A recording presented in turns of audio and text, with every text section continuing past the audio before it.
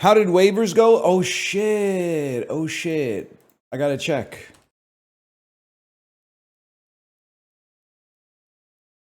How does one do this? 3 hours ago there was a free agent move. How do I know when my free agent move goes through, man? 3 new. Oh, I didn't get him on waivers, man. I didn't get him on waivers. That's a disaster.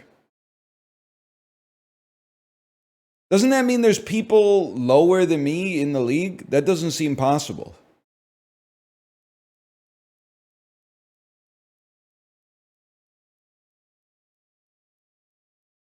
Hart, are you here? How the hell did a Hart make 2 waiver moves?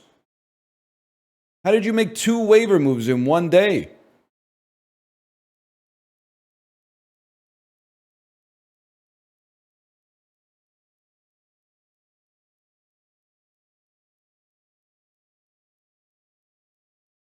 You can claim multiple players? Yeah, but like all the people we drafted are ass. So like the people who have not been drafted must be substantially more ass. I mean, I gotta do something. I gotta dump Anthony Richardson. He can't be on the team anymore, man.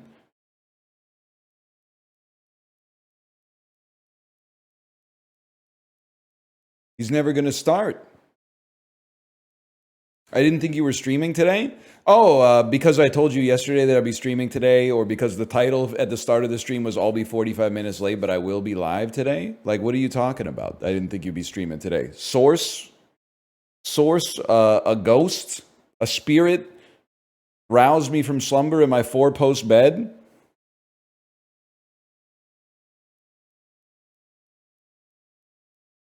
A ghoul, a chill wind. Quantum tunneled idea straight into my brainstem? What are you talking about?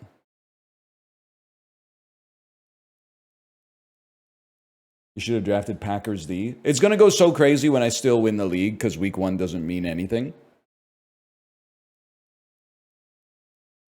To be fair, I checked Reddit just in case.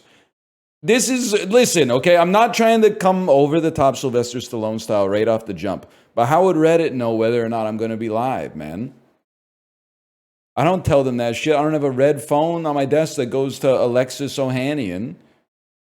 I'm just a dude. You have, like, I know it's anathema for the people who have grown up in the smartphone information injection age, and I understand that is not fair for me to say. But I'm from an earlier time.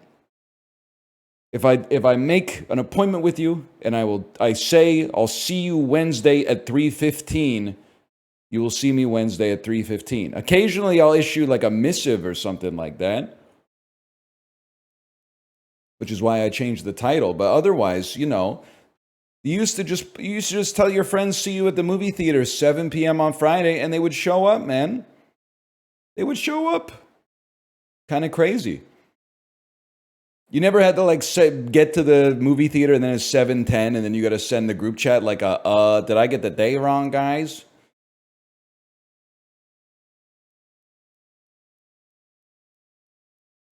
You just do it, man. You just do it. Got any good guy who's a 10 butt voice or jokes? Here's one. Guy who's a 10 but he crunchy coughs like a kid. That's actually really funny. I love... let me rephrase. I don't love when children are sick, but it is funny as fuck to see a little kid cough. Like a 6-year-old kid coughing is so funny. They cough with like their whole body. It's then like their mouth starts the cough like 2 full seconds before the cough exits their like vocal cords. Like they stick their neck out like a turkey and then go like. It's so good, man. It's so good.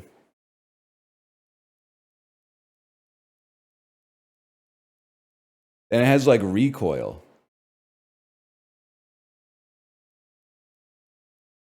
Guy finding out about life hacks for the first time in 2025. Are we at the point where we can close the book on life hacks?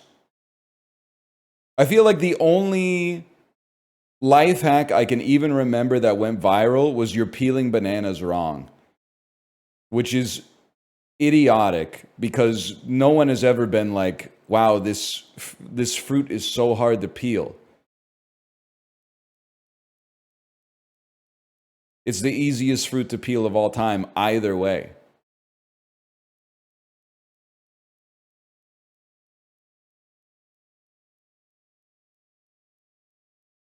That one was a game changer. It changed nothing, man. It changed nothing at all. Putting the straw in the soda tab. That was appropriate for about 3 seconds until plastic straws were banned worldwide.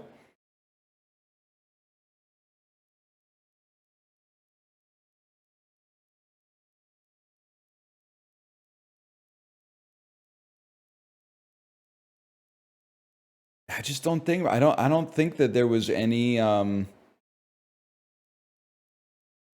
don't think there was any life pro tip that actually, or any life hack that ever hacked anybody's life, man.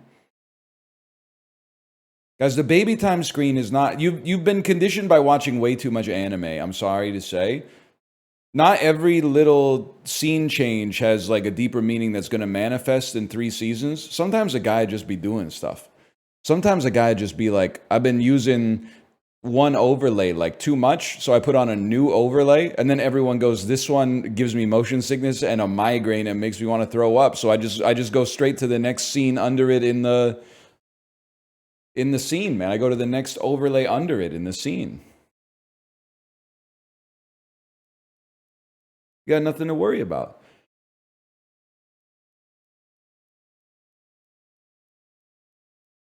I do like the life hack where you make coffee at the hotel room at night and then put it in the fridge and drink it in the morning. That's a life hack.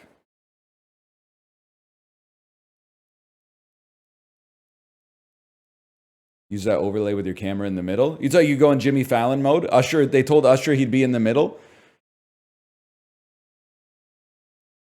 Merry Christmas, Xbox. That's not it. Happy Easter, Xbox.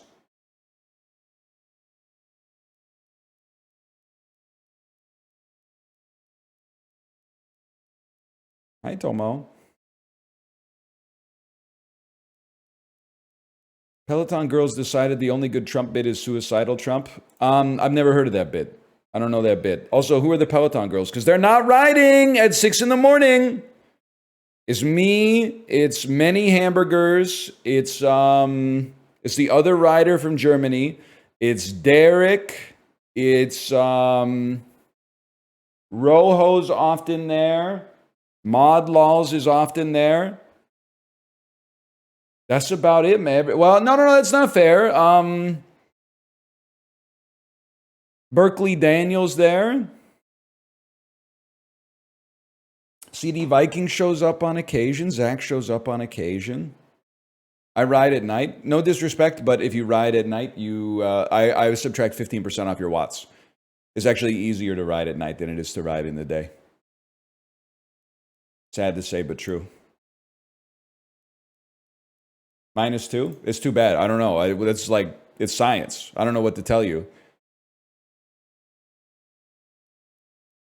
Why? Because you have food in your belly?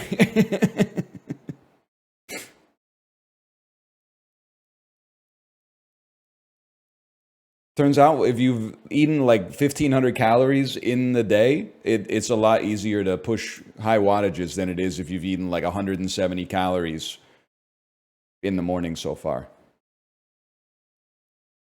Come on, we've had like 18 hours, man. We've had 18 hours of affection. I just need you to give me a little space here. 1,500, that's nothing.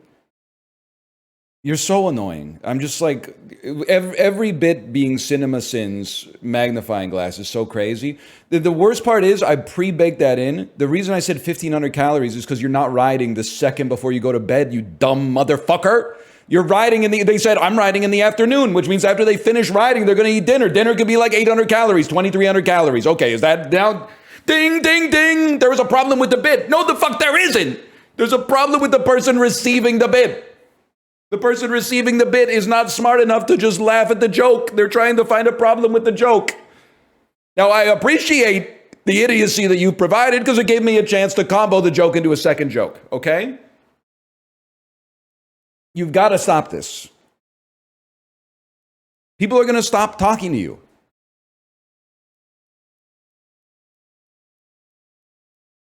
I'm going to stop talking to you.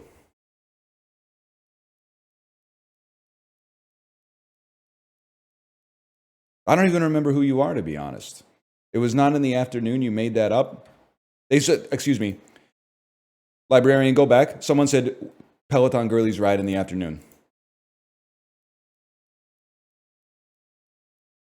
Go scan the chat logs.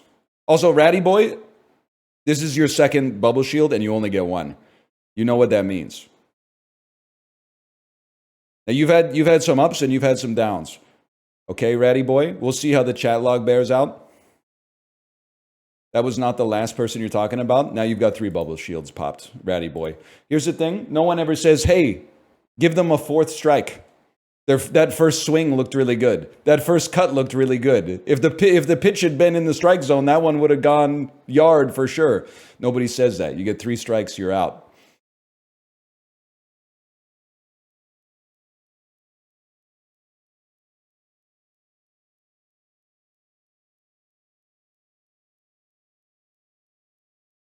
Backspace, backspace, backspace, backspace, backspace, backspace. Just spit it out. It's a full count. It's 3-2. Enter Sandman's playing. You're not going to go down swinging.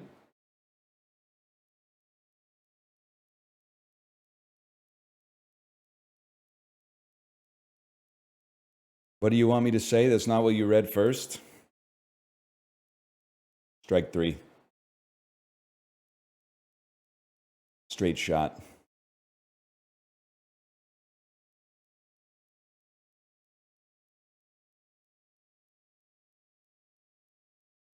I didn't ban them. I just said strike 3. Ratty Boy's mostly innocent. They virtue signal about washing their hands a little bit. I don't know. Maybe they've changed. That was a few years ago. That being said, since I started washing my hands, I have gotten sick a lot less often.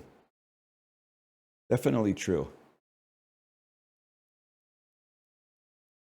What is virtue signaling about washing your hands? My problem with the... Okay, here's... And you have to let me finish the entire sentence, okay? You have to let me finish the entire sentence. Or the entire passage before you judge me. I think it's stupid that the average person thinks the right number of time to wash your hands is the amount of times that you piss per day. Because everybody has different amounts of pissing. You should wash your hands as often as you need to, which could easily be more than the amount that you're pissing if you're cooking a lot of raw chicken or something like that. And it could easily be a little bit less, not a lot less, but a little bit less if you're pissing a lot. If you're pissing 2 times an hour means you need to see a doctor. But if you're pissing 10 times a day, which is light work for a fella like me, I don't think you have to piss, or I don't think you have to wash your hands after every piss in your house. I think you can wash your hands after 8 of the 10 pisses. Outside of the house, this is obvious. Outside of the house, you go to the bathroom, you wash your hands no matter what. And we come inside from the playground, we wash our hands. Like, there's more appropriate times to wash your hands, okay? But if I piss once at 10:06 a.m. and once at 10:52 a.m., I don't feel like I need to wash at 10:52 if I washed at 10:06.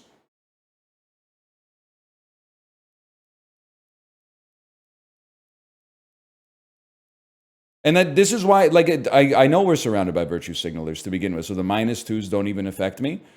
But here's the thing. You guys might be drinking no water. By washing my hands 80% of the time that I piss, my hands might be cleaner than yours. Because you might piss 2 times a day. You might be like, that's insane. I wash my hands every time I piss. You might piss once when you wake up and once before you go to bed. You might be dehydrated as fuck.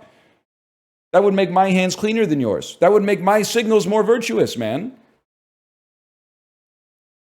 Plus, you guys should probably be washing your hands every time you touch your damn keyboard, if I had to guess. Probably me too, but I'm just saying, you're the one who thinks you're better than me. We're both in this shit together.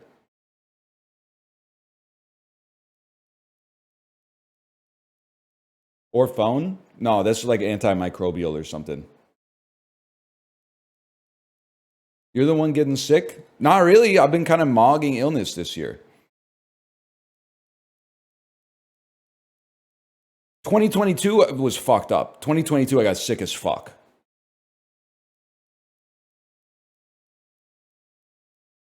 Chibley's sick right now. He doesn't live with anybody and he doesn't have a kid. You should be on him for washing his hands, man.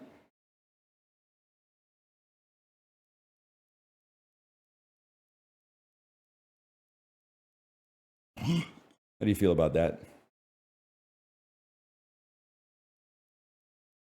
I haven't gotten sick in 5 years. Bullshit. There's no shot you didn't catch Delta. Or Omicron. Everybody caught Omicron 4 times. What do you mean you haven't been sick in 5 years? I never got COVID. Do an antibody test. There's no shot. Everybody got it 3 times. Just because you might not have shown symptoms, but a lot of COVID infections were asymptomatic. I didn't get it. Do an antibody test. Don't type. Typing doesn't mean anyone can type anything. I could type 6 + 5 = 3. And you would be like, oh my God, you want to be an Iron Man too? And I'd be like, double the salary and I'll consider it. Not everyone lives in a city. Demon Lord Sparta.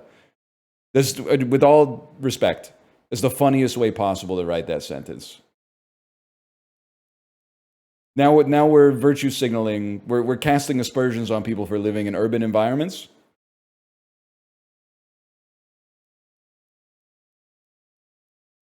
Plus, you live in a city. By the way, you don't have to type that churlish, insubordinate nonsense. You could just post your antibody test.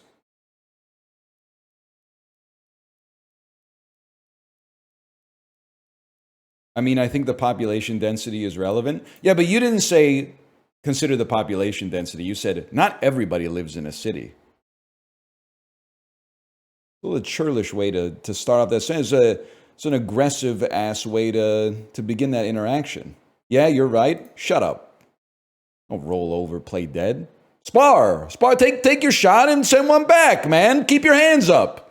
That's what we're doing here. We're ducking and weaving, man. What do you want? Fucking send one down. Send one send 2 at the body and then 1 at the head. Make sure I'm paying attention, okay?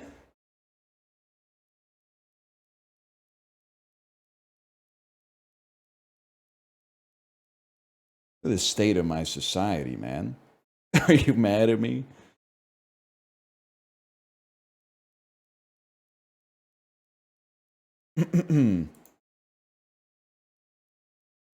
We're back with the dulls, y'all. I got Apollo good with the Do You Hate Me yesterday, by the way. I can't bring it up because I'm on monitor capture starting in 3, 2, 1. But we were trying to find a day to play Mario Party. And I said, when works for everybody? And Apollo said Thursday. And then Malf said Wednesday. And I said, let me say this so Apollo doesn't have to.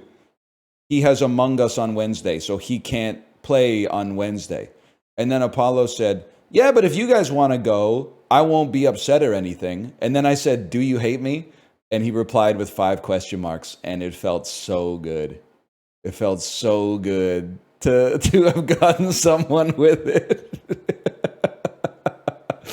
It felt so awesome, man. And then after the 5 question marks, I said, it's just something I like to type sometimes. And he said, you know what? I thought that might be what it was.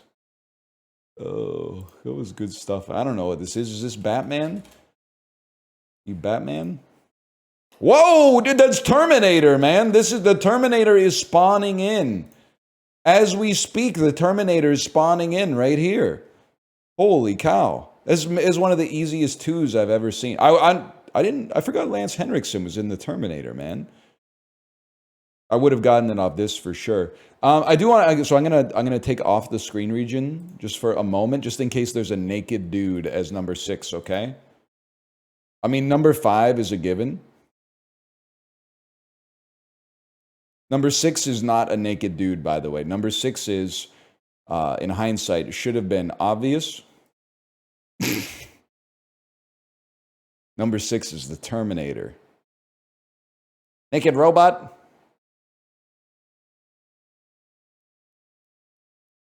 He's kind of naked. He's literally chrome plated. He got that shit on, okay? He doesn't have clothes on, but he's not naked. Like, is the Silver Surfer naked? No, man, there's silver. What AFC South quarterback led the NFL in passing yards in 2009? It's got to be my man Drew Brees. After not playing in the NBA, Emeka Okafor made a return while playing for this Southwest Division team. Phoenix Suns. Ryan Murray was drafted 2nd overall. I don't know Ryan Murray. He's not known. But it says current day Eastern Conference, which makes me think maybe it was Detroit or Columbus before the rebalancing. Probably maybe Columbus. Yeah, Columbus is the other one. Okay. This form of execution, known as the guillotine, was most notably used in this country. That's France.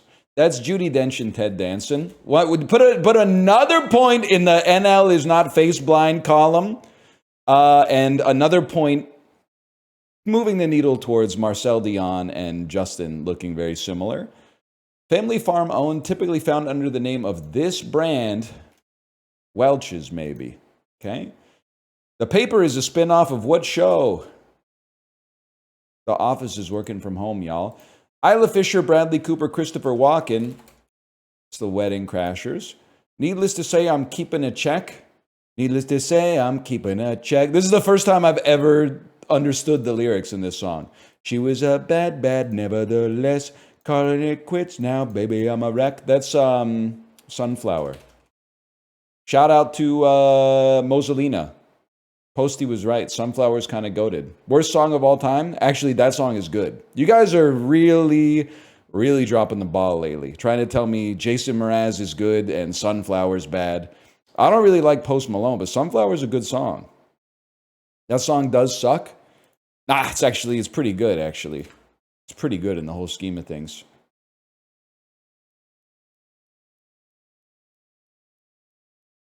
One second. Frames of Nick has said something. Does Meet the Parents enjoy you got to see the roses when you can? So great. I saw your review and it's on my list. It seems like a great airplane movie. I like a bottle movie, a movie with no franchise potential whatsoever. British movie with some sharp dialogue. Olivia Colman. Queen Anne kind of got the short end of the stick. You ever consider it? Queen Anne kind of got the short end of the stick. Except in the lace department. She's got one of the only laces I know, man. Queen Anne mentioned. I was just reading her Wikipedia article today, and I have seen The Favorite. She fucked it up again? Do you know that she was pregnant like 17 times and had no legitimate heirs? Like, that's sad, man. She was going through it back then. But I know a Twitch chat will be like, yeah, but she had 100 ducats. Don't care, didn't ask. Plus, the treasury has 1,400 ducats in it right now. She was a human being, man, just like you and me. And maybe like 70% of the people in chat, I don't know. Plus, she lived in a city. Actually, I don't think she did. I don't know where. Well, I guess, what was the definition of a city back in like... back in 1699. It was like 1,000 people? I don't know. Are you saying 30% of chat is bots? Have you seen how people type, man? I mean, just take out the people who, when I said ducat, they made a pun, and that's like 10% of them right there. So that's 10% off the top easy. Also, like every time I finish a stream, I have like 4 clips that people have made that are called test. And there is no way that is not someone unleashing a robot that clips when something happens like on the stream. Maybe when like chat activity gets like really fast or something like that, it has a little test clip. I didn't give you my permission to farm that stuff. Look forward to your $1.5 billion lawsuit after you raise your capital. After you raise your capital. It's the Goo Cruise. Oh, that's fine. The Goo Cruise is fine. I'll give them permission for that. Anybody else, though, you got to bend the knee.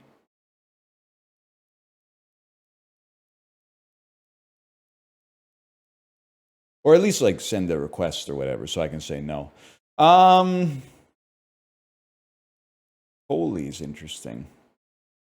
Akeem. Doolittle. Characters played by Eddie Murphy, bro.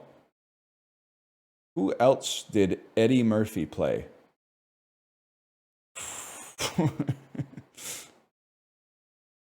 Foley seemed... Oh, Axel Foley. Yeah, obviously.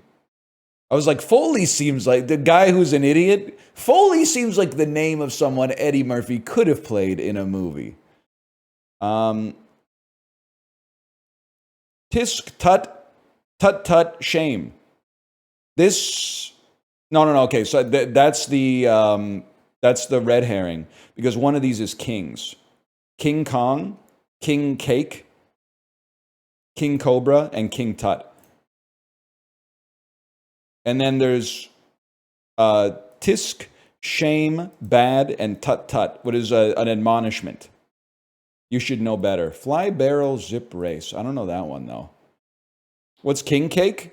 A lot of you guys haven't seen Borat 2, okay? A lot of you guys haven't seen Borat 2. That's the cake with the baby.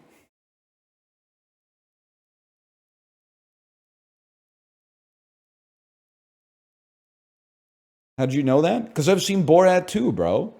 Also, King Cake, isn't King Cake in, it's in a roguelike. I'm not sure if it's Nubby.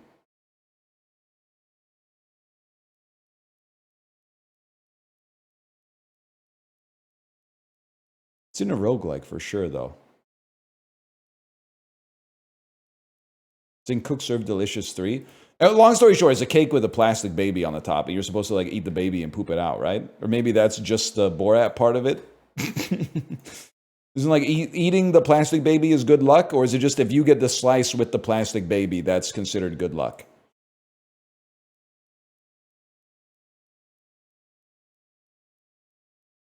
If you get the slice with the baby. That's like when you get the Domino's pizza that has pepperoni on it. You get the slice of the pepperoni pizza from Domino's that has the pepperoni pieces on it. You're like, damn, I got lucky today. I've been thinking of pivoting to becoming a Papa John's influencer. I've got my first post lined up. It's going to be TFW, the Papa Dough hits your account the morning after a delicious Papa John's pizza. That feeling when the Papa Dough hits your account after an evening dining on delicious Papa John's pizza. The what? The Papa Dough? You get Papa Dough, I think 12 hours after your Papa John's online order arrives at your house.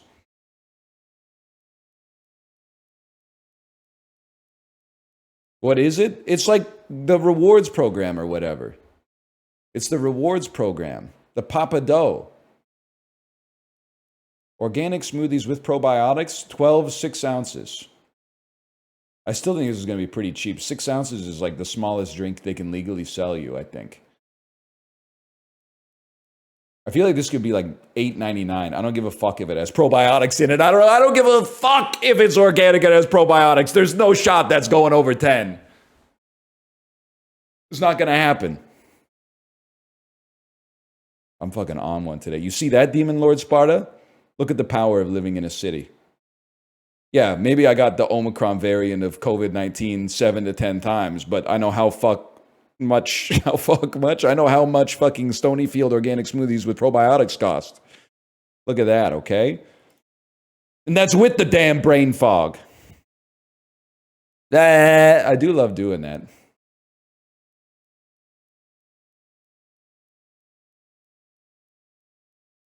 This is the one, man. This is the one. Fast food near me is like a crazy... It's a crazy Google search. I mean, Nintendo Wii, every once in a while, the thing about gamers is that, like, I keep making these titles that are referencing popular culture that isn't gaming, and then all the gamers in chat are like, I don't get it, and I'm like, consume media not related to video games, and they're like, no. So I understand that one of the many of you in chat, 10 years after the Nintendo Wii stopped having games come out for it, will be Googling Nintendo Wii just to be like, what was up with that thing? Again, remind me. This is crazy. Like, don't you just kind of leave your house and drive to the oasis where all the fast food restaurants are and then pick one? No? No?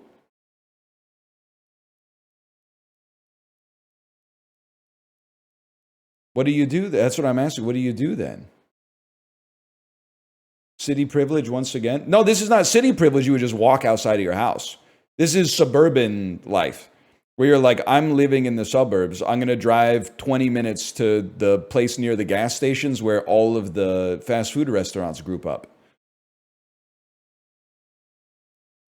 Like, the fast food restaurants are pack animals, man. They're not individuals. They travel in herds.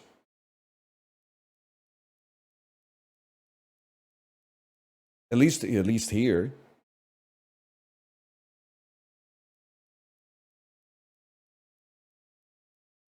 No, honestly, I Google fast food near me like once a week.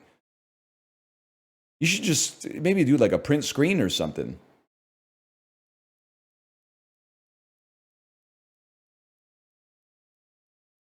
Once a week? I'm not, chat, show abs. You know the deal, show abs. I think you can eat fast food once a week and still be yoked for sure, man. Just eat McDoubles. Whatever. You're convincing me. You've convinced me on this one.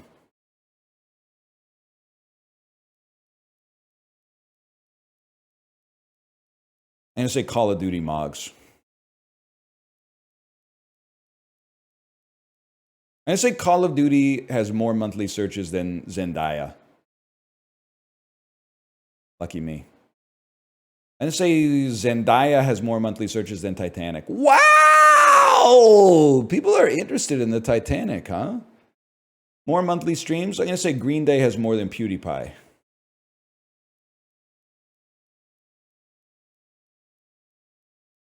I say Savant has more. I don't know who you are. I don't know who you are, Geddy Lee. A higher rating. It's going to be A Beautiful Mind, for sure.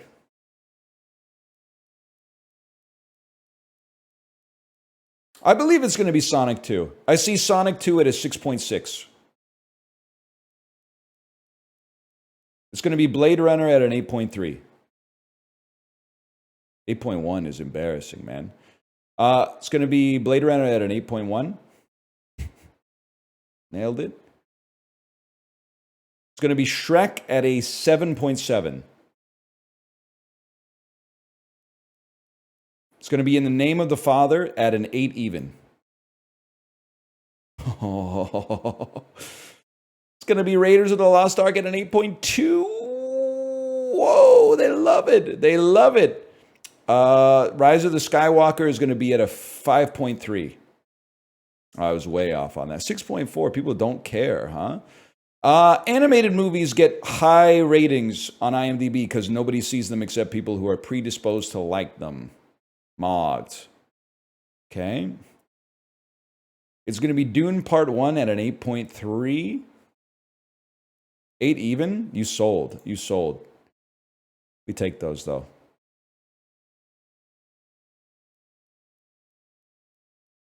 Easiest game of my life. Perfect score? We'll do better next time.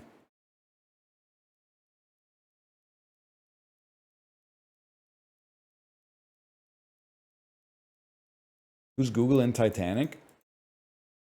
Well, I mean, I guess it's a two-pronged attack, right? Like, it's the Titanic, the boat, but then also the Titanic, the movie. So I could see it getting some stuff.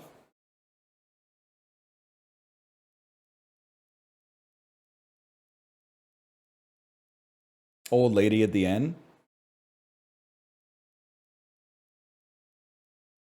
It's kind of crazy. When I was a kid, when I was closer to the Titanic sinking, temporally speaking, I was like, this shit is ancient history. The older I get, the more I'm like, this shit was like, it was kind of like in my great grandparents' age, man. It's kind of crazy. There's people I've met that were like, you know, they could see that shit in the newspaper or whatever.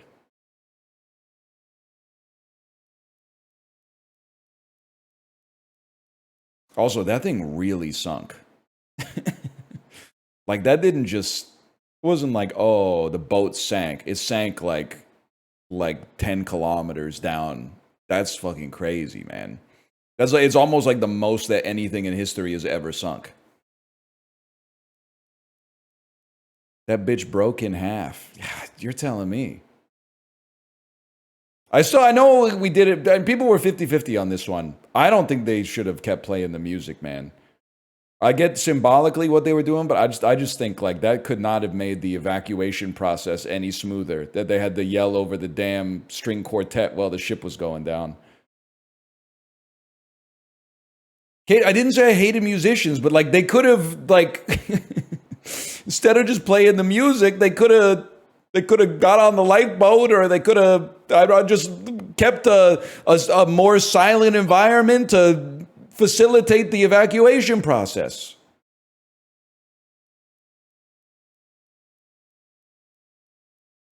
Maybe it's Chad today. But it really, like when you're in the middle of the Titanic sinking, are you really going to be like, excuse me, could you knock it the fuck off? I can't hear the dude shouting. I can't hear the dude calling out where like the last lifeboat is.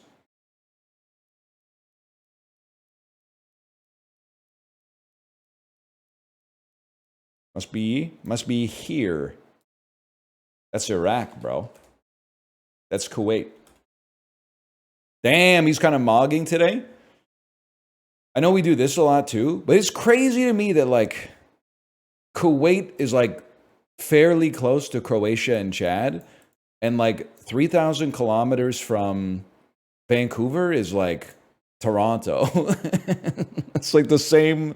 There's Earls in both of them, man. It's funny to read about. You know what was funny to read about? So I've been referencing The Queen is Dead a lot. Not the event, but like, oh shit. Not the event, but the song. And there was that dude in the UK who broke into Buckingham Palace that the song was based on. If you read that, you're like, everybody that was on security at Buckingham Palace should have been fired. Like before that, one second, I got to check on the stock market. It might just be Mouth talking about whether or not he and his boys are going to eat at the Revolving Tower restaurant. Nah, I don't think so. Okay. Let me pull this up here. Wiki, guy who broke into Buckingham Palace. This is the guy, man. Okay, one second.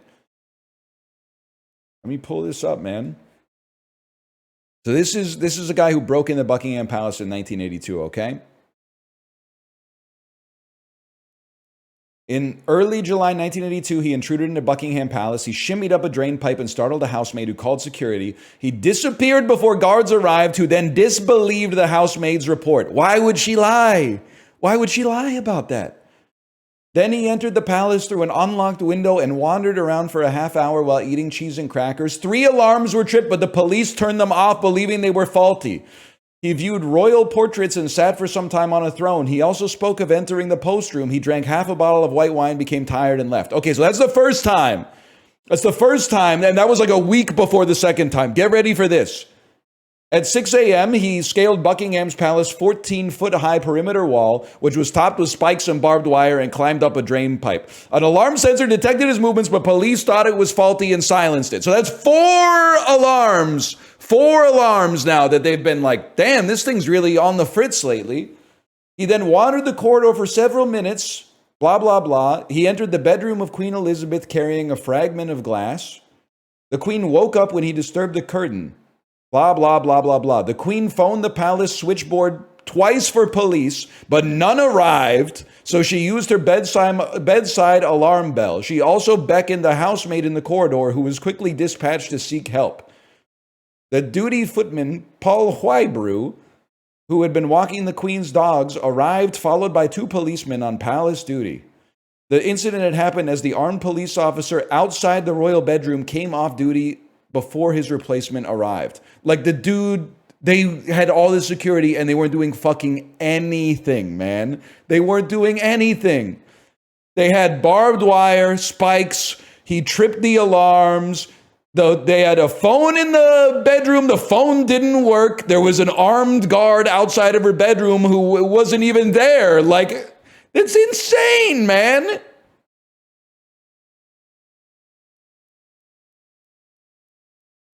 It's crazy. And the bro just wanted to talk, okay? Like, that's the only reason we know about this. If the bro had different aims, they would have been like, he meticulously took out the security. He hit the armed guard on the back of the neck with a big bowling pin and rendered him unconscious. The only reason we know the truth is because he just wanted to talk, man. They all had no-show jobs. Like, it's insane. Not the TikTok Allen voice. This dumb criminal made it into Buckingham Palace, and then all he did was drink a bottle of wine. This is Cambodia, man. I really thought it was Cambodia. Are you 8,000 kilometers, huh? Are you like Albania?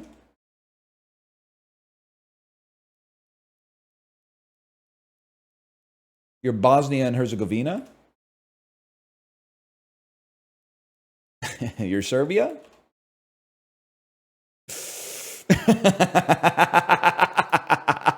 You're North Macedonia? You're trolling me. You're trolling me. What the fuck are you, man? What the fuck are you're Montenegro. You have to be Montenegro. Oh, thank God. I didn't know it was possible to have 3 countries within 99%, man. That was crazy.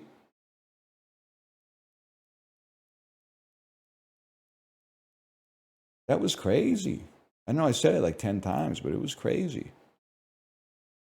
September 8th, 2006. This is like right before The Departed came out. This was my freshman week of university, bro. I was focused on other stuff. I don't know what the hell was going on. Let me take a peek. Sony Pictures, Steven Strait, fantasy horror adventure action. Only the power of hell can help them. And Sebastian Stan? Is this? I have to try The Exorcist. The beginning. That came out 2005, maybe. 4 young men who belong to a supernatural legacy are forced to battle a 5th power long thought to have died out. Covenant. I don't know shit about it.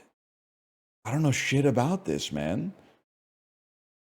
That's crazy to like be the number one. I guess it is directed by the guy who did The Exorcist, the beginning, but Focus Features had an Adrian Brody movie from 2006. It's pre-Splice, post The Pianist, post King Kong. Crime, drama, mystery, thriller. In a town full of fiction, everyone has a vision of the truth, a version of the truth. Ah, is this, it's the Black Dahlia? No, that's Josh Hartnett. What the hell is this? Hollywood Land? Nah, man, nah, I'm in trouble. Walt Disney, 45 milli, starring Mark Wahlberg. This is I don't think this could be Invincible. I saw the trailer for Invincible in the theater with a guy that I met on this day. So there's no way this could be Invincible. Dreams are not lived on the sidelines. Is it Invincible? Guys, I have a false memory. I have a false memory of seeing this trailer in theaters with a friend of mine who I met certainly after this came out, because this was like 3 weeks earlier. Were you on weed? No shot, bro. Because probably, if I'm being honest with you, I think I had my first alcoholic beverage, which preceded my first ever experience with cannabis indica, probably around this day. There was a guy on our dorm floor who was like the son of a Jordanian oil executive. He had a single room, which is how you know he was swagged up, and he had a full bar in it at the age of 17. So my first alcoholic beverage was a shot that he poured for me called a Dr. Pepper. I have no idea what was in it, except he said, you mix these two things together and it tastes like Dr. Pepper. Probably amaretto and something seems to make perfect sense to me. Was he right? I mean, it tasted a little bit like Dr. Pepper. He's a funny guy. Bro was in the lab. Might have been some Goldschlager in there. The Weinstein Company with Tony Ya. That might be like Ong Bak 2. Might be Ong Bak 3. Might be Ong Bak. Might be The Protector. It's The Protector, y'all.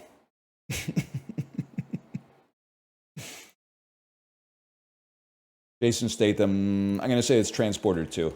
That seems like a September 06 movie.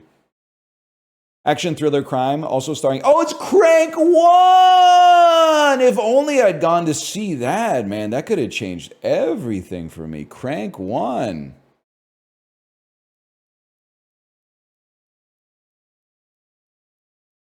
What a film. 75th percentile? I mean, this is a tough one, man. There's a lot of garbage that came out. If we're being honest. I was seeing The Protector. You should see Crank. Crank is so good, man. I'm not even messing with you. Like, I'm not trolling. I think it's awesome. Speaking of Amy Smart, man. Look, there she is. James Marsden, Amy Smart. Gary Oldman? Chad, be fucking for real with me. Be so fucking for real with me right now. Is that Gary Oldman? That's obviously Chris Cooper, but... With the faux hawk? Gary Oldman with the faux hawk, man? That's crazy. And Megan 2.0. Okay. Marsden, Smart, Oldman, and Cooper, they've been in a lot of stuff, man. They've been in a lot of stuff. I got to figure out who else is in Megan too.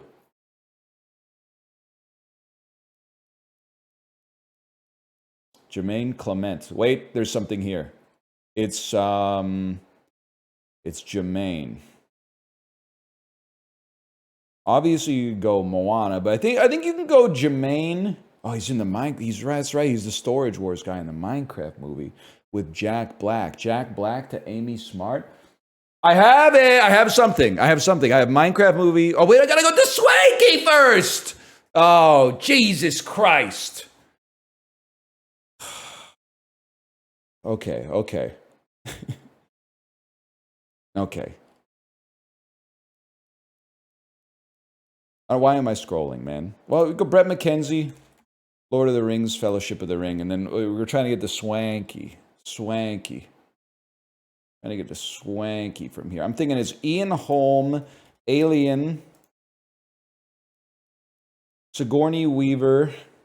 I would go Heartbreakers off this. Gene Hackman gets you to Tenenbaums, which surely cannot be far away from where we want to go. Murray, Rushmore.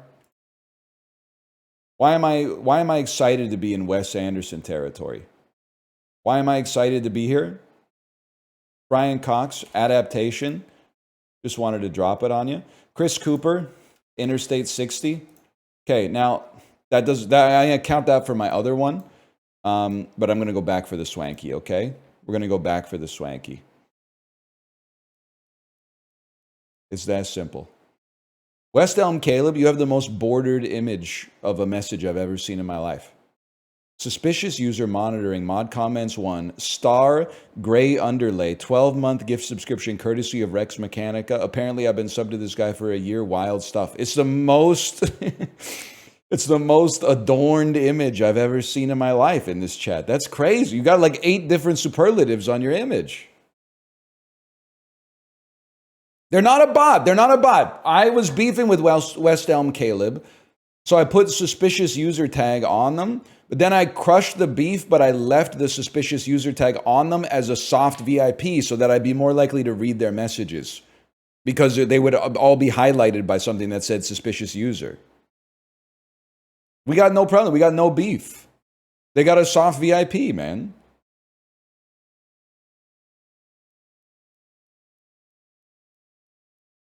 We're squashing the beef this year. Even me and Bartimus aren't beefing anymore.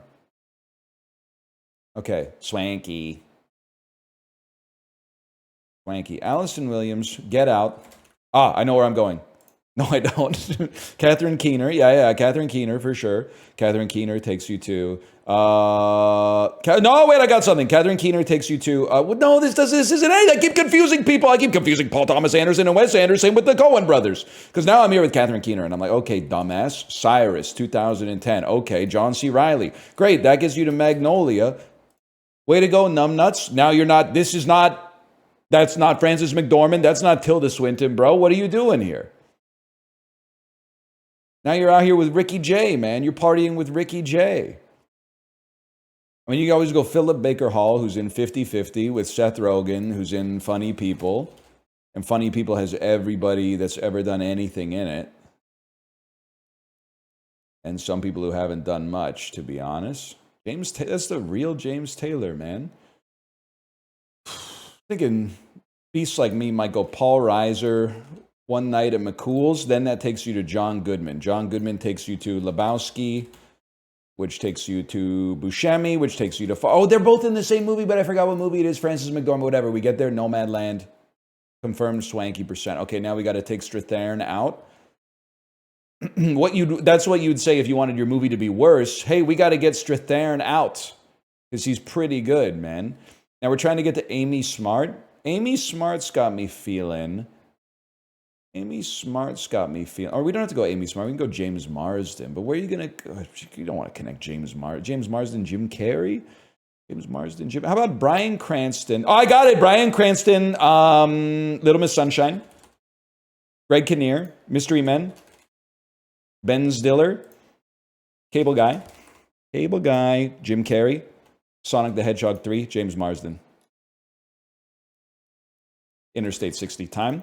Almost faster than the non-swanky %. Almost faster than non-swanky. That's crazy.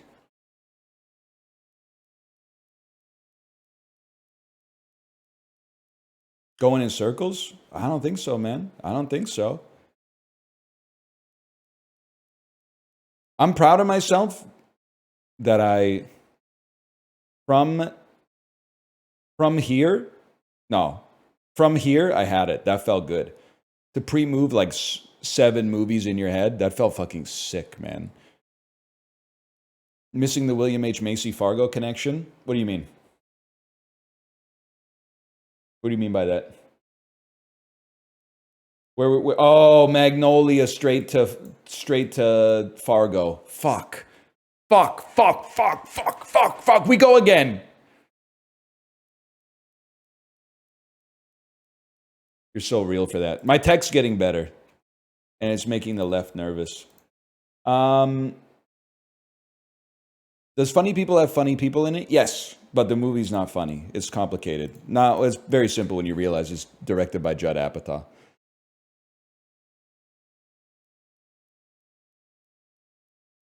It's not possible. Canucks and Red Wings. That's Troy Stetcher, number 51. Always happy to be there. 3+ goals in a single playoff. Let's go with surprise. That's kind of a crazy play. Let's try to think. Maybe someone like Mason Raymond. No, maybe someone like take me way back, man. Take me to like fucking Stan Smeal or something like that. Let me get Stan Smeal out there.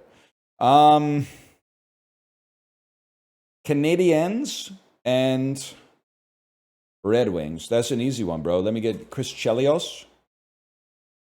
Can't believe that's 20%. It was so funny when Chris Chelios had this hair as an old guy. 3+ goals in a single playoffs for Montreal. I'm a different type of beast. I'm the type of guy that might go with like Bernie, Boom Boom Jeffrey on. A lot of people these days just know the hits. They're probably going to be like, "Oh, I'll take Maurice Richard." Way to go, idiot! It's Bernie Boom Boom Jeffrey on, y'all. Ottawa Senators also played for the Wings. I'm gonna play the hits on that one. We're just gonna put Hasek out there, and then Ottawa Senators 3+ goals in a single playoffs. I mean, let's go back to like the what was I'm gonna hit you with like a Sean McEachern, bro. I'm gonna figure out how to spell his name. I'm gonna hit you with a Sean McEachern didn't score 3 goals in a single season. Are you trolling me? Or in a single playoffs? There's no way, man. Okay, Antoine Vermette. What? They gotta check their stats, man. There's no way. I'm not playing Heatley. Maybe Chris Neal nutted up or something. Told you. Bro, can I see how many goals did Sean McEachern score in the 2002 playoffs? This is pissing me off.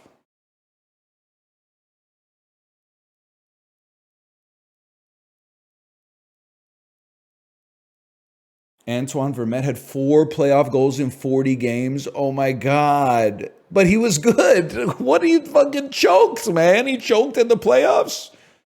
4 goals in 40 playoff games? 80 game pace of like 8 goals? That's horrible, man.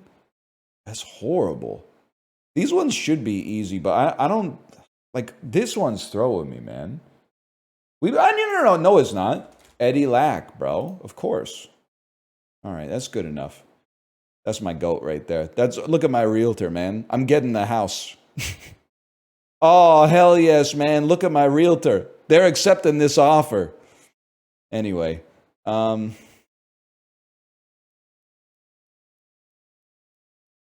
Lack's a funny guy. You know what's weird about the Canucks? Not that anybody cares, but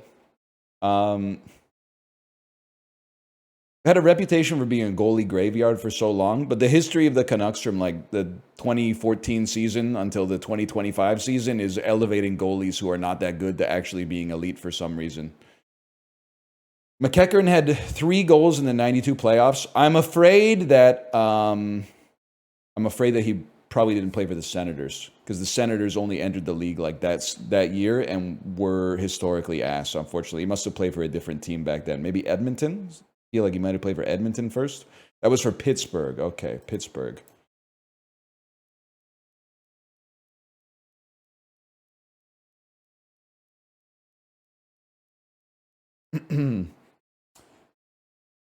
New actors? They knew we were watching them, man. They knew we were watching them. Bruce Willis. Oscar-nominated film. Bruce Willis, Oscar-nominated film. Sixth Sense. Haley Joel Osment, Best Supporting Actor. 3 or more word title. What just happened?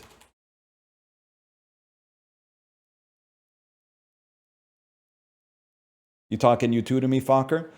Bruce Willis, 1980 to 2010. Let me pull something a little, maybe like the whole 10 yards, something a little out of pocket. I mean, he's been in a lot of movies, but I like to see those sub 1%, man. I like to see those sub 1%. Charlize Theron, Oscar-nominated film.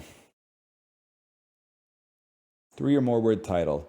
80 to 2010, give me Reindeer Games. Oh, fuck you. 3 or more word title, give me The Devil's Advocate. That's more like it. And then Oscar-nominated is obviously Monster. The question is, didn't we go through this before? I was like, it has to be young adult. There's no way Diablo Cody, coming off of Juno, didn't get nominated for Best Original Screenplay. And then they were like, everyone hates that movie. And I was like, I've seen it. And they go, how do you think about it? I go, I don't really like it. So I guess I'm just going to, Mad Max got nominated for Best Picture. So we have to consider, there's probably more, don't get me wrong. You know what? I bet Bombshell got nominated for some shit. I don't know what, but it seems like a movie they would nominate just for something, for an acting performance, maybe. Best, I'm not even saying this to be glib. Hair and makeup? Maybe got nominated for hair and makeup? Wouldn't surprise me. I don't know what the fuck they're doing in the Oscars. Morgan Freeman, Oscar nominated. Okay, that's easy enough. 1980 to 2010, Morgan Freeman is going to be Dreamcatcher. This is a movie where they shit out aliens that want to eat them, right? And then you don't like Juno? Excuse me, that's I've been slandered. I like Juno. I don't really like young adults. I was talking about young adults. If I made a mistake and I said that people don't like Juno, I was trying to imply that Diablo Cody was glazed coming off of Juno, and then that led to young adult getting more awards buzz than it otherwise would have gotten based off of its raw quality. But young adult's not that bad. Charlize Theron in that movie is like the only person I know who likes Diet Coke as much as I do. Anyway, 3 or more word title. Morgan Freeman. He's been in a lot. He's been in a lot of movies. Morgan Freeman. He's been in a lot. Oscar-nominated film. There's Driving Miss Daisy, Shawshank Redemption. He's the president in Deep Impact. Best asteroid movie, probably got nominated. Lost to Armageddon, if I had to guess. No disrespect, Teo Leone. Morgan Freeman, he's in a lot, man. I kind of don't like him. He, he's in Lucy. He's in Lucy. He does the voiceover at the end of War of the Worlds.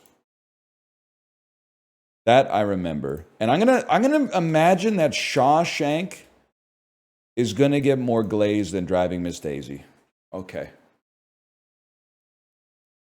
Now You See Me was the most popular Morgan Freeman guess. Oh, you're right. I could have played Along Came a Spider. The Maiden Heist. I Can Smell You.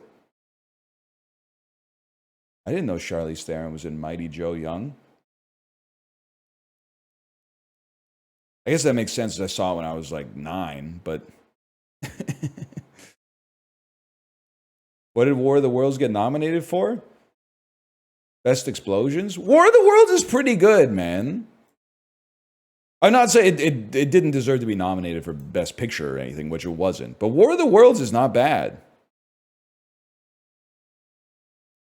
I saw it in theaters with Malf. The Mission Impossible 3 trailer played before it. I remember, man. I remember these events so crystal clear. Tim Robbins flips his shit. Not my blood. Not my blood. Didn't it literally not come out in theaters? You're doing the Reddit switcheroo, and I resent you for it.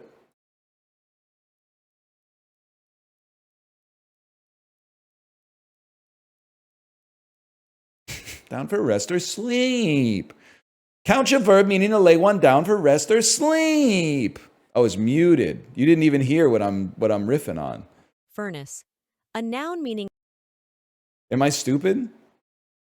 Horizon. A noun... Rodeo. A noun meaning roundup.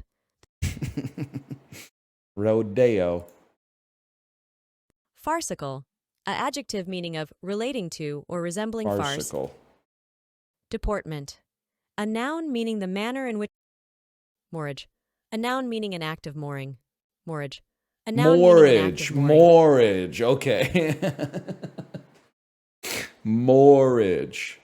All right. Gesture. A noun meaning a movement usually of the body. Turpitude. A noun meaning inherent baseness, depravity, all... Yeah, I thought so. Betony. A noun meaning a lousewort. That's with an O, isn't it? A lousewort. Ouagadougou. A geographical name meaning sojourner. A verb meaning to... Caldera. A noun meaning a volcanic... That pissed me off. Haitian. A noun meaning a... Did I really get Ouagadougou wrong?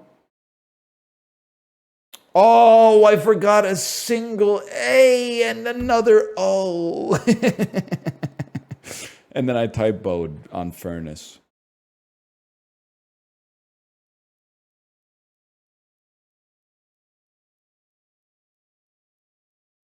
tough, man. France.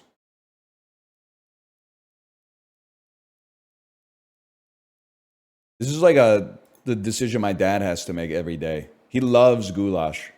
He doesn't do that much cooking. He does a lot of baking. He bakes a lot of bread, and the bread is really good. But the only cooking he does is goulash and something called a Southwestern omelet sandwich, which I grew up thinking was something that everybody knows.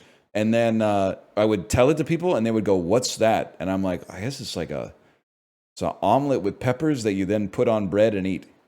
Anytime my mom was like out late and my dad had to cook dinner, it was Southwest omelet sandwich or goulash every time. And he is not Hungarian, just for the record. Sorry, that's a Western, not a Southwestern. My bad. What's timbalo? It looks fucking good. A baked creation with pasta, rice, and potatoes. It has every good food, and then they put it in a crust. I do feel like goulash maybe clears, but I'm happy to see that at the 83%. What is this? Are you blood? Coconut milk, galangal, fish or pork. Okay, in that case, I don't see blood. I feel like this is going to clear. Wrong. Mongolian noodles, clear. This looks like some shit that like orcs would eat, to be honest with you. I'm not saying it's bad. This looks like a sandwich that someone was holding when they got hit with a cannonball. But I bet it's a sandwich from Mexico, so I bet it clears. Never mind. Never mind. It's going to be there. Okay, so make up your mind. How do you feel about sweaty sandwiches, bro? It's Cheez-Its by a mile. They're one of the best tasting foods ever made. It's yakiniku by a mile. It's just grilled meat. It's all dressed chips. I don't care who you are. They're the best chips. I've had them all. They're the best chips, man. What are you? Guavas and sugar? I bet that's good as fuck. Swiss wing from Hong Kong? People love fried eggs, man. There's no way a fried egg's not clearing you here. It's pavlova. Bluey difference. Mogged. I'm always happy to beat the average on that one.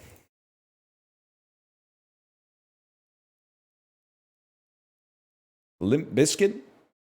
Delightful pastry, soft round dough, topped with farmer's cheese, sugar, and raisins. Kind of strikes me that this could be a United Kingdom type dish. Perhaps from Germany then, if it's warm. A vatrushka. Vatrushka, Slovakia? Or that sounds more like Hungarian. It actually okay, it was like all of them. But it sounds like the dance that they do in the first Addams Family movie. It sounds like the dance that Raul Julia and Christopher Lloyd do in the first Addams Family movie. When he catches the sword in his teeth. Damn, I gotta see that, man. I gotta see that. The mamushka. This is not a joke and this is not a flex. Anytime I have a meeting, I think about when Gomez Adams is getting pitched by Dan Hedaya, and he goes, "Tully, that sounds like new business. New business is on Thursdays. Today, we handle old business." And he opens up like a fucking huge-ass book. Boom. I think about that all the time. Meeting for what? People want to talk to me, man. It's kind of annoying sometimes. I'll tell you, this is to be honest. I had a meeting yesterday at 3 p.m.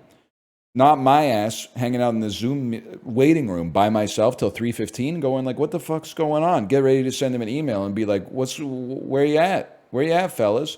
Go double check the email. That shit ain't till the 23rd. I was just getting it going. I don't know. Just first one in. I should have left the tab open for 2 weeks. Can the Zoom host see how long you've been in the room?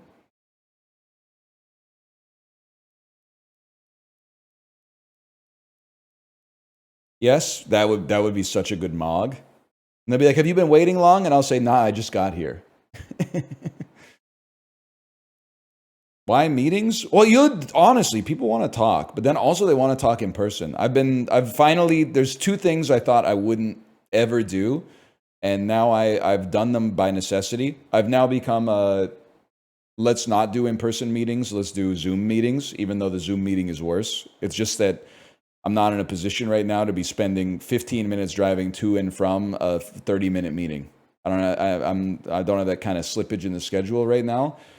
And then the other thing is I've become a calendar guy, and it had that. I resisted it as long as I could, but I've become a calendar guy, which is like, hey, can you send me a calendar invite? Can you put that on the calendar? Let me check my calendar really quick. I have to do that now.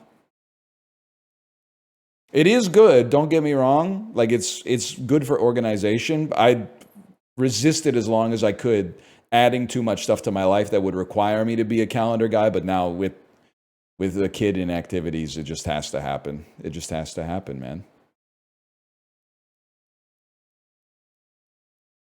Wait, that was only the first one. We're not done with this. We barely even got started, man. Yeah, sure, why not? Yum net. Shrimps. Shrimp, pineapple, coconut milk, bell pepper, and fish sauce. Fish sauce, to me, this sounds like it's got all the trappings of a Thailand dish, but it doesn't. Maybe it's from the Philippines then. That's correct. It's not for me to say that, to be honest. Sure, man. I mean, it looks yum, okay? Maybe. Pineapple and shrimp, I doubt it could be bad. By the way, I do have to say, I've eaten the shrimp with the shells on, and I wouldn't say it bothers me. I prefer them shelled. But one of the reasons I prefer them shelled is I want the poop vein out. And I'm not trying to be hoity-toity about it. I'll eat the poop vein. But I would really rather have the poop vein out if possible. It wasn't a big deal until, I mean, it's shrimp's basilisk. When people told me that is not blood, it's poop, ever since then, I'm like, well, I got to take that out. Why the fuck did you tell me that? Before, I was just eating the poop. I didn't even notice. But now I'm like, well, I got to take it out. And anytime, like, I'm hesitant to order shrimp at a restaurant because if I see that the poop is still in there, then I'm like, well, this can't be that good. They didn't even take the poop out.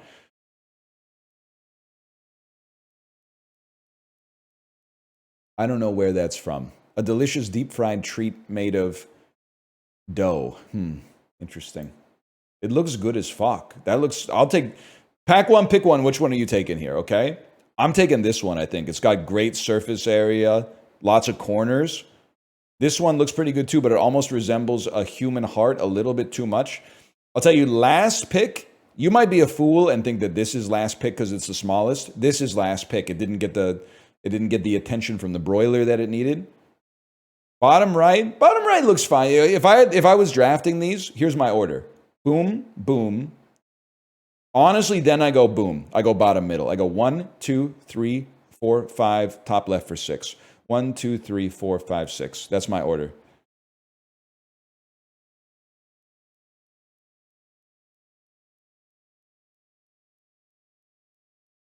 You're missing Twitter? Well, just the good parts. I don't know. It looked like it was from Northern Europe. Maybe you're from Denmark. Very hot. In the summer, maybe. Like the Netherlands, in that case. There you go. Holy bowl, that looks good.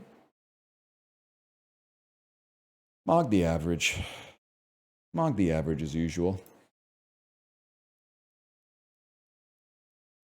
7% virtue signalers. I wouldn't eat fried dough. What are they talking about? Like, what are they talking about? It's the greatest food that's ever been made. Deep fried dough is like, it might be the greatest food that's ever been invented, man. This one's vegetarian too. Yeah, this whatever. 7% of people get off on lying to themselves, I guess. It is what it is. Sad, but true. To reference Metallica 2 days in a row.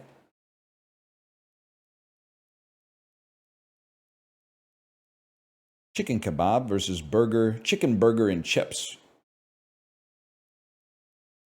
The chicken burger, it has the, and I'm asking too much from the Scrandal audience. It has the look of a patty that was fried once and then reheated in the microwave to order, which is insulting for £9.49. Like, it's just, this does not look crispy. It looks like it was crispy when it was cooked and then it got mushy in the microwave. So we go kebab. Maybe Scrandal's got shooters, man. It's not going to be wrinkly sausage. Take the free spaces. It's not going to be bunless sausage. Putting ketchup and mustard on a bunless sausage in a napkin is fucked up. That's fucked up. That's disgusting. Pork ramen in a chicken brothy or Tottenham fried chicken with a bag of chips. It's the ramen, man. It's not the ramen. Never mind. It's obviously not the ramen. It's the Riley Winder.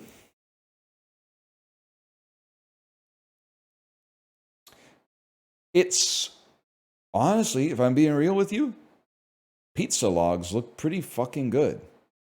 I got no issue with this whatsoever. I think I would go pizza logs, man. I'm happy I got 85. I'm happy I got 85 at least. It's not going to be kiwi and sausage pizza. So let's go with Los Angeles Korean fried chicken, which I bet is awesome. It's not going to be pigskin and salsa.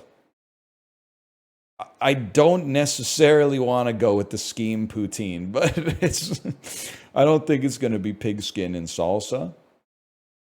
Stroopwafel ice cream. I bet that's really good. I bet this is fine, but free Stroopwafel ice cream. It's going to be hard to beat. I think it's going to be premium rare Kobe beef bowl. 8. Rough, man. That's rough.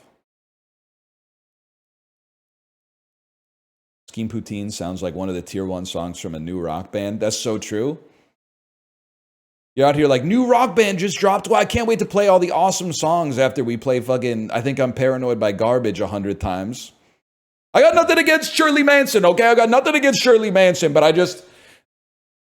We played 500 hours of Rock Band 1, and then all of a sudden we got to start in Rock Band 2 by proving that we know how to do, like...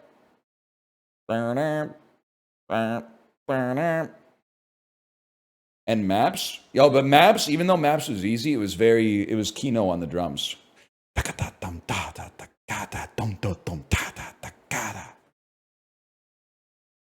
Kind of a little boring on guitar, though. Bring, bring, bring, bring. Anyway, you get the idea.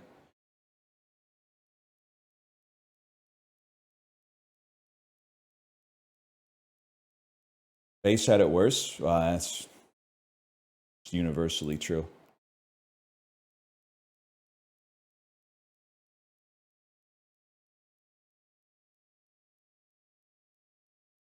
Tyrolean-born Ludwig Bemelmans worked in hotels before he hit it big with what literary title character?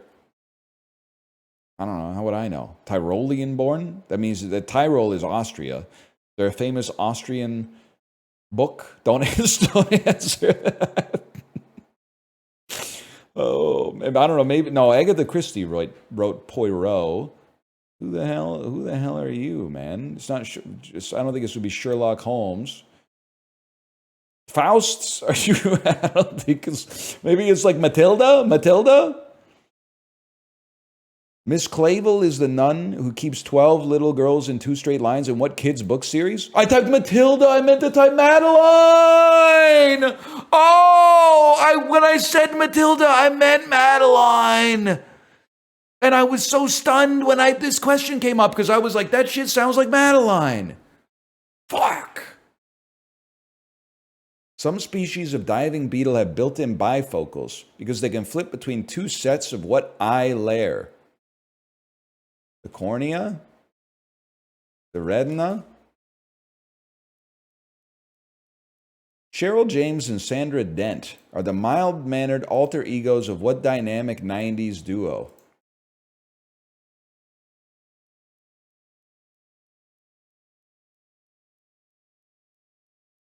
Salt and Pepper? They're more like the 80s. And also, I think they're a trio. It is Salt and Pepper? I thought there was Salt and Pepper and then like a DJ as well.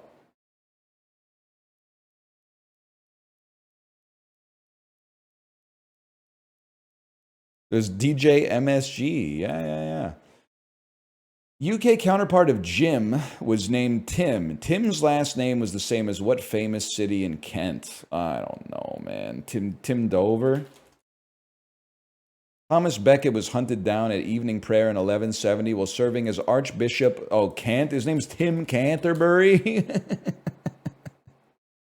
That's really funny. The volcano attraction at Las Vegas's Mirage was scented like what drink?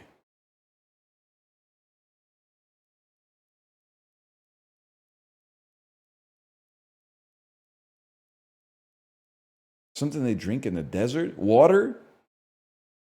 Lava? What would it be scented like? What's a drink that has a famous smell, man? The Shamrock Shake? Goldschlager? I don't even have a guess.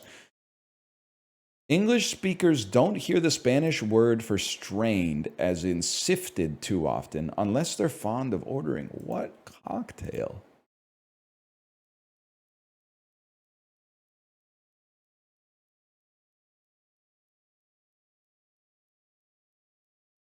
I have no idea. I have no idea. I was gonna type something in Italian. I'm not even gonna type anything. Speaking of things that sound like strain, 1979 hitmaker. It is Pina Colada. I was thinking of typing Pina Colada for the first one for the volcano bullshit. Is a Pina Colada strained? I don't even know what's in it. It's rum and pineapple juice and some frozen stuff. Something frozen. Coconut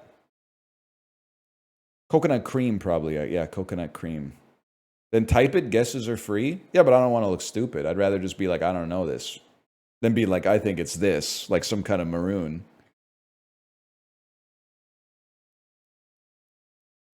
Go to the Shameful Tiki and get a painkiller? I can't. I've got work in the morning. Also, I don't drink. Also, I'm pretty sure that's way out there, right? That's out there in like East Van. Is that out there in like Collingwood? Is that in Collingwood?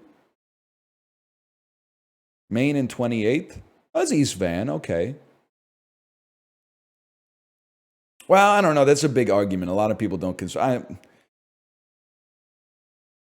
86 in Wabasha. That's what I'm talking about. If you want to meet me in the motherfucking morning. I'm surprised you know Collingwood. My stupid ass had to drive past it like 80 times, man.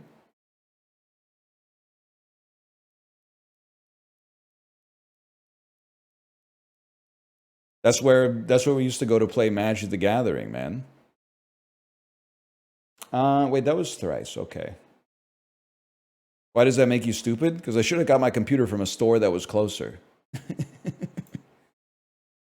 Yeah, man. Boundary and Kingsway, exactly. That's where I saw people, well, not people. I saw two people almost get into a fight while playing Friday Night Magic. They were both on 3-0. And it was like someone took issue with there being some churlish gameplay. They felt like someone was being played to very disrespectfully in Magic the Gathering. And it was getting surprisingly heated. Anyway, sort these things by the percentage of 12 to 15-year-olds who say they're interested in them, starting with the highest. Okay. Interesting.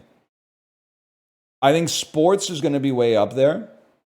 I think being healthy is going to clear podcasts. I think space is going to beat cooking. But I feel like almost everything else is exactly where I like it.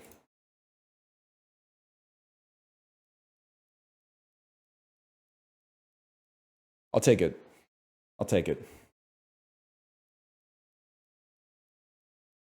It's crazy because I feel like if you surveyed 12 to 15-year-olds in 2000 to 2003, which is like when I was that age, being healthy wouldn't be in the fucking ballpark, man. Would not be in the ballpark. We were drinking Pepsi Blue, man. That shit was advertising. On the front of it, it said artificial colors. Like they were proud of it, man.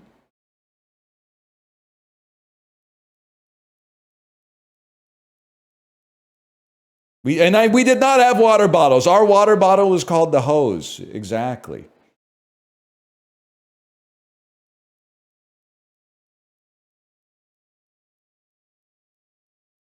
That's damn true.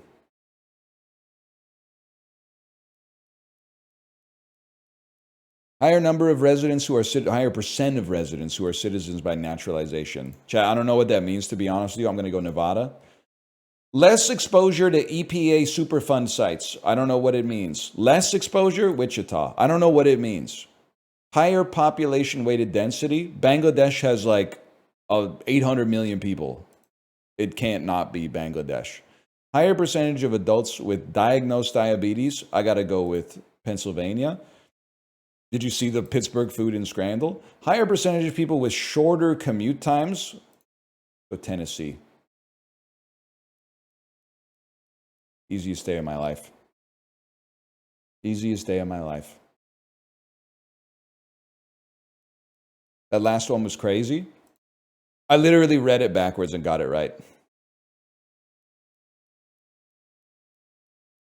Google how to say Nevada before traveling there. Otherwise, your pronunciation is going to get you in trouble. Hey, buddy, 90% of your state are tourists, just so you know. So bow down and say thank you, just to be clear.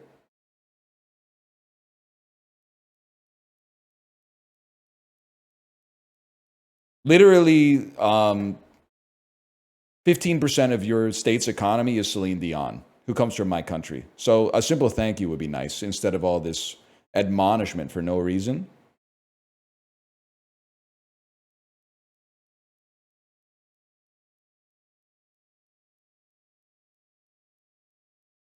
Did you see the video of the Vegas mayor begging Canadians to visit? I could be persuaded to visit Vegas if he just releases like 6 to 10 more of those videos and then improves the city drastically and stops making it. Why is it that it's so fixated on gambling, but then also so expensive? That doesn't make any sense. I guess the reason is because there's a lot of demand. For a long time, people were going to Las Vegas no matter what. But either way, I'm like, I thought the whole thing with Vegas is that it was like, when you go there, people lose so much money gambling that all the shit is cheap. And then you go there and you're like, no, man, it's all expensive.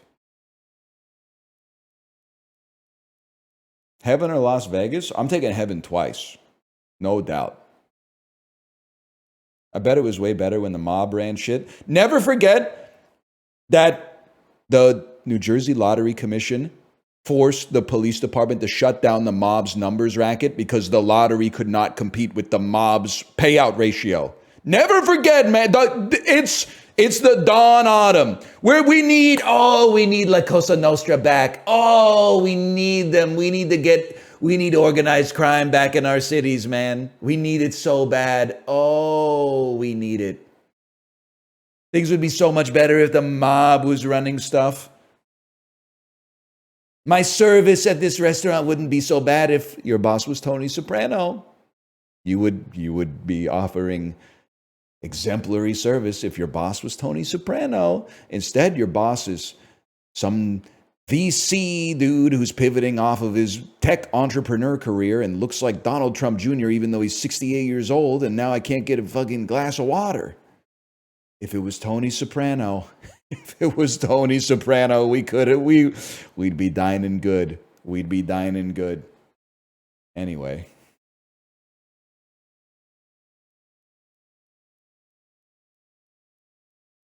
We need people to order Branzinos again, man.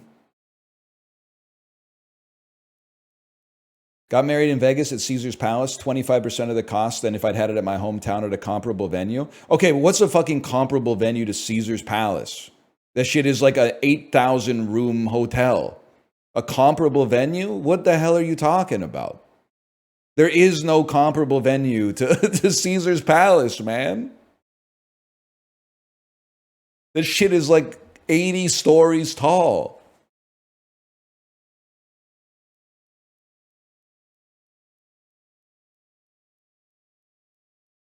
Anyway. You're real for that one. I'm just kind of, you know, it's just I'm taking issue with one specific thing that you said. Also, I don't know what your hometown is. Maybe your hometown is like fucking London. And then you're like, yeah, it's probably cheaper to get married anywhere, man. Maybe you live in Juneau, Alaska or something like that, where a bottle of orange juice is like $30.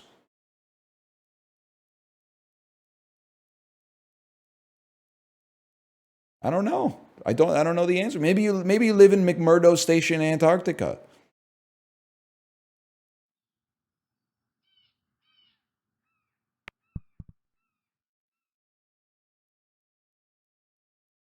Check this out. Oh. Huge. We take those. Oh, this is interesting. Oh!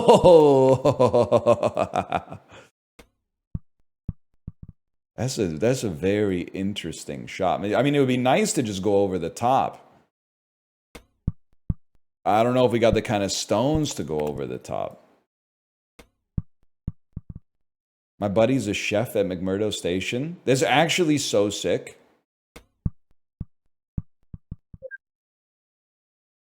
I do have to ask, and this is not even because everybody goes through this or could go through this. I do have to ask because I love human stories. Did your buddy decide to move to McMurdo Station after a horrible breakup? Because I feel like that's when a man of a certain age would be like, I should just fuck it, go to Antarctica. I'm gonna go clean toilets in McMurdo Station. Huge, huge, huge. I can totally understand that impulse. Fuck it, maybe I'll move to Antarctica. The Stoic Pilgrimage? Exactly, man. That thought has never once crossed my mind. Really? It hasn't crossed my mind in a while, but there's definitely a time where I'm like, I mean, me going to South Korea was kind of like me going to Antarctica, but like with better food. Oh!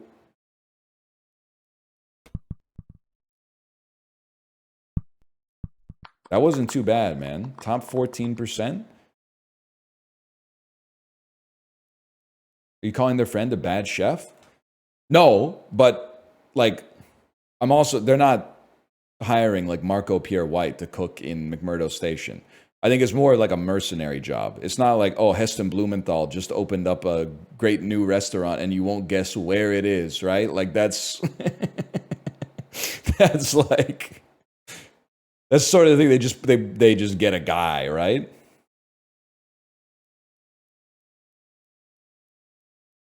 My friend is Gordon Ramsay. That's sick. I think Gordon Ramsay would be a fun friend to have for sure. Damn!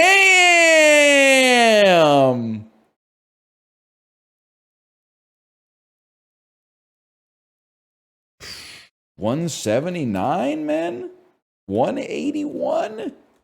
No, no, they fucking did it. They fucking did it, man. That's what we play this game for. You play it for this. You play it for the 180 day. Oh, man, that's fucking sick. I was here, man. I was here.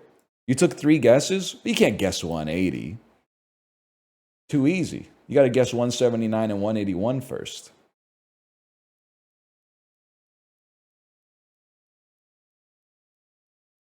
Okay. Tennis players. Women's tennis players who are Wimbledon champions who are ranked number 1, who are apparently Jehovah's Witnesses. Did I see that in there? Grand Slam tennis champions in women's doubles. The question is, are you Venus or Serena? People that are old, like me, will remember that there was a time, and it was brief, okay? But Venus was the better tennis player. And Serena was like, wow, it must suck to live in the shadow of your sister. And then that was like a year and a half. And then for 20 years, Serena became like the greatest tennis player of all time, possibly across the WTA and the men's tour. But Venus still playing. She was playing with Leylah Fernandez in the U.S. Open. Yeah, she's still on the. Well, not only is she on the Dubs tour, she played in the U.S. Open this year. She lost in round one, but in her defense, she's even older than I am. So, anyway, Shorty Award winners. That's so good. American female tennis players. Now, here's the thing. I see designer. When I see designer, I believe, and School of Management alumni, that to me says Serena, because I'm giving myself a half point for that. I'm sorry. It's obvious what Serena I was talking about, okay? That should be 1 full point, in my opinion. I guess on Jeopardy, if I'd said, who is Serena, they would have told me to fuck off. But still. She's got more of an entrepreneurial side to her, which, if I may say so, I mean in a slightly negative way, because she married the Reddit dude who is all in on Bored Apes or CryptoPunks. So I'm not knocking Serena really, but I am casting aspersions on the entrepreneurial side. But as a tennis player, I mean, pretty good. She's pretty good. 10th century establishments in Iceland. Yeah, that's the all thing, bro.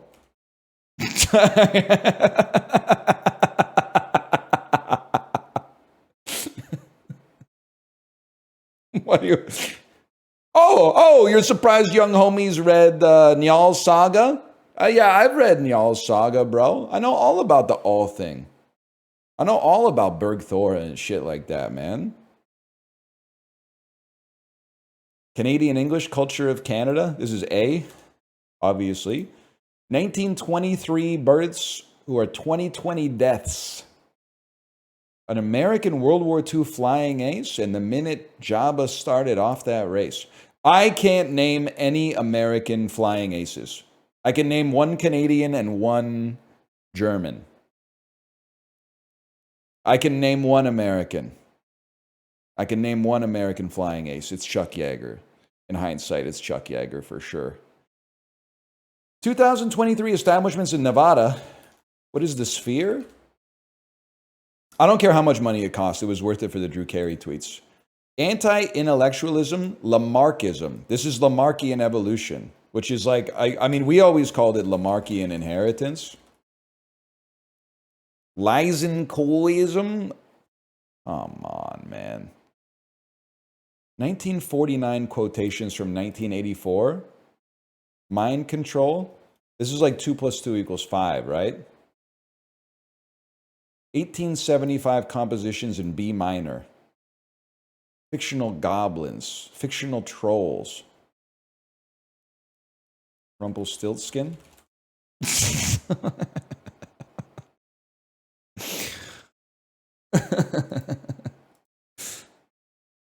Pub games. Darts. 1990s toys. Stuffed toys. Doll brands. Entertainment robot. Artificial pets. This is a damn Aibo? Artificial. Furby. It's a Furby. It's a Furby. By the way, I bought a Furby for my daughter 2 years ago. Never buy a Furby. Because, like, I know this is going to sound crazy. It's actually too well made. So it was cool when she was playing with the Furby. But now, unlike every other toy she's ever been given, it won't die. It's at, like, the bottom of the toy box. And anytime anything in the toy box jostles, like maybe she's moving stuff out of the way to get like a xylophone, I hear like down at the bottom of the toy box, I hear, good morning, Nunu. And it, Nunu, long time no see, Nunu. Excuse me, Nuna. Like it's crazy, man.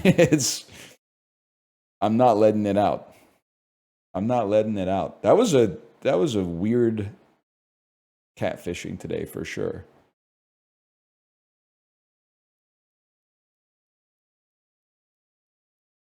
You living a full life? I think so. I got lunch in the fridge ready to go after the stream's over.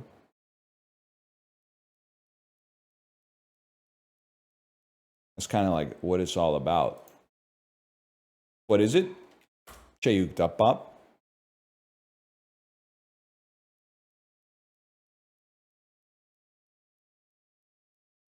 Playing piano after American season of pipe organs?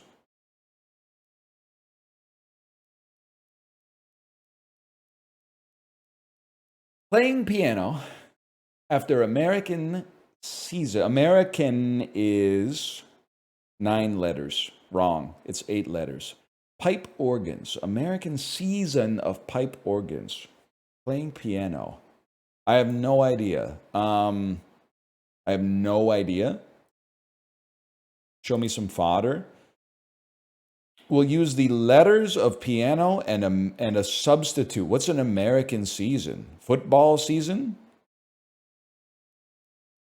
It definitely feels like it's going to end with ing. So I'm going to put ing right here. And then we know we're going to have piano in here. American season. That's interesting. I feel like I want to type complaining. No, it doesn't quite fit. Let's see what the definition is going to be of pipe organs. Of pipe organs? What's a pipe organ? Pipe organ could be like your esophagus, man. Playing an after. Anagram piano. And position one chunk relative to another. Yeah, I'm just going to be honest with y'all. I think I have no idea. Opining? Oh. I have no clue. Oh my God, you're right. It's fallopian. It's fallopian. But what is the American season?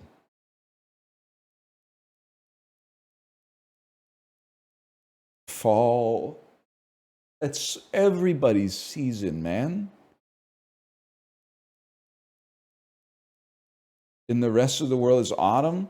No, the fuck it isn't, man. I'm in the rest of the world and it's fall here.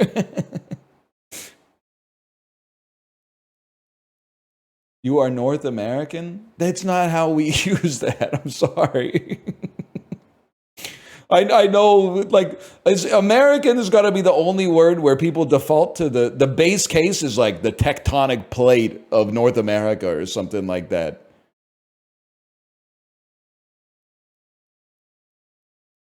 It's the same continent?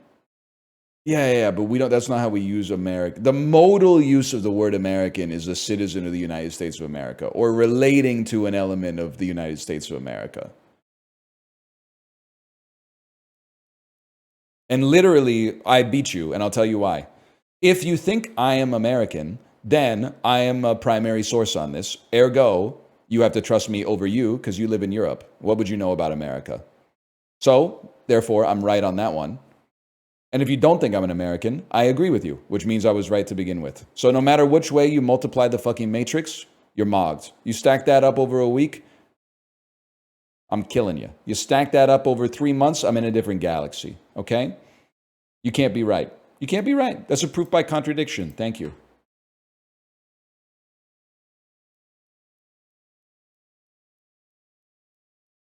Get owned. Get owned. Also slash marker. That's a dose. Let's do Bandle really quick. I typed bundle.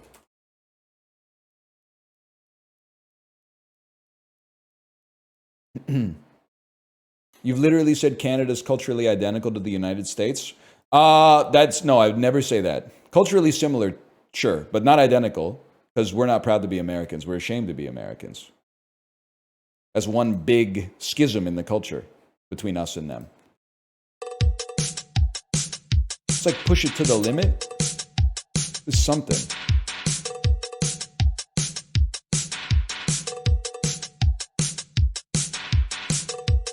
I feel like it's... Am I too YTMND pilled? This is push it to the limit. Give me more. I'm embarrassed, but give me more.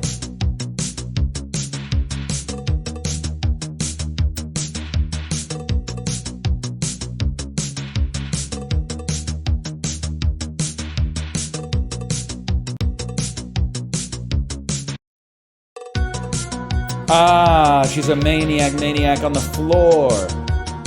And she's dancing like the people these days know it, man. Do they know this song? Do they know Flashdance?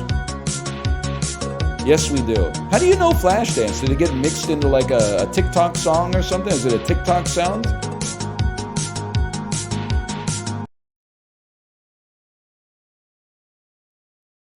Meme edits. Meme edits. Okay.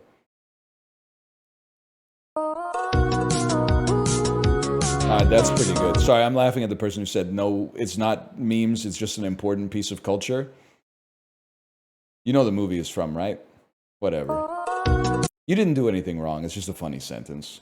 Can I see what's the Rotten Tomato score for Flashdance? I'm going to say it's 72.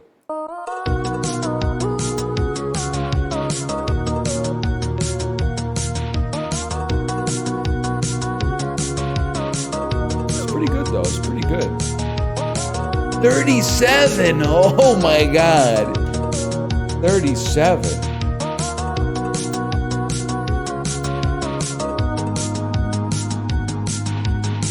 Our parents did not have taste, man.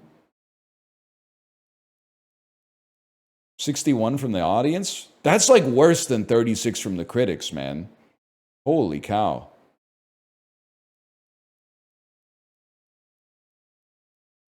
All right, I'm going to go pee, and I'll wash my hands. I don't know what we're going to do when we come back. I think maybe I'll play that game that got linked in the Discord. Maybe the demo for the Frog slot machine platformer. See you in a minute.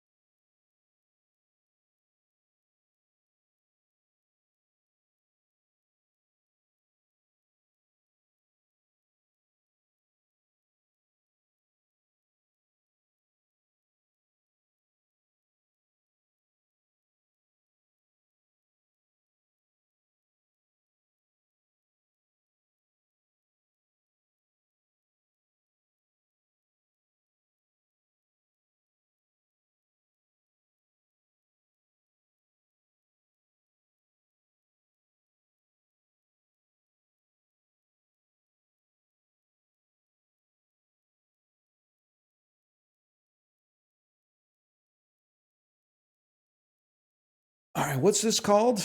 Anyone else been getting kicked out of chat like constantly today? Getting a lot of like connecting to chat. They're probably trying to deploy cheers on my channel, or what is that? What is that new feature called? Where you can click on a button and then it makes emotes fall from the screen. Combos, that's it. Combos. What are combos? They made giving money contagious.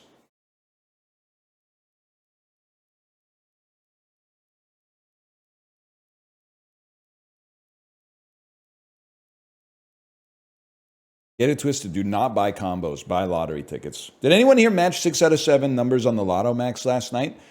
It said 1 ticket sold in Ontario matched 6 out of 7 numbers. I'm so happy you matched 6 out of 7 if you're here. I'm also so happy that you didn't match 7 out of 7, so the jackpot continues to accumulate, even though I didn't win shit. I'm on the ferry to Schwartz Bay. You want anything? Give me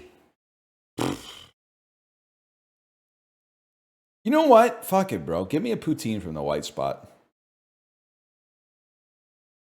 If you're already in line. If you're not in line, it's too late because the lineup for the White Spot on that ferry gets like 2 hours long. I'll take a poutine from the White Spot. I saw they just closed another one. Closed one in Metro Vancouver. I don't know where it was though. Anytime the article says a restaurant is closing in Metro Vancouver, I'm like, sounds like that's not Vancouver then. Otherwise, you would have put that in the title. So I find out something closed down in the Crystal Mall food court. Richmond Center, I used to go to that one. You got to be careful with your parlance here, but these restaurants are in trouble. I don't think that these restaurants are in an expansion mindset right now. I'm still going. I'm going 2 times a month to the White Spot restaurant. Go to Heidi Lau and watch the noodle dance? No, it's too. I mean, it's Heidi Lau's good. It takes too long to get into the restaurant, even if you have a reservation. It's too popular. I know why it's popular. It's because it's good. I've been there, but it's annoying to eat there. Once you're eating, you're like, damn, this is good. Happy Lamb does not. You're so full of shit. I'm going to crash out.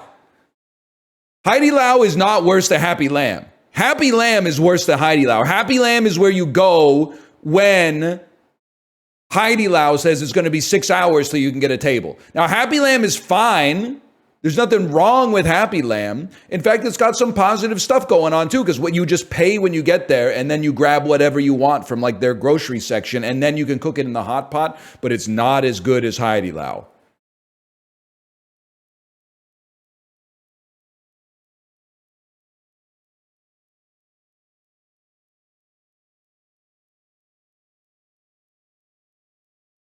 Last time at Happy Lamb, I had a dirty diaper under my table. I mean, listen, bud. $16, all you can eat hot pot. What'd you expect? I'd probably order a second diaper, to be honest.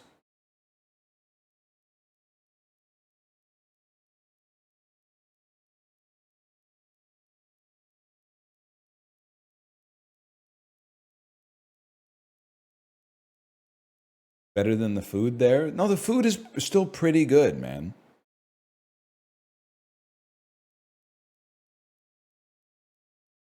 There's an error communicating with Steam services. Just kidding. Click this big retry button and it works instantly.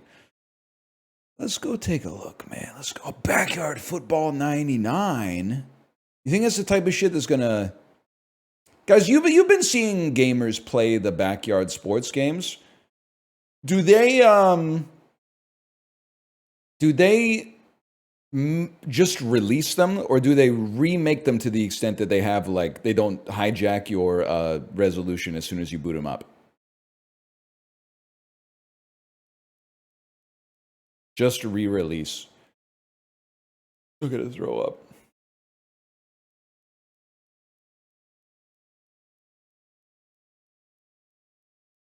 Mage and Monsters 2, mostly positive review. Oh, no. I had another game. That was requested. I'm in the Twitch channel right now. What was the frog slot machine game? FrogSpin. There we go. Thank you. FrogSpin.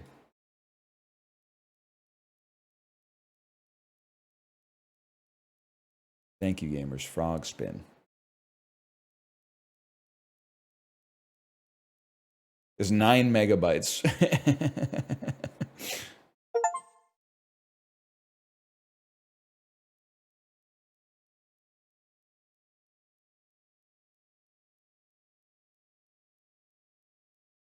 That's the what the fuck I'm talking about. 9 megabytes. All this in 9 megs? Ooh.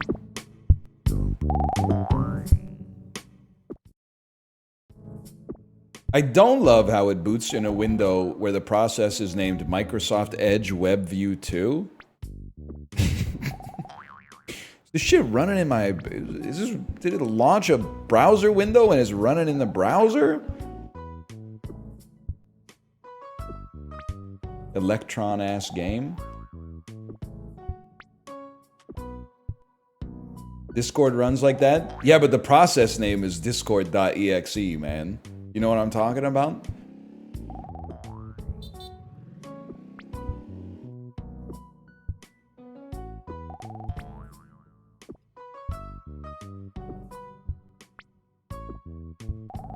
Something like this right here. I don't really care as long as it gets captured by game capture, which it's not, but possibly via window capture? Possibly via Umamasume window capture?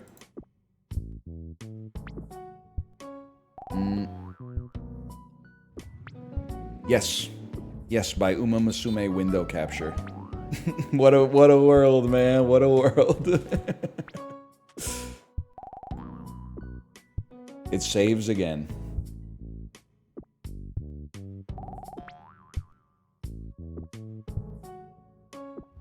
FrogSpin.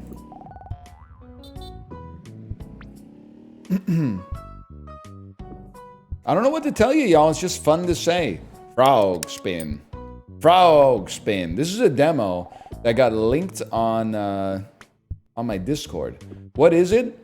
It's like a gambling platformer. I don't know if it's a roguelike at all. And again, I must add, it is only a demo, so have some mercy here. 25 level run, 10 level run. Let's do, I mean, maybe, should we, I guess we'll go straight to the roulette. Let's give it a try, man. So it looks like you spin a slot machine. You can play the next level. You can lock a modifier, or you can spin again, but that costs 500. I don't have that kind of capital right now.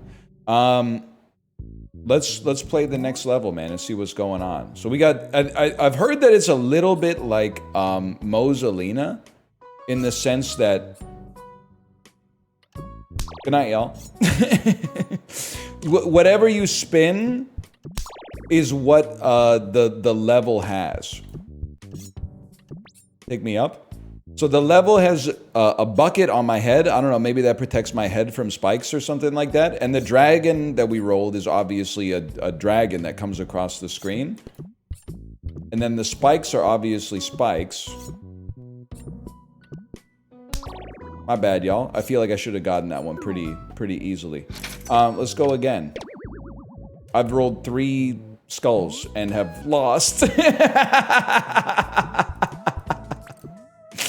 Oh, man. That's really funny. Okay. No, we persevere. We persevere.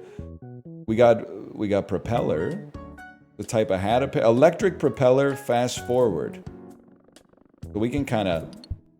Oh, I've hit a switch. We can glide a little bit.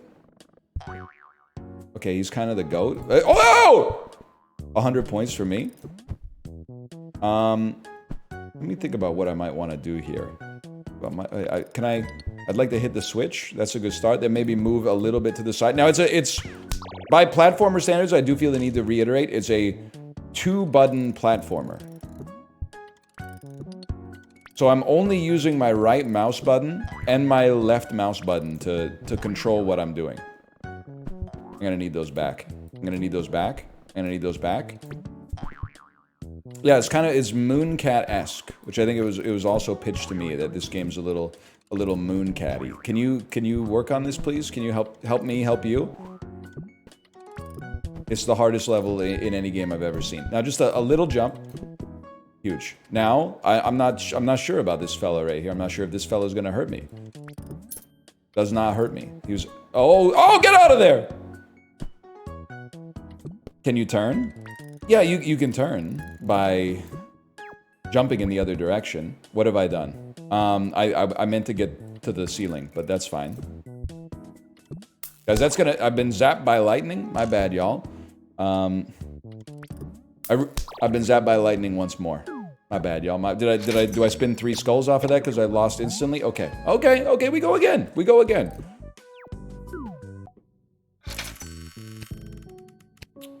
Scuba. scuba conveyor and an angry cloud. That's a Balatro card, man. 600 points for a Balatro card. Get me out of here. Give me a present, please. The cloud is returned. There must be... I don't want to go back.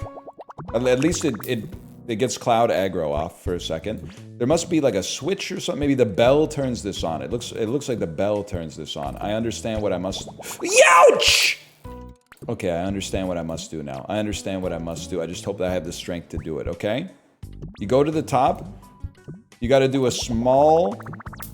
You gotta do a small jump there so you don't touch the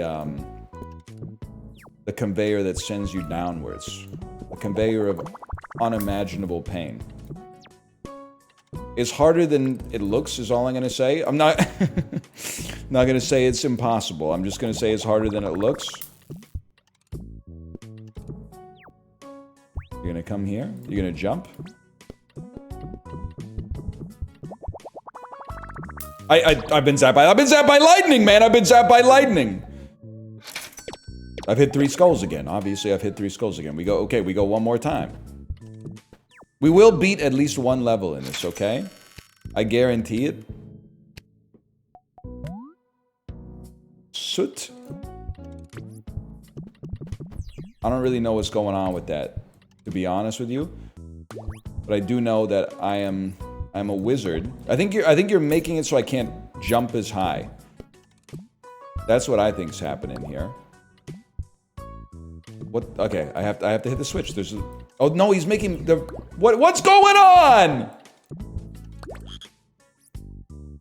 Goodbye, y'all. Never mind. Get me out of here. I don't know what's happening. Hit the switch. Grab the coin. Now I have a coin. Now I hit the switch again. We're gonna nail it. Now we're gonna go over here. We're not gonna hit the switch accidentally. We're gonna do small jumps. We're gonna stand on the bubble. What's the bubble gonna do? Great question. What am I doing with the bubble? You don't need to be in the bubble. What you need to do... No, don't kill me. What you need to do is not be in the bubble, please. You need to be in the pipe. Now that we have the coin, we want to get to the exit. How do we get to the exit? You stand on the switch, bro. But to get on the switch, we need to not accidentally get on the pipe. Okay, so these... We got to get the bugs off of us. Land on this. Jump over... Oh! Wait, I've actually done it? I've actually beaten the level.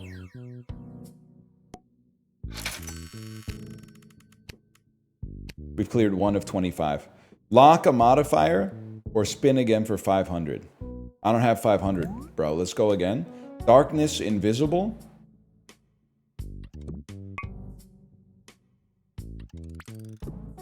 Seems tough, y'all. What are we doing here? Up and over. Up and over. I've received the gear. Yikes. I don't want to jump anymore. I lived.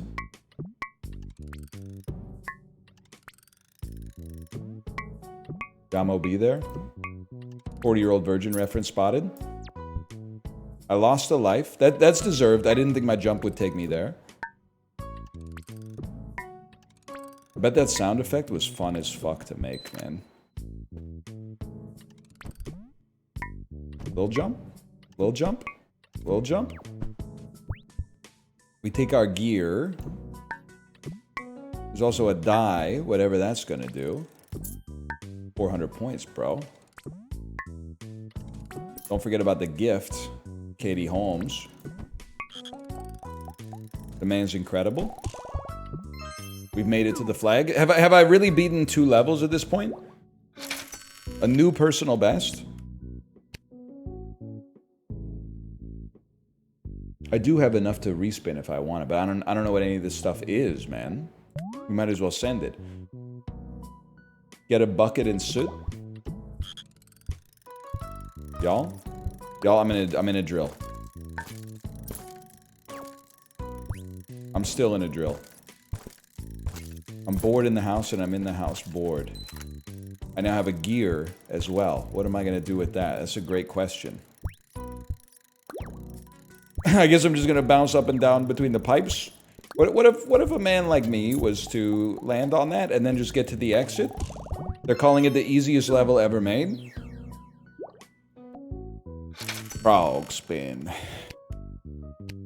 I don't mind this, dude. We go again. 25 levels is, for a fella like me, that's easy mode.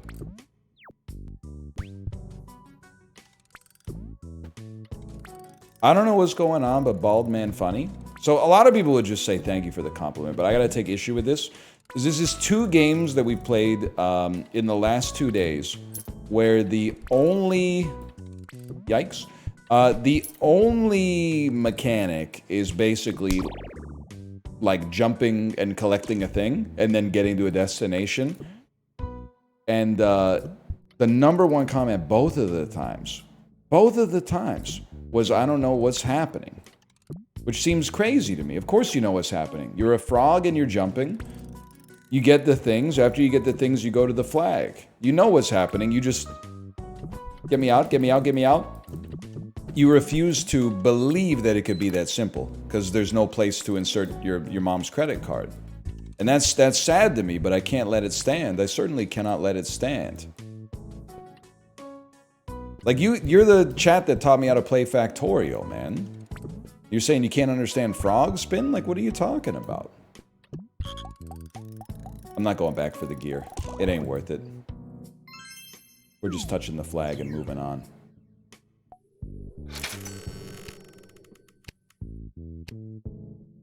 Chats change? Yeah, but chatters don't. Propeller? Yeah, I'm a different type of beast. I think we can scam this level. I think we can Mozzolina this level.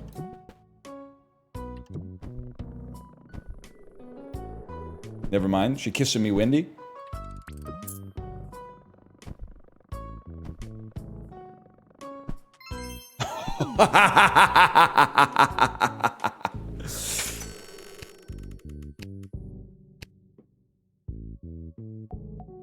We go again. Propeller might be the best to ever do it, man. It's my favorite Guided by Voices album. And I know what you're gonna say. B1000 clears. It is really good. I wouldn't dispute that. I don't know. I'm a propeller, man. I don't know what you want me to say. Everybody calls me a rain cloud when I'm not looking type shit. I thought you were an Alien Lanes guy. So I was an Alien Lanes guy. And then I became a propeller guy. Hold. And then I went back and listened to B1000, and I was like, no, wait, everyone's right. This one is the best. And then I went back and listened to Propeller, and I went, nah, I think I'm a Propeller guy.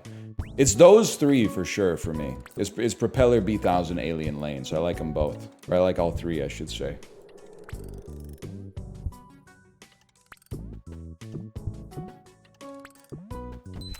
Look at this. Who would have thought? Not me.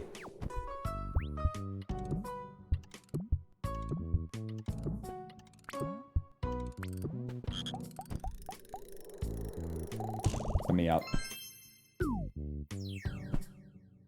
I'm getting major deja vu right now. Any chance you program the woman in the red dress? Because I got... Are you sitting down right now?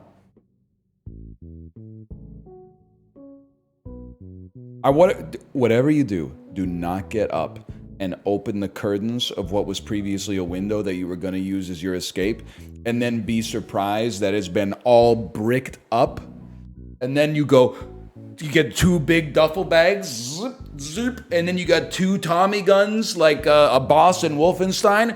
Ah! Remember? They're the Matrix, man? That's what it's all about, man. He's Matrix posting. Can you imagine how sick this website would have been if it was around when the Matrix came out? I probably never would have seen it. I probably would have been like, shut the fuck up about the Matrix, man. I get it. It's good. Maybe I'll see it someday. Would never have seen it. Thank God this website didn't exist back then, so I could see the Matrix. Yikes, y'all. I guess I'll just get eaten. I didn't really have a plan. Didn't really have a plan for that one. Go fast. Go fast, bro. The dragon's coming.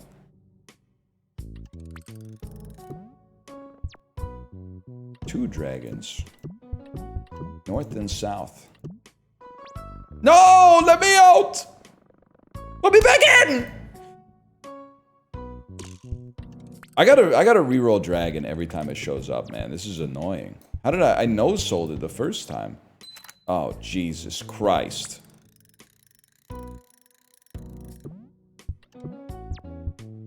Two wyverns.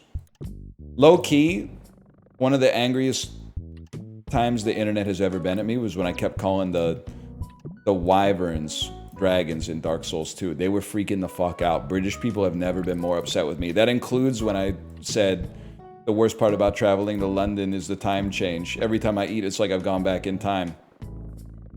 We can do this. Told you. I was like Dragon Wyvern, the same thing. They're like, no the fuck it isn't. You really thought, huh? My bad, y'all. I've been killed.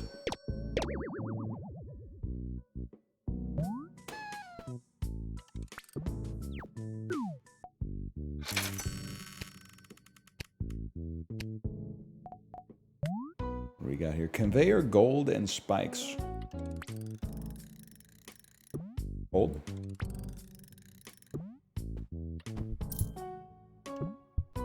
Is the Matrix actually good? They're all like 20 minutes too long. I'll save you. What are you talking? The Matrix 1 is not 20 minutes too long.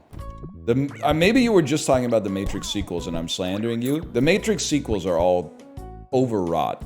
The Matrix 1 is not. That's insane.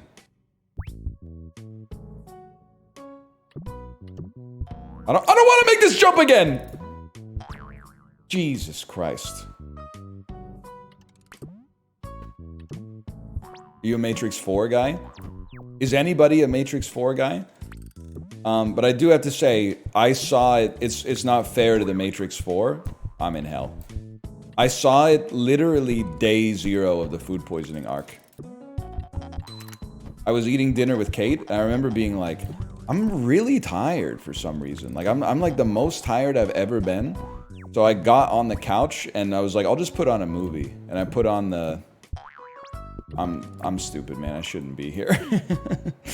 I put on the Matrix 4 and fell asleep like 15 minutes in and then woke up to some shit that made no sense to me. And I went, what the fuck is this, man?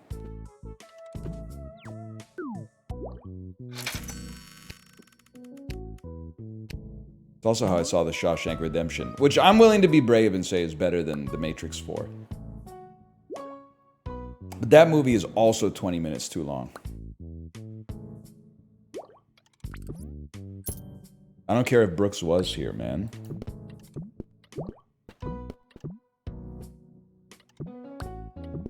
I'm gonna get hit by lightning. I just got zapped by lightning. I gotta take the bubble up. Guys, there's no... I'm dead. I've died. Passed on. Maybe you have to jump on the bubble? Good idea, numbnuts.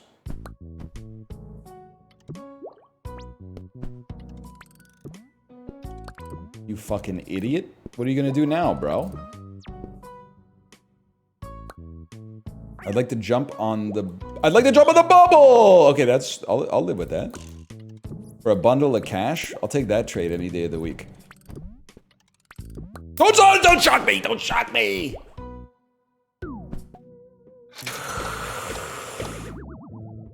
I do love saying numbnuts. It hits, man. Dude, did you guys see Dan mixing it up in Mage Arena with that guy yesterday? I was laughing so hard, man, even though it ruined the vibes. Librarian, I know you saw it. When Dan kept trying to apologize to the guy was like, no, man, you don't get it. You don't get it. You got to put your ego on the side. I don't know why you can't let your ego aside. I don't want to be friends with you. I don't want to talk to you. I don't even want to know who you are. It was crazy the way the dude was crashing out on him, man. He kept saying, just do your own thing. I don't want to be on your team. Just do your own thing. It was so crazy. What did he do? I think Dan needled him a little bit. He was needling him just a little bit. But then, like, he crashed out way too hard. But then also, Dan trying to get the whole lobby to, like, be like, hey, can you guys help me? My teammate's really mad at me right now. And then the dude came over and team killed him. But in that game, to team kill somebody, you have to shout fireball. It was like so... It's like, you know what? Fireball. They're like, no, don't kill me! Fireball. So good, man. So good.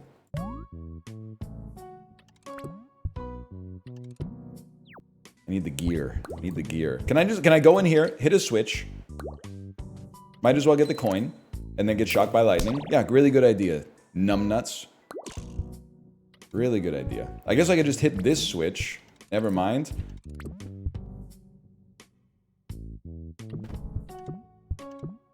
Okay, we take those. Here's what I'm thinking, man. Can I just hit this switch? Not bad, y'all. Can I just hit this switch?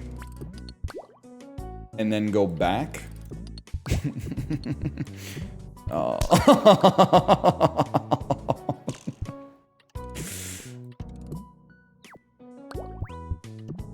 Can I just hit this switch, then go back? And then it should be good. It's not good, y'all. You don't need the coin, but you need... Maybe you need... This seems bad. Need this fellow right here. Come on. Okay, well, I'm going in the pipe then. It does need the coin. Say less.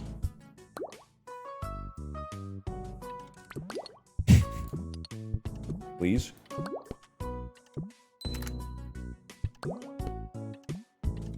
That was almost a certified Youch moment. I gotta go. I gotta go. Oh, you need the coin because it looks like a coin. Are you trolling me? Are you trolling me? The dragon ate me on spawn, bro?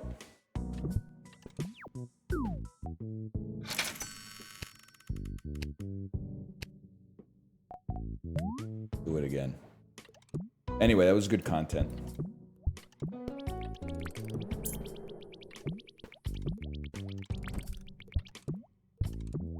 All I'm trying to say. Whoa!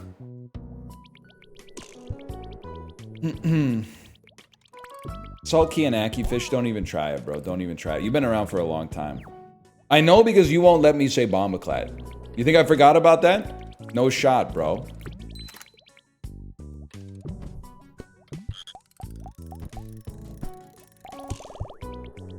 They have a point, though? About me not being able to say bombaclad, or about me having an encyclopedic knowledge of, like, when movies came out for a 10-year period?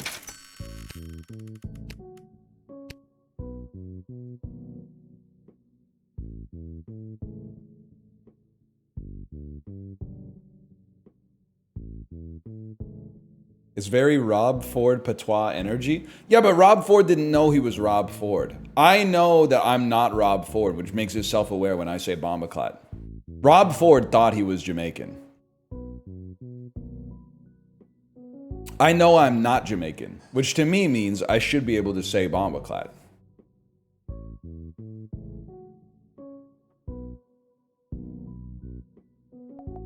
Are you going golfing today? You could just say nice shirt. You don't have to say are you go. I wish I was going golfing today, man. I am the angry cloud. I've been zapped by the angry cloud, man.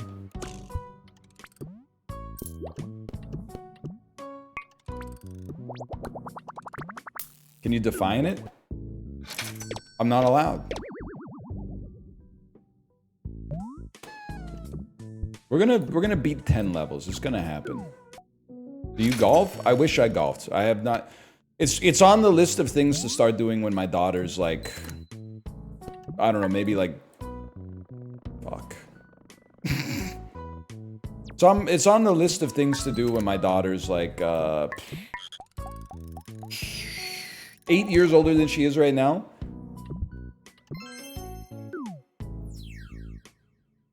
She could learn too.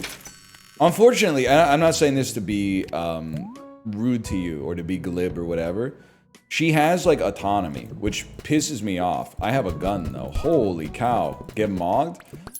Because I would love for her to, because I know her, because in a way I am her, right?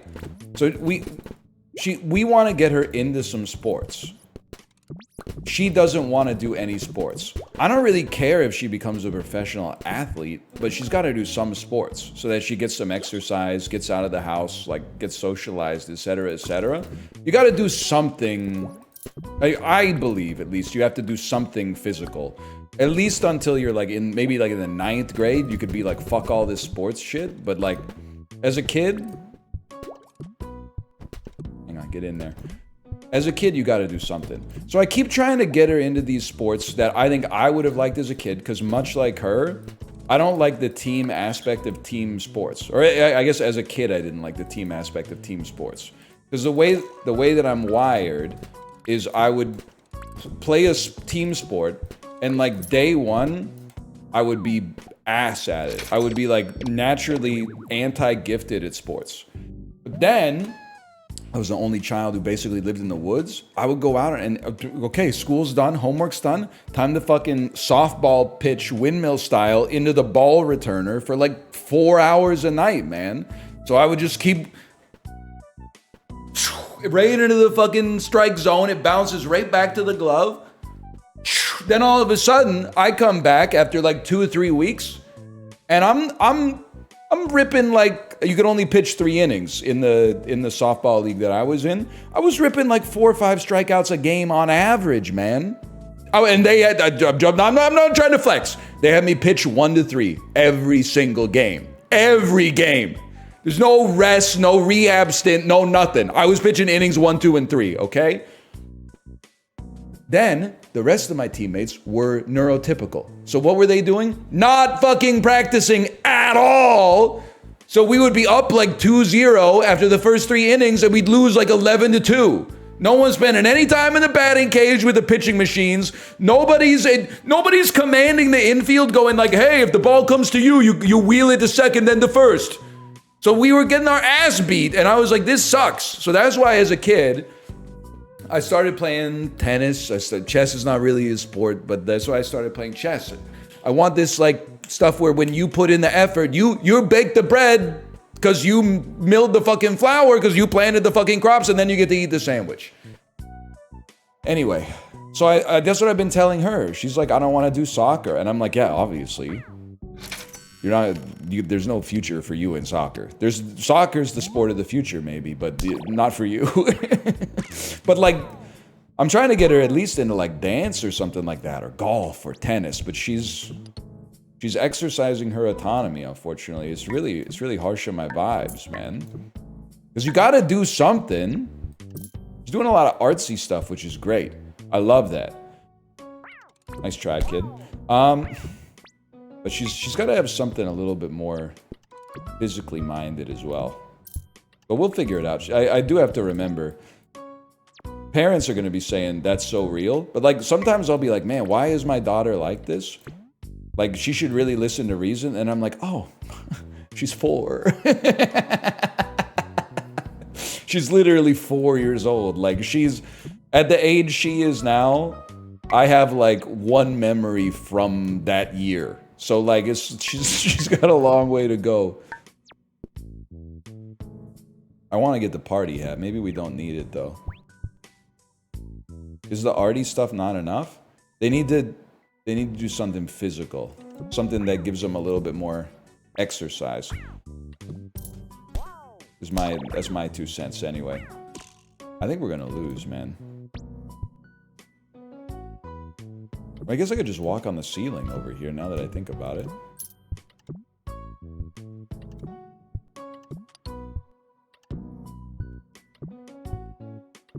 Like that. Volleyball would be good. I don't think they do 4-year-old volleyball, though. Maybe. I don't know. They could. I kind of want to get in this car and see what's up with that.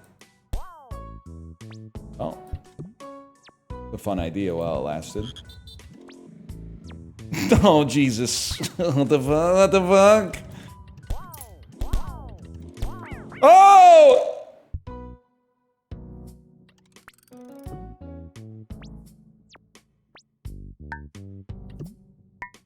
How about fencing? I'm not gonna lie to you, it's crossed our mind because it is an individual sport that I think she might have the vibe for. Problem is, her cousin's fence.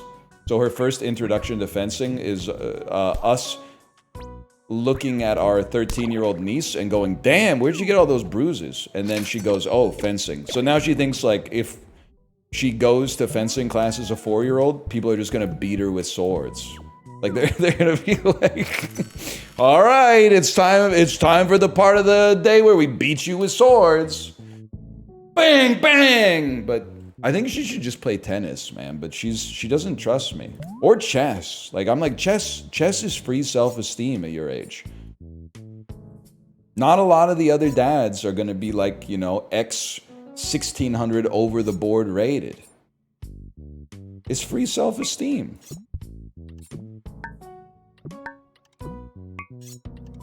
I'm telling you, gymnastics, we try, man, she don't care. I guess at some point we just gotta force it. But we did have her in soccer for a while, and we were forcing it, and it did not go well. Hold. That was scary. Archery? That might be a play, man. Archery might be a decent play. That's a damn good idea. I didn't even think about archery. Cool ass sport. She's half Korean, and South Korea historically is fucking sick at archery. At least women's archery. I don't know about the men's archery. I'm gonna assume they're the best in history at it. Why not? Because I don't want to appear based.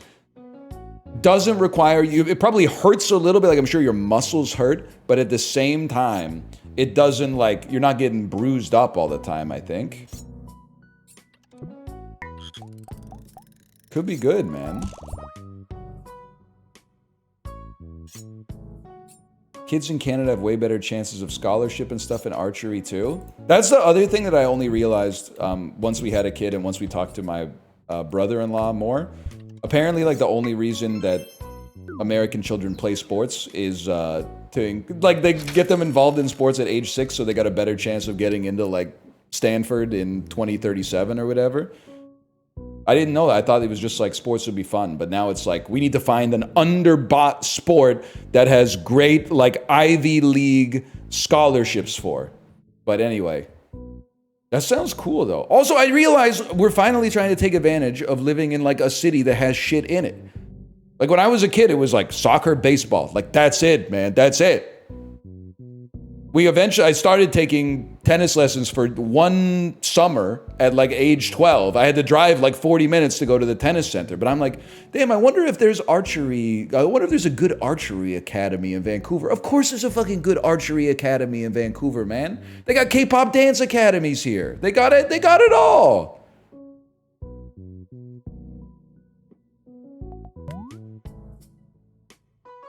We're gonna make it, man. There's no shot I'm putting her in the bobsled, sorry. That's just not gonna happen. It's hard enough to just watch my kid at, like, her Christmas concert at school where there's, like, no stakes at all. There's no shot I'm watching her solo luge down a fucking, I don't even know what you call a luge track. There's gotta be some kind of, like, Swiss word for it. Oh, good idea, jump to your death.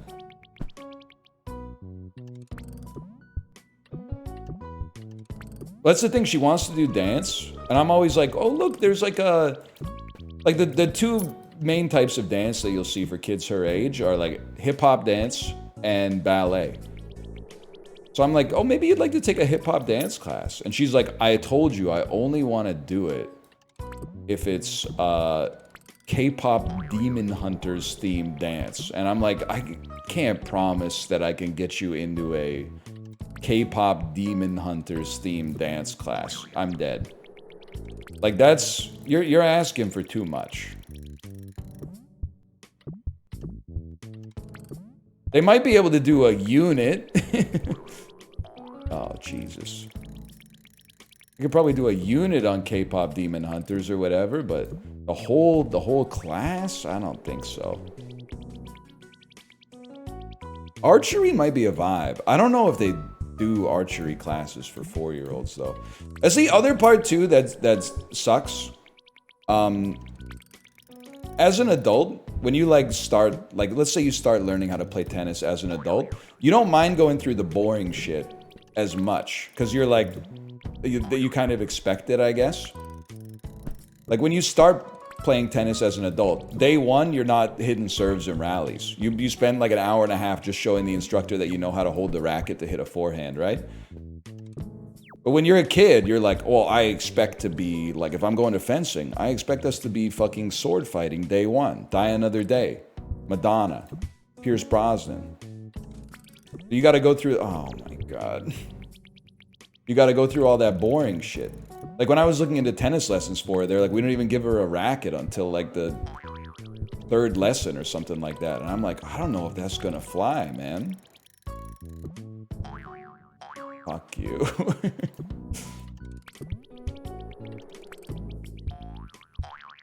Come on! Get the lead out!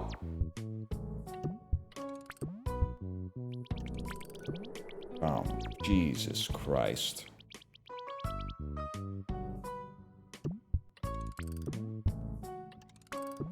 Tennis in the past, we're playing 11sies now. Yes, Paddington. That's what it's...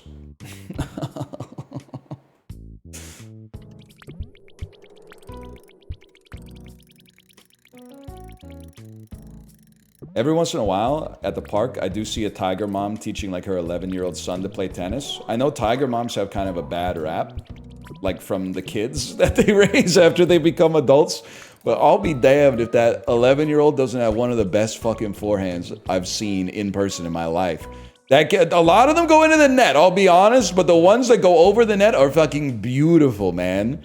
They've got like, they got the Yannick Sinner like rainbow arc that just barely goes over the net. Fuck you, man.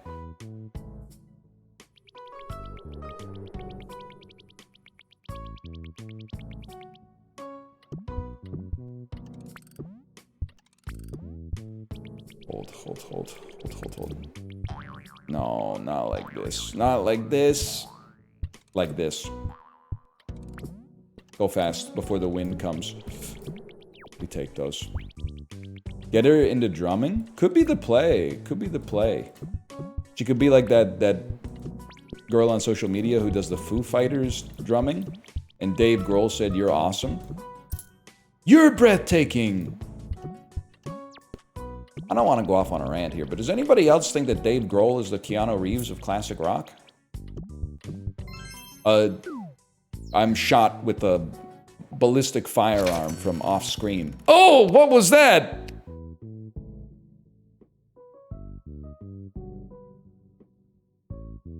We got him. Yeah, no, one shot, one kill.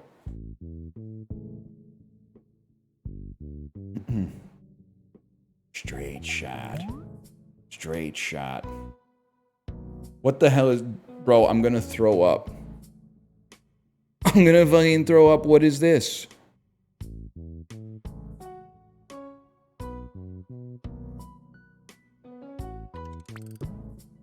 Old?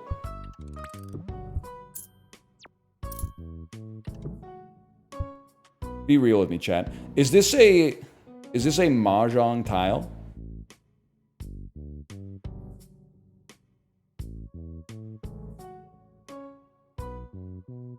Yes. What is this? Wait, this is a rocket, bro. Or this is the Balatro Joker. Good evening, this looks cute. You're talking about my shirt, right? Old?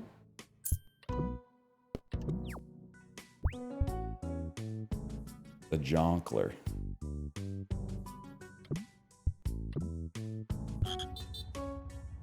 Speaking of Ozempic, did you, someone in chat said the word Ozempic.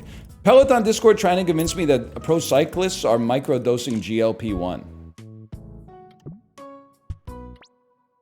I think it's time to have a conversation that pro cyclists might, and I guess technically it's not cheating if it's not banned yet, but they might be the goats of finding a way to get an unfair advantage in a sport. Weightlifters and stuff, they'll be like, we take steroids. Boring! What the hell we do it in professional cycling? Oh, we go to Colorado, we get acclimated to being at mile-high altitudes, suck out all of our blood, put it in a refrigerator, go back to the sea level, fly our refrigerated blood to the race with us, and then replace all of our blood with platelet-rich blood before the race. They're on the next fucking level with that shit, man. They're on the next level. Nobody scams like pro cyclists, man. That's hard? That's what I'm saying. Like, you mean hard, like, that's hard. That sounds cool as shit.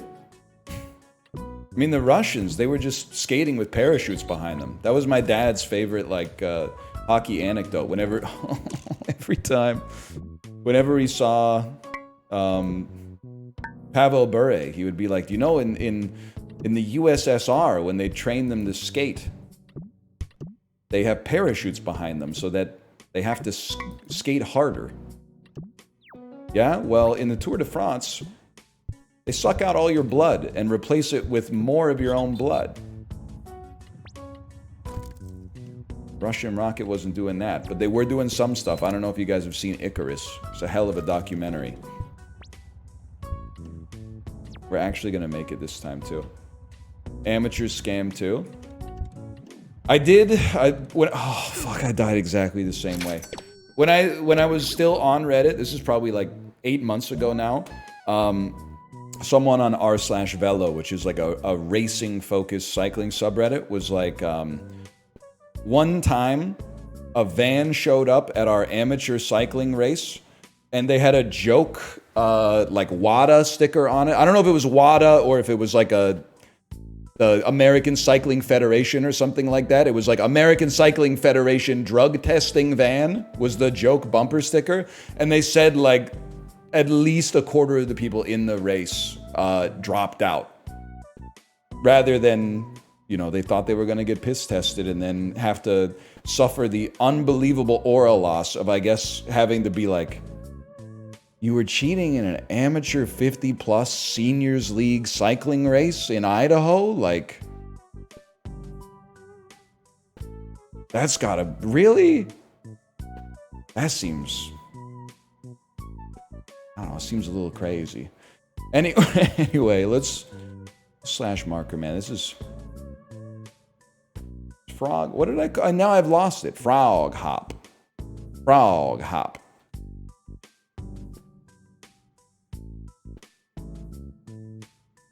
FrogSpin. That's FrogSpin. I don't know, man. Do we do it? Do we climb today? Even though the videos on YouTube get less views than like part 73 of Europa Universalis Let's Plays from 2014? Yes. It's gotta be done. It just feels, it's so aura draining to set new videos on YouTube and have to look at those like 130, those 130 like videos where the comments are like, let me guess, he's back in the sewers.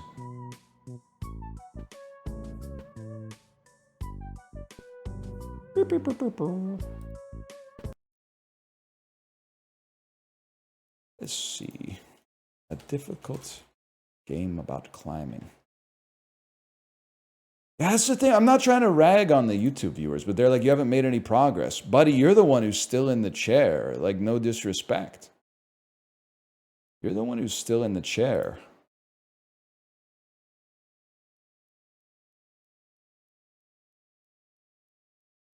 The fuck you talking about? Progress. You ain't doing anything. Well, that's not true. You might be doing like your homework or whatever while this is up on the other monitor.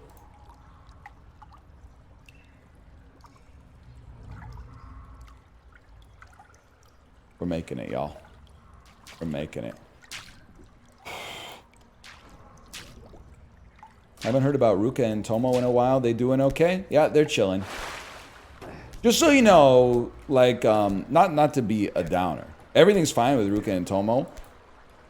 When they are compromised to a permanent end, I'm gonna tell you. I'm not just gonna be like not mention them for like 6 months and then be like, oh yeah, they died they died in March or whatever. That I gotta at least be like, yeah, sorry. I mean, they're, you know, they had a good life, but they're...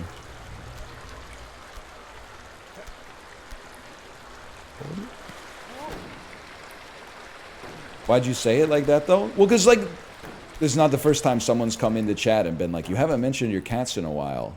Are they okay? Yeah, they're cats, man. They're sleeping like 18 hours a day. They're doing what they gotta do, you know?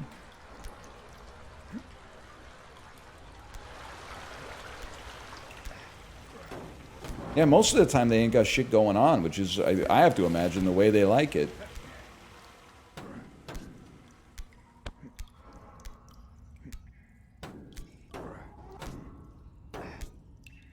You wake up before your cats? Yeah, most of the time. But I usually, like, wake them up as well. Like, when I get up, Tomo gets up from his spot and then just starts meowing at me. Probably he's saying, what the fuck are you doing? Go back to bed. Huge.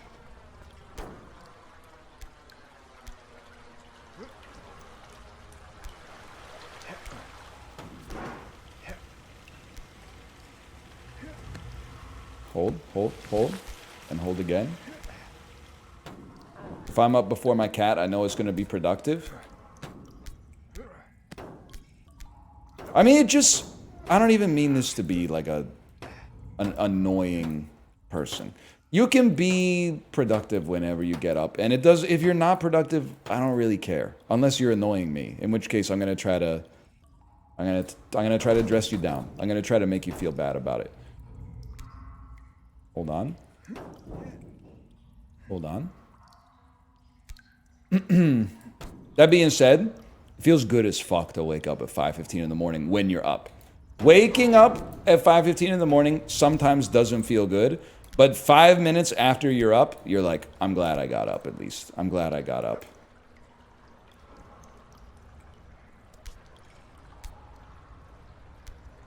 It does create a fucked up situation, though. And the fucked up situation is, if I sleep in until 7, it feels like I've ruined my day. But nobody wants to hear you say that. Nobody wants to hear you say some shit like, oh yeah, I really screwed up my morning by getting up at 7. So you gotta just... I mean, this is just practice for, like, being a man in today's society to begin with, but you just gotta get used to keeping your mouth shut, because nobody wants to hear about your problems. To be honest with you, they don't want to hear about your problems. They don't care. They don't care at all. Fuck. Thank you. I know. I mean, I know what you want. You just put the jokes in the bag. Oh.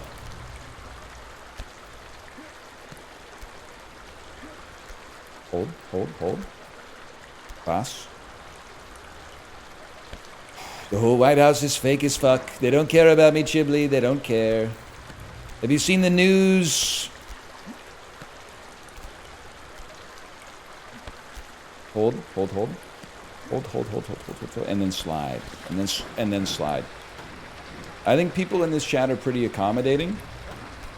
Anyone in this chat a hotel? You're talking like people in this chat are a hotel or something like that. OMG me. I've said this a lot, and I don't think it's annoying, so I'm not going to apologize, but I'm sorry regardless.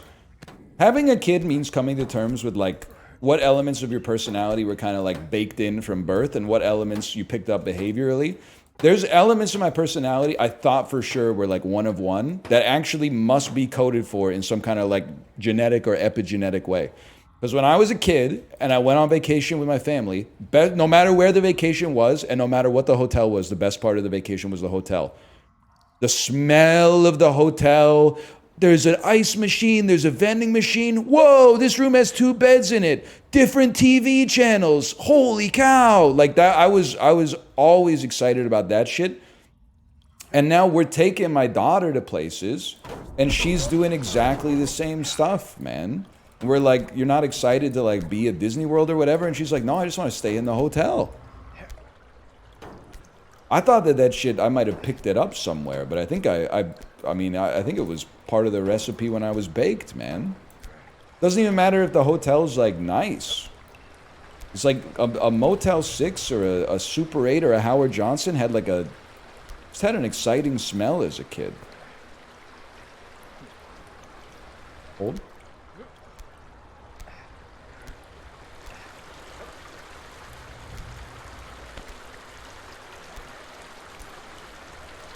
The door between rooms was fucking sick. I've never played Zelda, so I don't know about that shit. Nah, you're real for that one. I'm almost like, I'm offended when I get a room that has a door between the rooms, though. Because I'm like... Hold. I'm like, I can't use that. I don't like when there's a door, because it reminds me that there's other people so close to me. To be fair to the door, usually you know that there's other people around you because they're watching their TV loud as fuck. But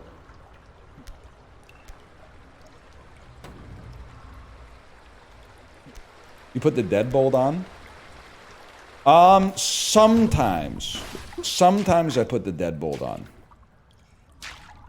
But have you ever seen, and this is like, I think we're going back to like 2021, 2022 social media now. You ever see the videos of people that are like, here's how I secure my hotel room? And they, like, turn the deadbolt, and then they bring, like, their own magnetic lock and put it over that lock, and then they take, like, the chair from the room and, like, lean it up again. They put a glass on the door handle. Yeah. That's crazy. I'm, for my own sanity, I'm assuming that that stuff was just meant to be rage bait, but... I saw one time that was like, here's how I secure my room on the cruise, and I was like, damn, you'll never catch me leaving my room if I had to do that every single time. Like, if I had to disassemble that 13 dead-end drive Rube Goldberg murder machine every time I left the room, I'm not paying vacation money to go to, like, a Knives Out mystery, bro. I'll just stay home.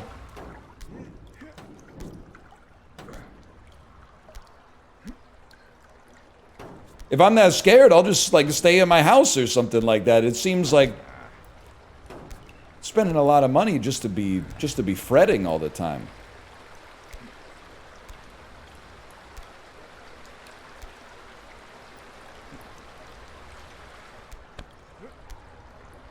I do want to watch that new Knives Out. I've only seen the first one, but if I could tell you something, I heard that the third one is good because it premiered at TIFF this week. When they made a second one, I was like, boo, get some new material. Now that they've made a third one that's apparently also good, I'm like, I'm back. Oh, what? Now that the third one's good, I'll watch the second one. So I can be ready to watch the third one after the fourth one comes out.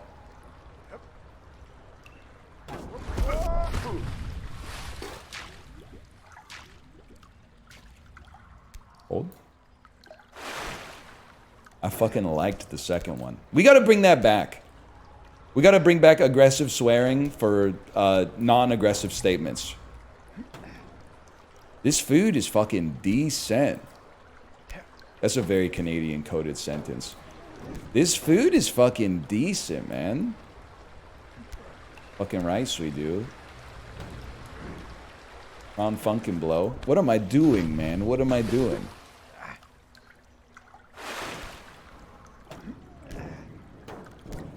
What the fuck is oatmeal? Dude, I've been asking that.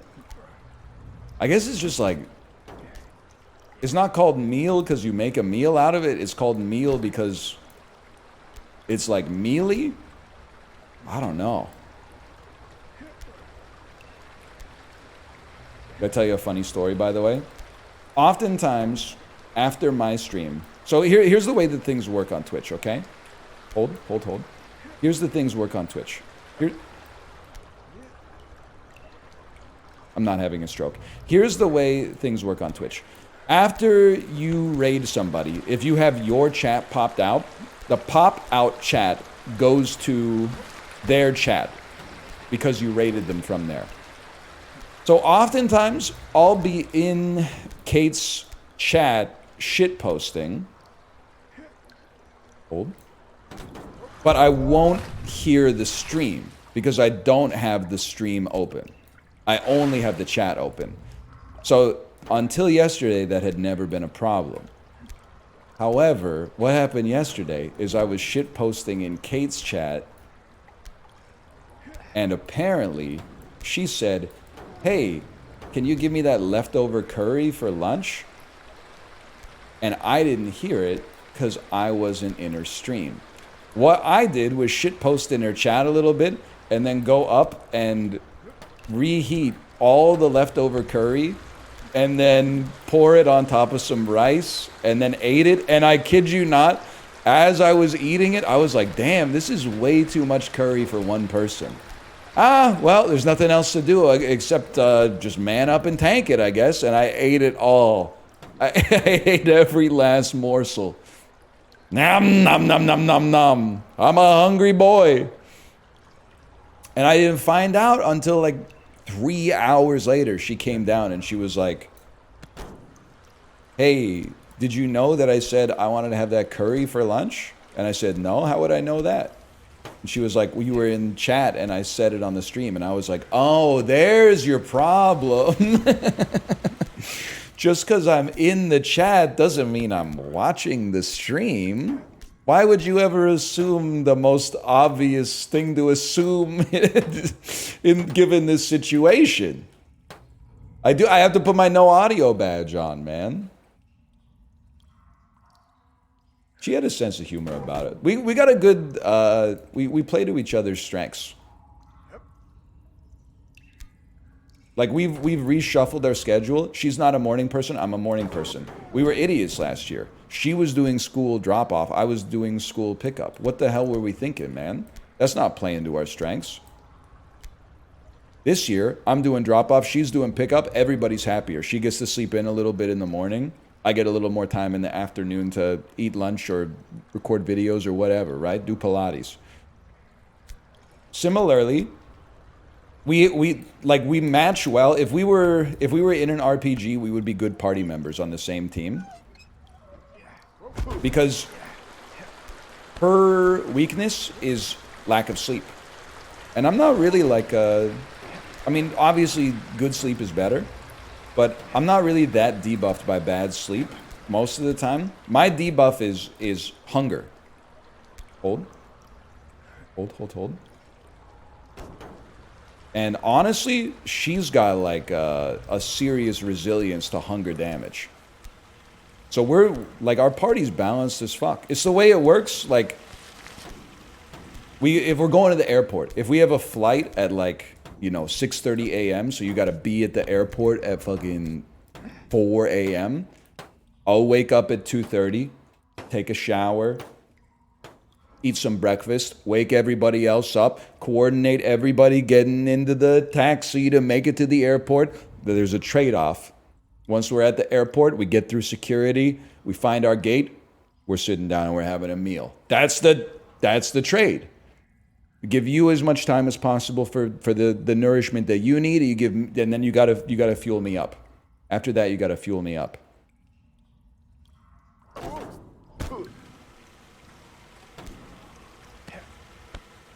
If you need both, you might be in trouble. Are you a front, side, or back sleeper? Masculine aura loss. I'm a side and front sleeper, though. I do have to ask something, though. DL Guiga, are you here? I didn't realize, how is it that everybody in chat is flying first class all the time? That seems, everybody's like, oh, my company sends me first class. There's only like 20 seats up there, and there's like 300 in the back of the plane. Someone's putting on airs. Anyway, regardless, if you sleep in like the lay flat beds, in first class, do you have to sleep on like sitting style? Or like are the airplane flight attendants gonna like laugh at you if you tummy sleep on the airplane? Are they gonna be like, look at this guy, look at this supposed businessman tummy sleeping and drooling in first class? Would they be like that? With his ass in the air?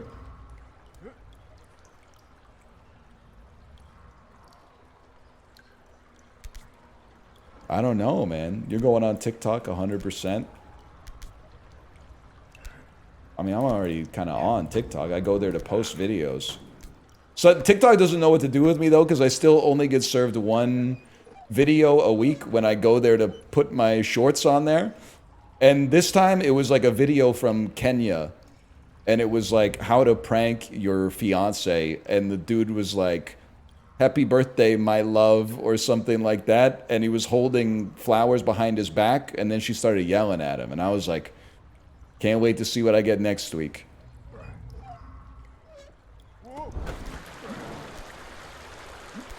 Shows me weird shit like that from Serbia. I love that. The world's a beautiful place, man. Thought you had a guy for TikTok? I got a guy making them. I post them. To be honest with you, it takes like 4 seconds to post 7 TikToks. Whee!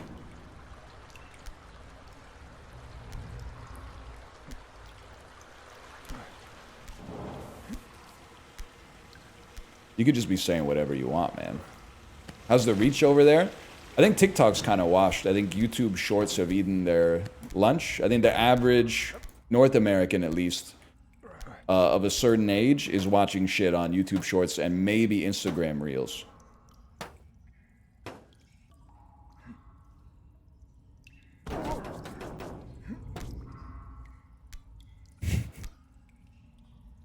Hold, hold, hold, hold. Wow.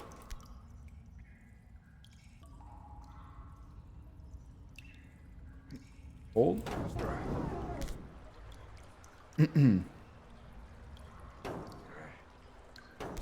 Are you the one who puts the filters on yourself? No, that's part of that's the content ecosystem. I don't have any problem with that, though. My content is your content, man. Doesn't bother me.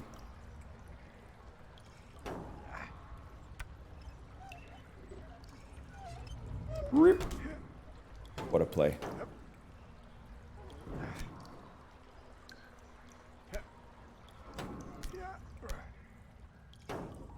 And then hold again. Hold again. Go to the edge. You guys see they gave Slowbro a Mega Evolution? That's huge news. Did you guys see Pokemon Go Safari Zone or whatever is going to be in Vancouver this month? But I don't even play Pokemon Go anymore. Would it be insane if I just bought a ticket and just went just without even taking my phone out? Like just to walk around? Just to walk around and be like, I'm just kind of feeling the vibes here.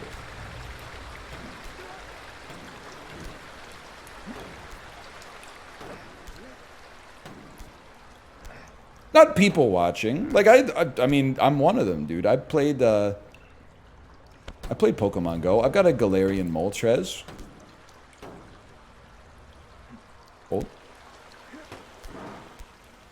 You'd buy a ticket to walk around? Yeah, at like an event or something. You do? I do. I mean, it was one of the best times in your life to play Pokemon Go. A game that incentivizes walking is when you have a child between the ages of like 6 months and 2.5 years who takes at least 90-minute nap in the stroller every single day. I was getting my steps in, man. Like 2022, 2023, my step count was like off the charts.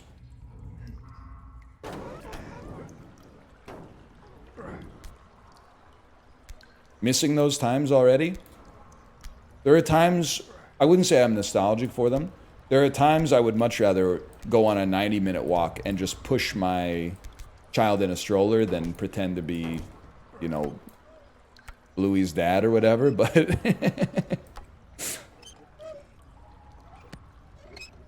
You can still walk outside? Yeah, but 4-year-olds walk slow as fuck, man.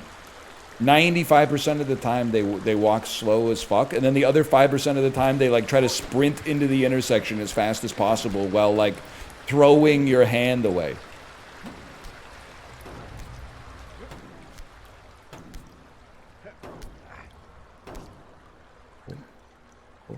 Hold. Huge. I'm loving this part, man. I yelled at my kid. I know you're gonna say there's never a good time to yell at your kid. This was a good time to yell at my kid. Let me get on the thing first so I don't fall.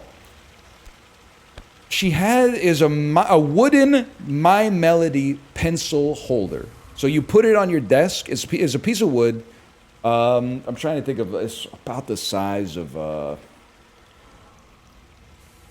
imagine you took, I can't think of what it's the size of, man. There's nothing that's the size of this.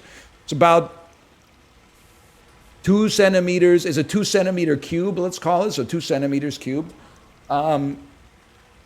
She just had it. She was playing with it. And then she put it in her mouth. It's like the exact diameter of a 4-year-old's trachea. She put this wooden, like, stationary accessory in her mouth. And I went, take it out. Give that to me. Like, I put on dad voice. I went, give that to me. And then I hit her with a rhetorical question. I said, why am I mad? And then she said, because I could have choked. And then I was like, yes. And what would happen if you choked? And she would be like, I'll have to go to the doctor. I was like, yeah, go to the doctor or die. Never do that again. Go inside. I hit her with the dad combo. But for her own good, if I may say so myself. Because that one had to stick. Some of the lessons, I don't really care if they stick. I'll teach her that lesson 5 times. Like, she's going to spill some juice, okay? I don't mind. Oh, you spilled juice on the rug again. Hey, we should really keep our cups closer to the middle of the table instead of on the edge.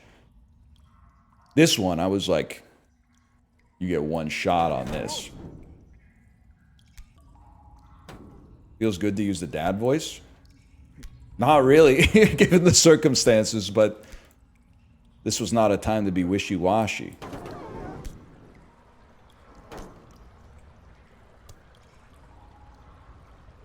Can't gentle parent that one. I'd really prefer if you didn't put trachea-sized objects into your mouth.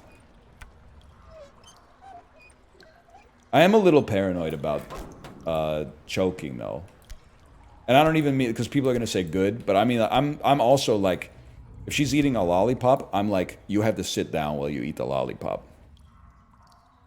Because if you, like, in my head, I'm like, I picture her walking around, getting distracted, and then, like, bumping into a wall, and the stick gets, like, shot directly into her throat, and, like, the lollipop gets stuck right in her pharynx or something. Like, stuff that's probably, like, 1 in 500,000 odds or something like that. But if I may say so, again, stuff that is maybe partly environmental, partly genetic. My mom was really paranoid about me choking. Secondarily, hold. My grandma was even more paranoid about me choking, to the extent that she wouldn't let me eat popcorn when we went to the movies together, because she was like, you're gonna choke to death on the popcorn. And even as a kid who was scared of choking, I was like, I'm like 9.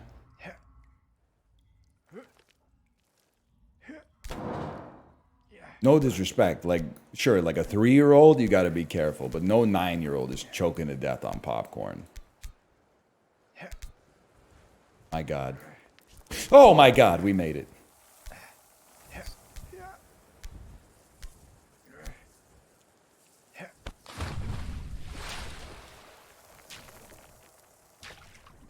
But I'll keep cutting the grapes in half.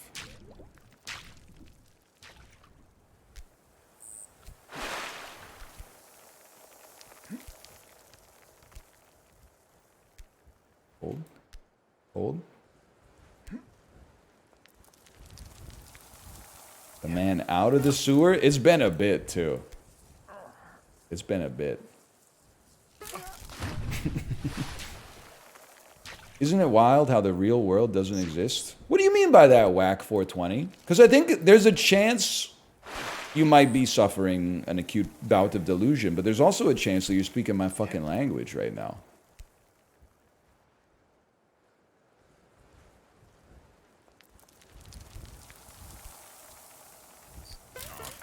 Okay, Morpheus. Well, I don't think we're living in a simulation, to be honest with you. What I mean when I say there's no real world is like, the real world is like, okay, like, practically, for a practical standpoint, yes, there's a real world.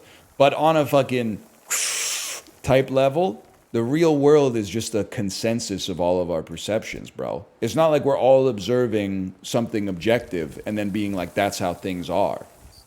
It's the sum total of, like, the real world is the sum total of all of our flawed sensory perceptions, man. Kind of interesting, right? Like, who knows what the real world would fucking look like if you had the eyes of a dog or, like, a spider or something like that. Nice try.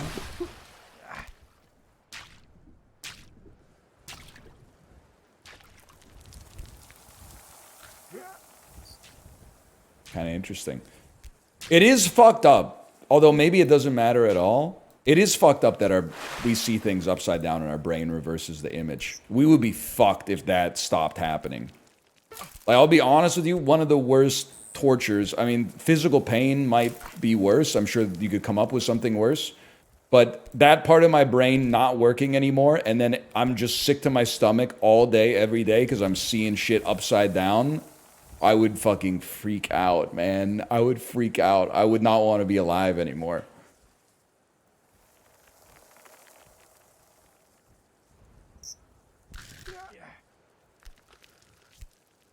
Old. Our brain would fix it. Your brain, maybe.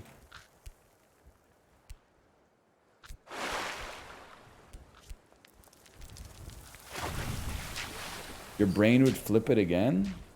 You're the GOAT for that one, brain. That's crazy.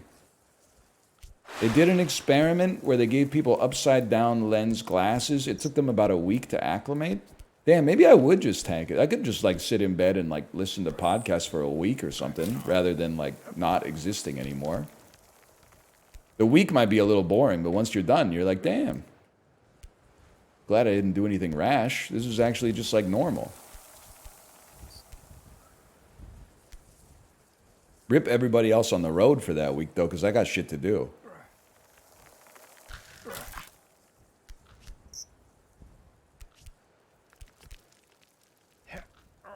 Hold. It's fucked up because they gotta reacclimate when they take them off. Like, what are you complaining about? You got your study hours and you got paid $10.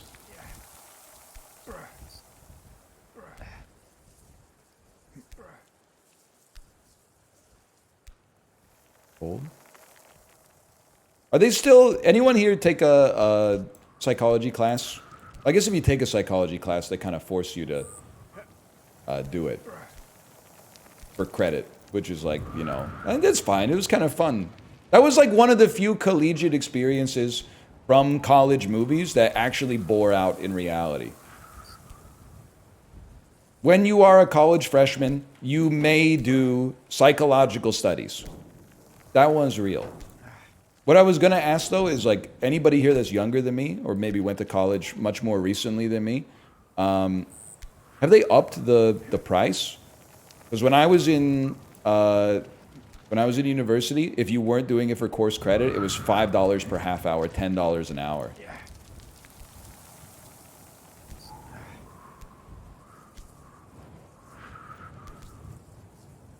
It's higher now? That's good, because, like, $5 ain't getting you too much. My university gave us 1% extra credit. That's an interesting incentive. I only ever did it for course credit, but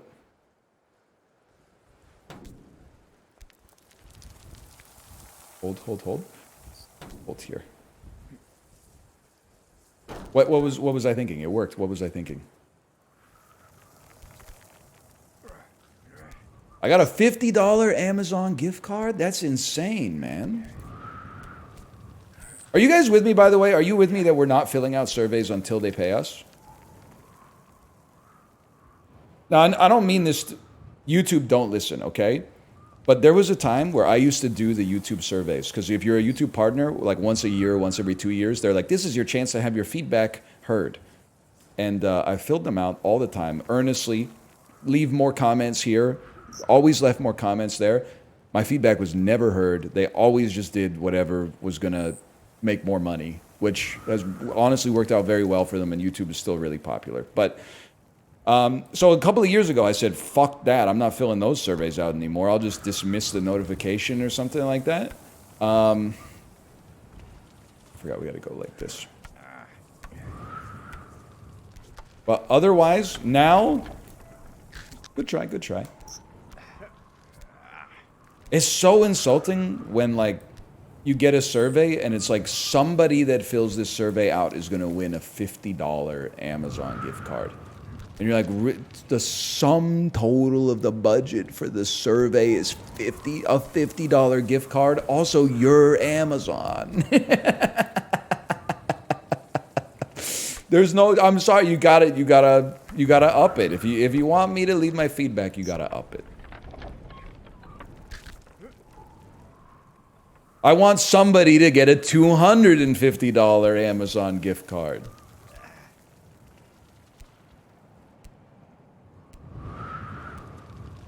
Also, I don't want to give you my honest thoughts because some of my honest thoughts are going to be criticism, and then you're going to, like, contact me, and I don't want to talk to you.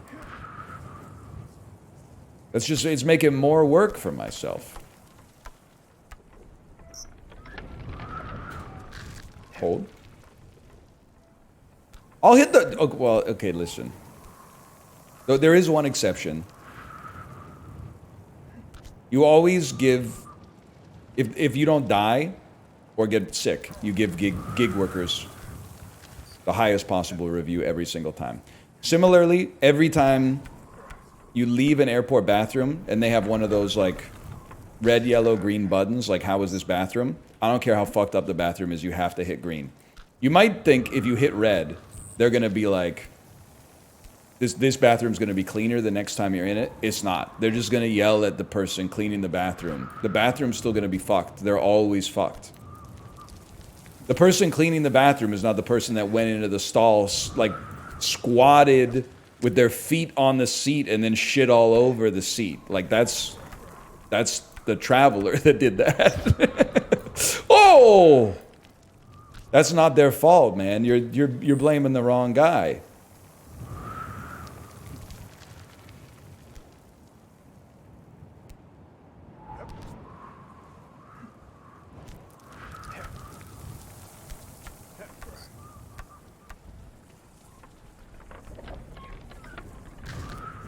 Hold. Love pissing the little poo stains off the bowl.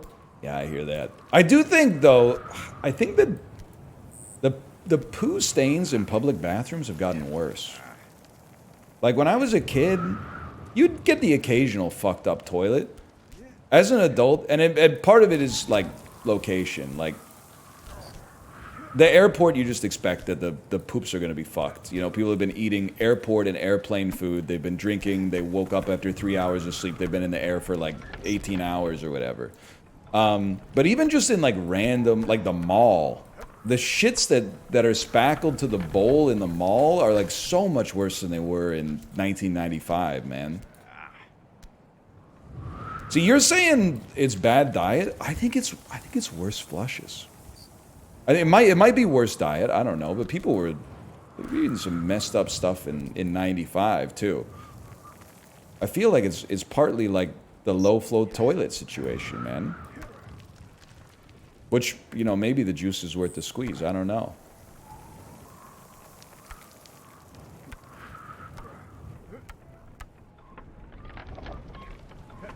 It's all the damn protein. That looked like it hurt. Could be, man. Could be. It is possible too that I just notice it more because half the time I'm going to the bathroom now, it's to like take my kid to the bathroom, so I actually need to like clean it. If you're just a, you know, if you're a grown up and you're in the men's bathroom and the toilet's dirty, you're like, whatever, I'll piss on the shit. What do I care? But if you got a 4-year-old who needs to use the bathroom, it's kind of a different story.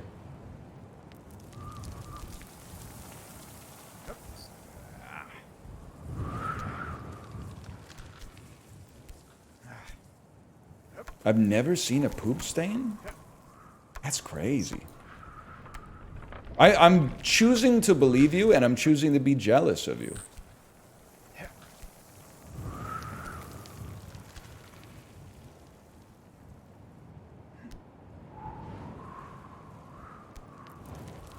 Leave your house?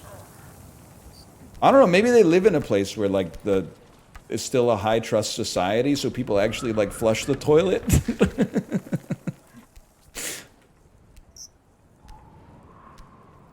Like, when I'm in Florida, often, a lot of these stories come from Florida. When I'm in Florida and I open up a toilet to go piss, and there's just an unflushed shit, there was a time where I was like, maybe they just forgot. Now I'm like, 100% guarantee it's a gambling addict who was like, next person that comes, fuck the next person that comes in here.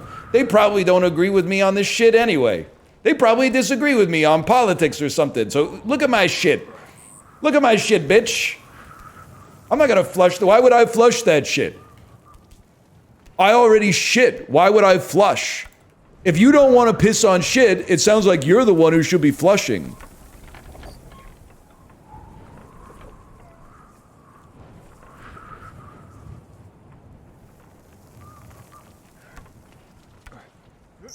Anyway, maybe not. I don't know. Could be.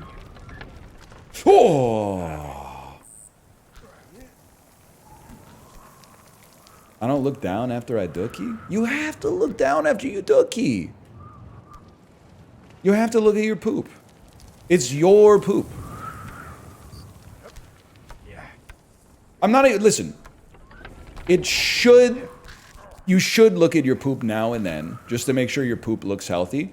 At least, like, once a week, you should look at your poop. But also, sometimes it's just, like... Sometimes you just want to survey the damage, man.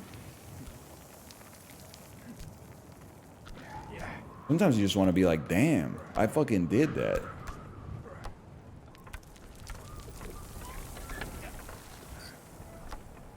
Crazy way to put it. I don't think it's weird to look at your poop. It gives you an idea of what's going on in your body, man. It's no grosser than what the poop was like 10 minutes ago when it was inside of your body.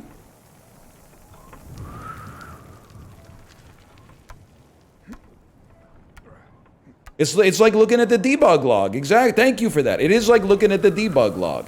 You might be like, well, the program seemed to work fine. Yeah, but I'm the fucking programmer. I gotta know what's going on. Look, this bitch just flagged like 60 errors when you tried to click that button. I gotta know that, man. That could cascade into something.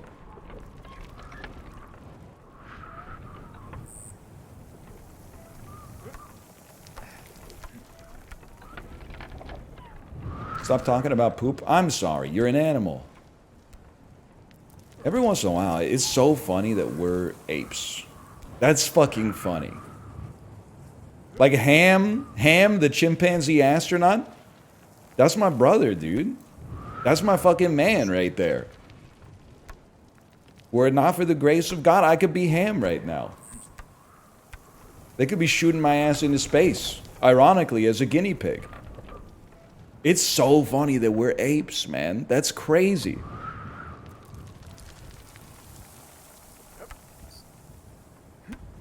It's insane.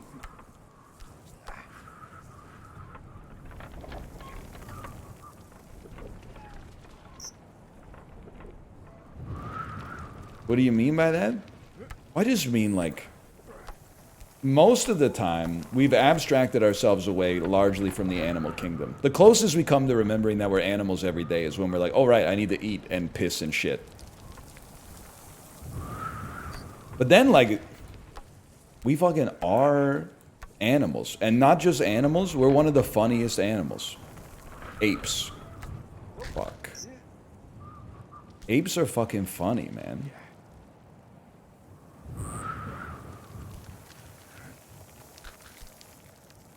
Cats are funnier? No shot. Cats can be humorous.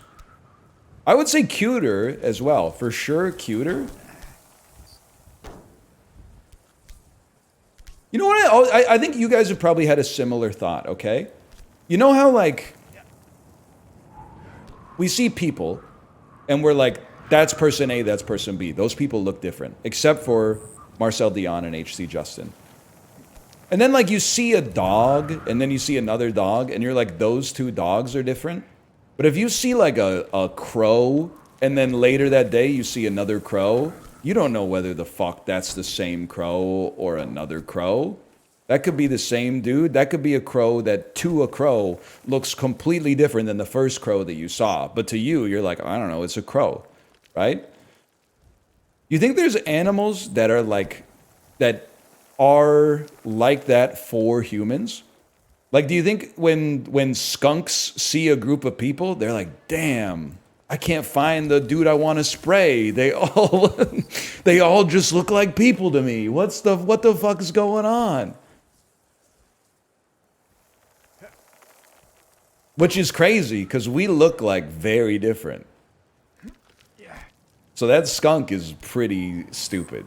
Whereas, like, I mean, birds within the same species are, like, functionally identical. I'm sorry, unless you got, like, a weird leg or something like that as a crow, like, you're just the crow to me, man. I don't know what to tell you. I guess parrots escape. Yeah, I could keep 2 or 3 different parrots in my head at the same time, I think. I'm not anti-crow. I'm a friend to the crow. I told you, my daughter is every time she gets a pastry, she throws a little bit on the ground for the crow.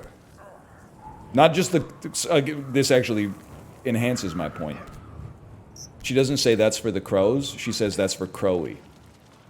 Crowy is her crow that is her friend, because we've fed him many times. And who's to say that the 7 different times a crow has eaten some of our food, it hasn't been the same crow? Who's to say it? Maybe it has been. I'm not going to tell her it's not.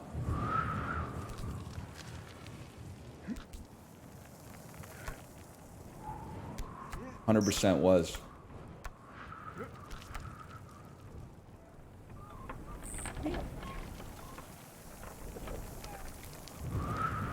They're actually very smart. Yeah, no, I know, but we're in, like, different locations and stuff. And I just didn't feel confident in that one.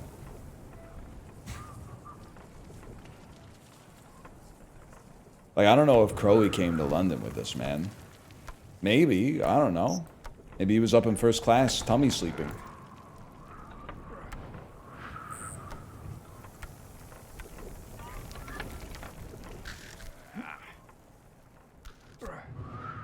You think dogs can tell humans apart by sight? 100%. When me and my wife visit our friend who has a dog, there's no, because we don't look the same at all. 100%. Dogs are smarter than that. Cats, I don't know. Jury's out. I'm just trolling you.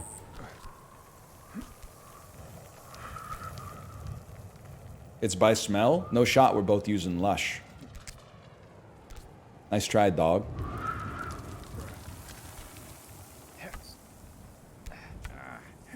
Gonna see anything at VIF?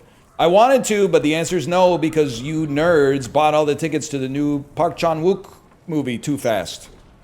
You already bought all the tickets. The showing isn't even for like 5 weeks or something like that. You bought all the tickets. Way to go. Now I don't get to see the movie, even though I think it might actually be out by then, like in limited release at least, but way to go, y'all. Way to go. What's the new movie? Who cares? It's directed by Park Chan-wook, man. He did Decision to Leave.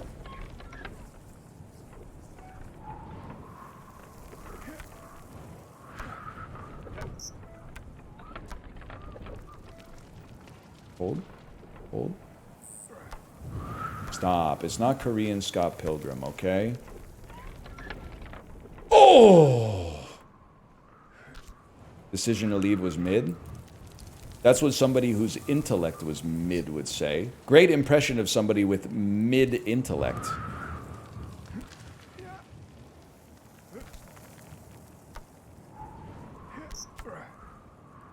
Hold. Hold. Hold.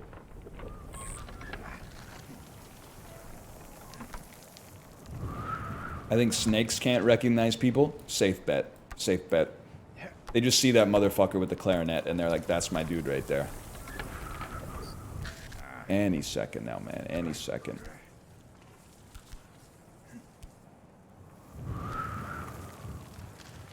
I bet it feels good as fuck to stick your tongue out if you're a snake, though.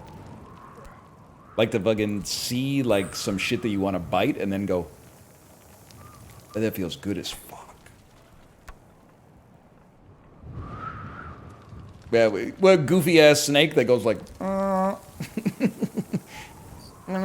something like that. Freaky-ass, quirk-chungus-ass snake.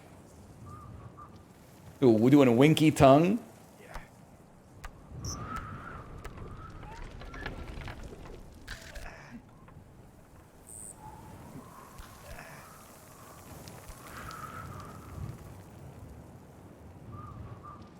What's Quirk Chungus? Ah, don't worry about it. It's like one of the most hateful meme images I think ever made. It's easily the person who made that was a genuine misanthrope for sure. But I do think about it from time to time. I think we all know a few Quirk Chunguses.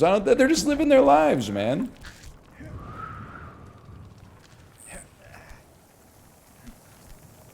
We all know a Quirk Chungus. That's fine.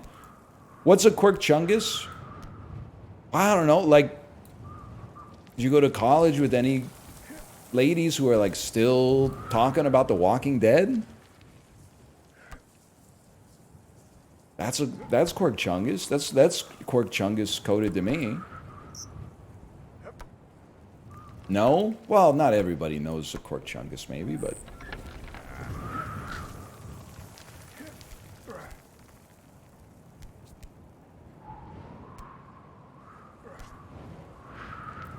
It evolved into adults who wear little backpacks everywhere. Loungefly is crazy for that, man.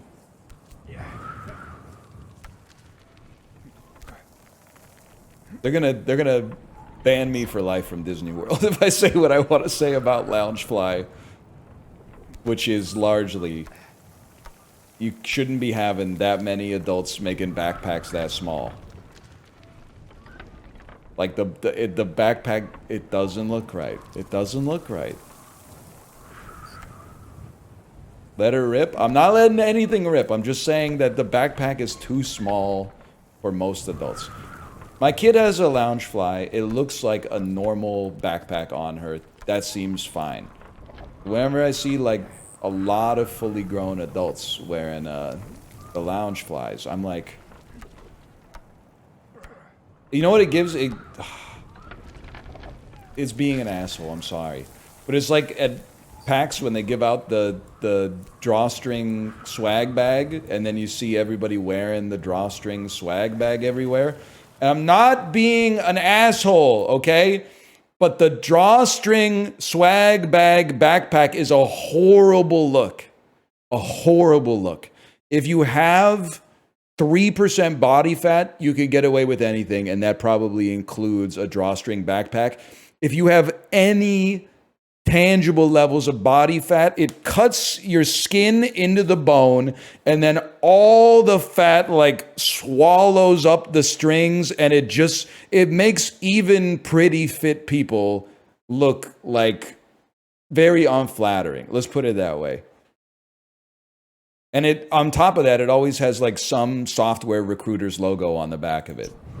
That just reeks of like, I got this bag for free. Which is fine. Again, it's fine. Who cares? Bro, you're gonna ruin your fucking fit over a swag bag? Come on. Over some Magic the Gathering cards that obviously are all commons? Like, you already packed your best graphic tee. Your coolest, like, novelty sunglasses. You're gonna ruin your fit with the swag bag. Is a tote better? Tote's aura. Tote is aura. It is more annoying because you have to actually carry it, but...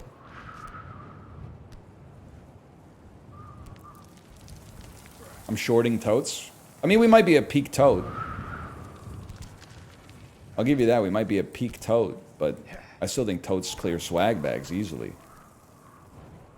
I pulled ass with my tote once. Didn't we? Wait a sec, are you the same guy who said you pulled ass by reading a book at the park too? How much ass you pulling? Is that, are you double counting ass? That ass might be double counted. That's a foul. Plenty? Fuck you. No, you don't. Do you? What toad was it? And what book were you reading? You never answered what book you were reading at the park either. A lot of people in chat were curious. Ah!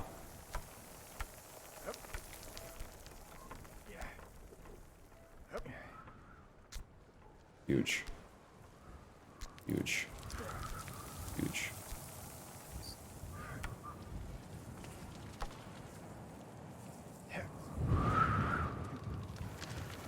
This doesn't feel right, man.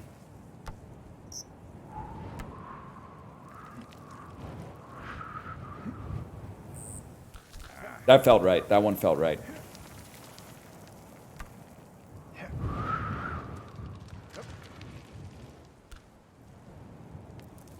What was the last book you read? Chapter 1 of Larry Beasley's book on Vancouverism. I'm hoping to get to chapter... Actually, I didn't even read chapter 1. I just read the prologue. But honestly, the prologue is... And I'm not just saying this because I just read a prologue. The prologue is worth more than a chapter. It's like actually reading the bibliography. You know, and the footnotes. You know how people are like, yeah, whatever.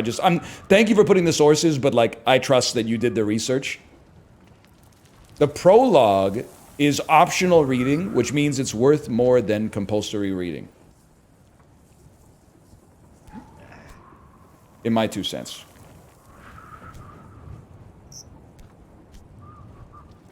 It's all optional? Well, I guess that's true. You know what I realized, though? It's a hard pill to swallow. I've been listening to audiobooks. To be fair, it's largely to fall asleep. But I've been listening to audiobooks for like 10 years. And I haven't learned fucking anything. And they're all nonfiction. I've retained none of it. I've been reading a little bit of like visual stuff, like reading with my eyes, like a caveman, and I'm retaining a surprising amount of it, man. I'm retaining an awful lot of it. I'm starting to think that reading is like the best way to actually like learn stuff, man. I think reading might be due for a come up.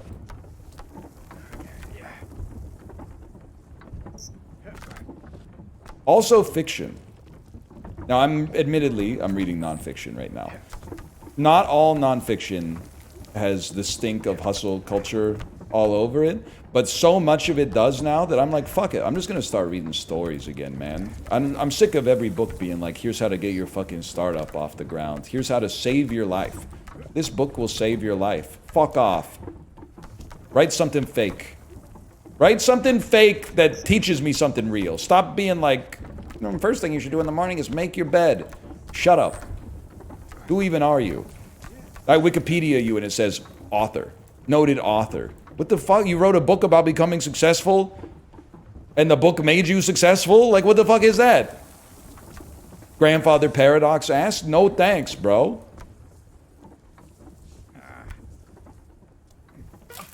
Youch. Have you read any Murakami? Unfortunately, I've seen the film version of Norwegian Wood, and I've read one Murakami book, but it was his book, his nonfiction book about running. So I'm like, listen, I got a lot of time to make up for it. Let's put it that way. I'm in search of lost time, like that one motherfucker. You know what I'm talking about? That book's good though. Yeah, but I read it because I was like running a lot, so it's somewhat embarrassing at least. You know what's funny though? I feel like not many other hobbies are like reading. Why is it that like any other, if someone was like, I want to get into painting, they would never be like, I think I'm going to start with like the Mona Lisa. I think I'm going to start with, I think I'm going to start by painting the ceiling of a church or something and just see like how it strikes me. But whenever people get into reading, they're like, yeah, I've always wanted to read Ulysses. I think I'm going to go from like not having read a book in a decade, like straight to Ulysses. And I'm like that too. Like something's wrong with me, man. I got to start by reading like some Agatha Christie or something.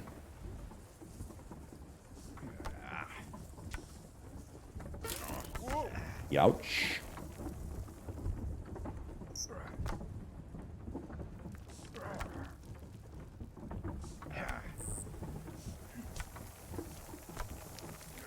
But again, much like golf, this is on the shit to do when my daughter, like, when I stop being my daughter's favorite person in the world. Unfortunately, I got some time to go.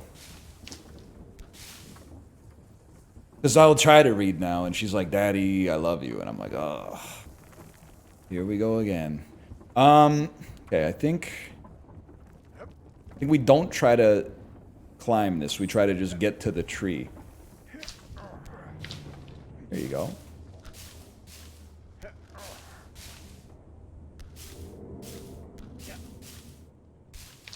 Same thing. Donkey Kong girder. Huge. Huge, dude. Alright, now this... I don't know where we're going, but you have to try... Oh, maybe this is just where you gotta be. Maybe this is a new stopping section because there's water under us, bro.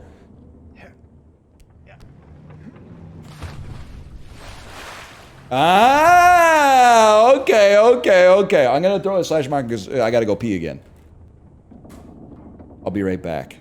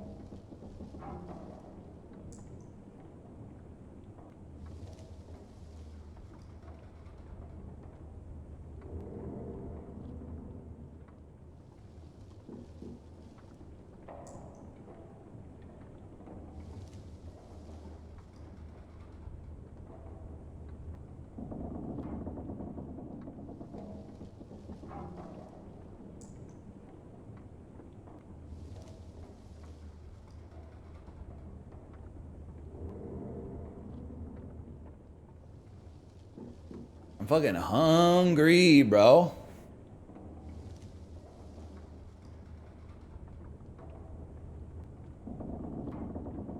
Same. 1:19 p.m. No wonder, man. No wonder. How hungry? Well, okay, let's do it like this. How hungry am I? Well, what would you consider a 10 is about to starve to death. Within 2 hours of starving to death.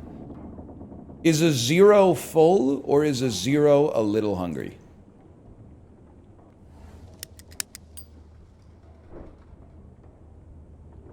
A 0 is full. So at what level of hunger do you start to feel the physical sensation of hunger? Because on the way from full to hungry, you pass, I could eat. So 5 is feeling the physical sensation of hunger. Then, to be honest with you, I think I'm a 6. I'm not going to put a fine point on. I'm not going to lie to you. I think I'm a 6. I'm slightly past feeling a little bit hungry, but certainly not at the point where I'm like, if the food doesn't come out soon, I'm going to have to leave the restaurant and go get food across the street.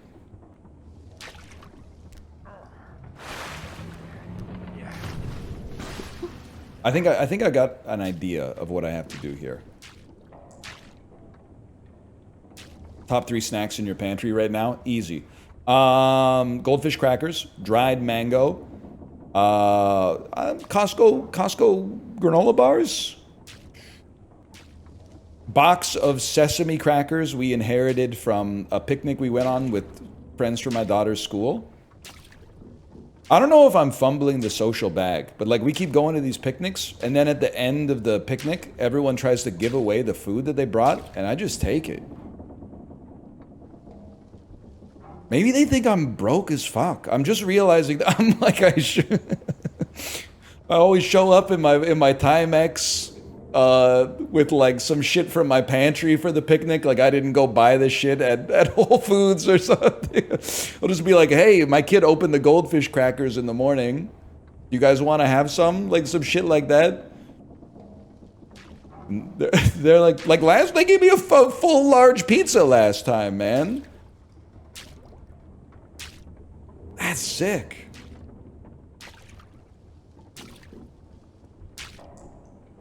It's good not to waste food. I know, dude. That's why I'm like, I'll eat it. It's also good to eat food if I'm the fucker eating it, for sure. They might think I'm broke, man. I don't know. You actually bring open snacks? 1 second, I can't answer that question right now. Oh. Yeah. So like, I think it was like two Sundays ago. My kid wanted some goldfish in the morning, so I opened up a new bag of goldfish. And then when it came time to go to the picnic, I was like, I'll just bring these goldfish. These are just, they only got open like a couple hours ago. But maybe that sends the wrong message. I don't know. I'm a real dude, man. Like, I'll put on airs, but I try not to most of the time. How big was the bag? You know, like not the Costco, like, silver bag, but the bespoke, like, semi-milk carton-looking one from the grocery store.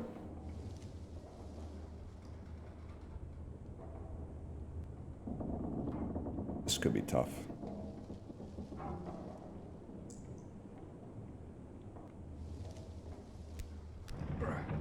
Bye.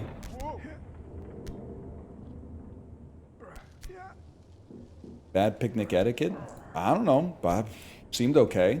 And also, we also brought a bag of chips. I mean, I brought sparkling water too, but I brought a bag of chips.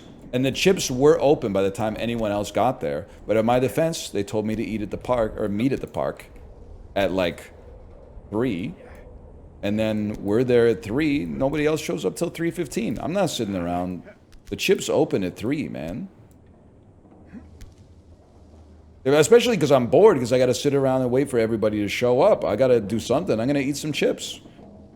Still have that bottle of wine your neighbors gave you? Yes. The wine cellar is currently stocked with 2 bottles of wine. The next time, I've been meaning to do this for like 2 months, but the next time I see my neighbor, who I know drinks wine, I'm gonna go, hey, you drink wine? And then he's gonna go, yes. And then I'm gonna go, wait right there. And I'm gonna go, ta ta ta ta ta ta ta ta ta. And I'm gonna go grab those 2 bottles, and I'm gonna go, here, take these. People come over to our house and they bring us bottles of wine, but we don't drink. That one's for you. Just watch this. Watch this. Oh, these two are those 2 are the same direction, man. Those 2 are going in the same direction. How would you hold the bottles? Both by the neck, for sure. Ah!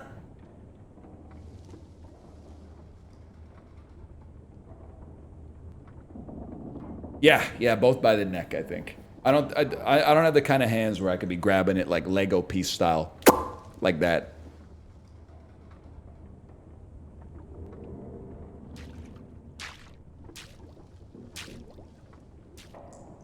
You gotta cradle them like a baby? No, I don't. I'm giving them a bottle of wine, not selling them a bottle of wine.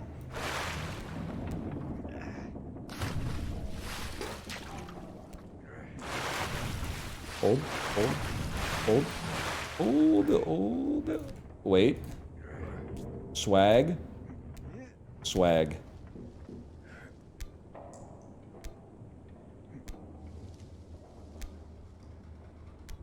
Again, I'm overthinking it, but one of the reasons I've been kind of dragging my heels about giving my neighbor these bottles of wine, and I'm being genuine, this is what I think about. In my head, I'm like, oh, what if he's a recovering alcoholic and this causes him to relapse? Nah, maybe I better just throw him in the trash instead. Oh, shit. All the way, huh?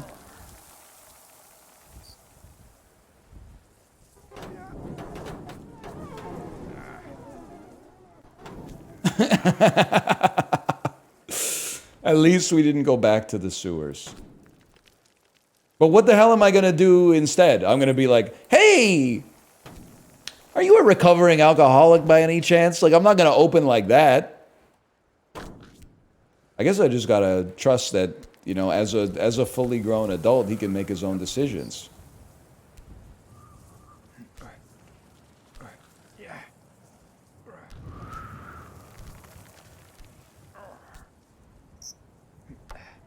It's true, I could go to every Alcoholics Anonymous meeting within a 10-kilometer radius of my house and then see if he shows up.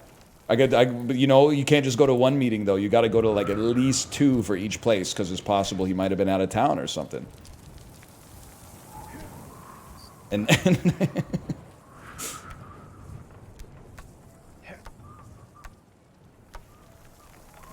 But if he's an active alcoholic, well, I'm about to be his favorite person then, and I think that's totally fine, man. He was going to drink anyway. At least this way he's saving a couple bucks. I'm not passing any moral judgment on him. I just don't want him to be like, hey, just so you know, I relapsed because of you.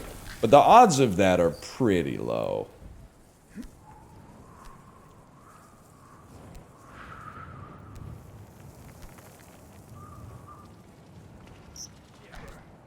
I'm going to over-rehearse this shit in my head, and it's going to come out so horrible when I talk to him. Hey, I've got some wine I'd love to give to you if you're not a recovering alcoholic or whatever. Like, it's going to come out like that. Hey, I got some extra wine. I'll give it to you if you're not a recovering alcoholic. It's going to come out fucking weird, man.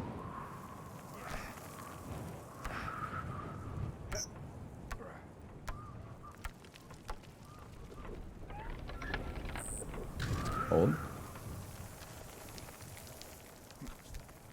Make him prove it. How am I gonna make him prove that he's not a recovering alcoholic, man? I gotta be like, drink this beer. Drink this right now.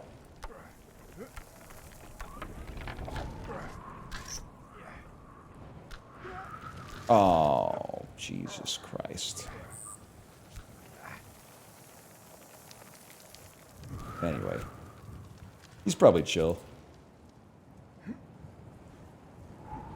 It would be so funny if they're like, because the odds of that being the case are so low. But what if actually he doesn't drink and he's like, I've always been meaning to try. I've never had any, but I've always been interested. And then this ruins his fucking life. Nah, man, I should just pour it down the drain. It's too risky.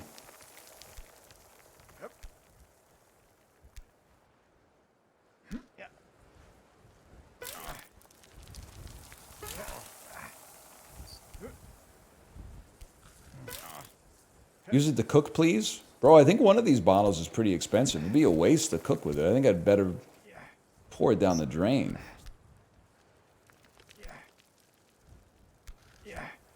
Hold.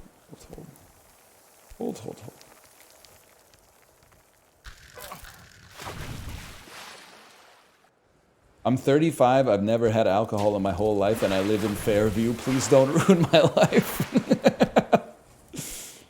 Can I say something, by the way? Like 3 or 4 years ago, r/Vancouver did like a neighborhood survivor game that they probably stole from r/Toronto, if I had to guess. It was like every Vancouver neighborhood was a contestant on Survivor, and every day they would vote one out to find out what the best neighborhood in Vancouver is. And Fairview got voted out. I don't think it was early, because let's be honest, they got to get through like Killarney and Joyce Collingwood and stuff like that, and like all the places where like nothing's going on at all. But Fairview, I always felt like it got eliminated unfairly quickly.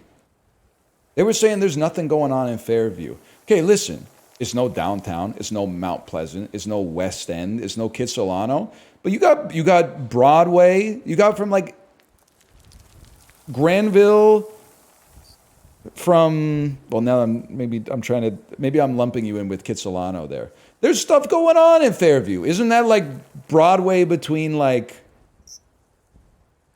Maine and Canby or something? That's not bad, man.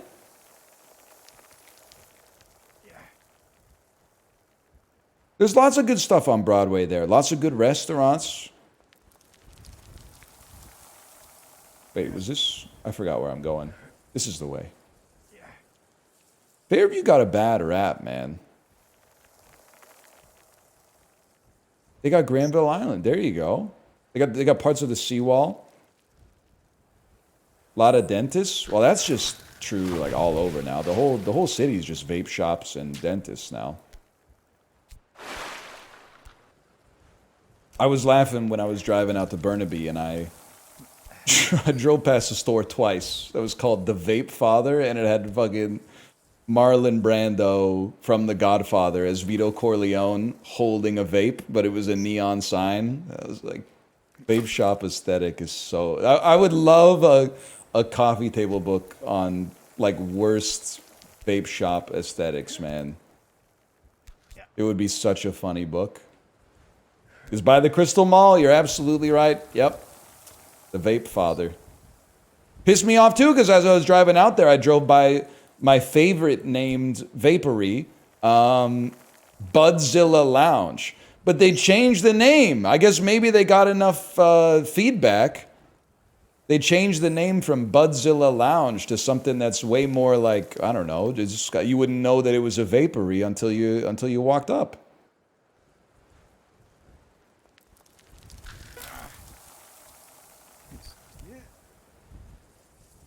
Hold.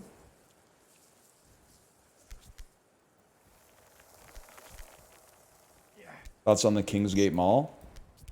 It's kind of a great liminal space, but it is a horrible mall. The flagship tenant of the mall is a Save on Foods, and then isn't the second flagship tenant at this point like a Shoppers Drug Mart or maybe like a Pharma Plus or something? Not even a Shoppers Drug Mart.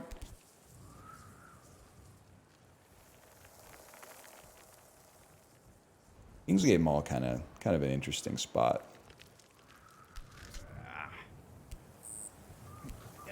But there's an awesome. Oh, there's a BC liquor store too. That makes sense. One of the best bakery slash chocolaterias in the city is like 1 block away from there. Real knowers know. Hold.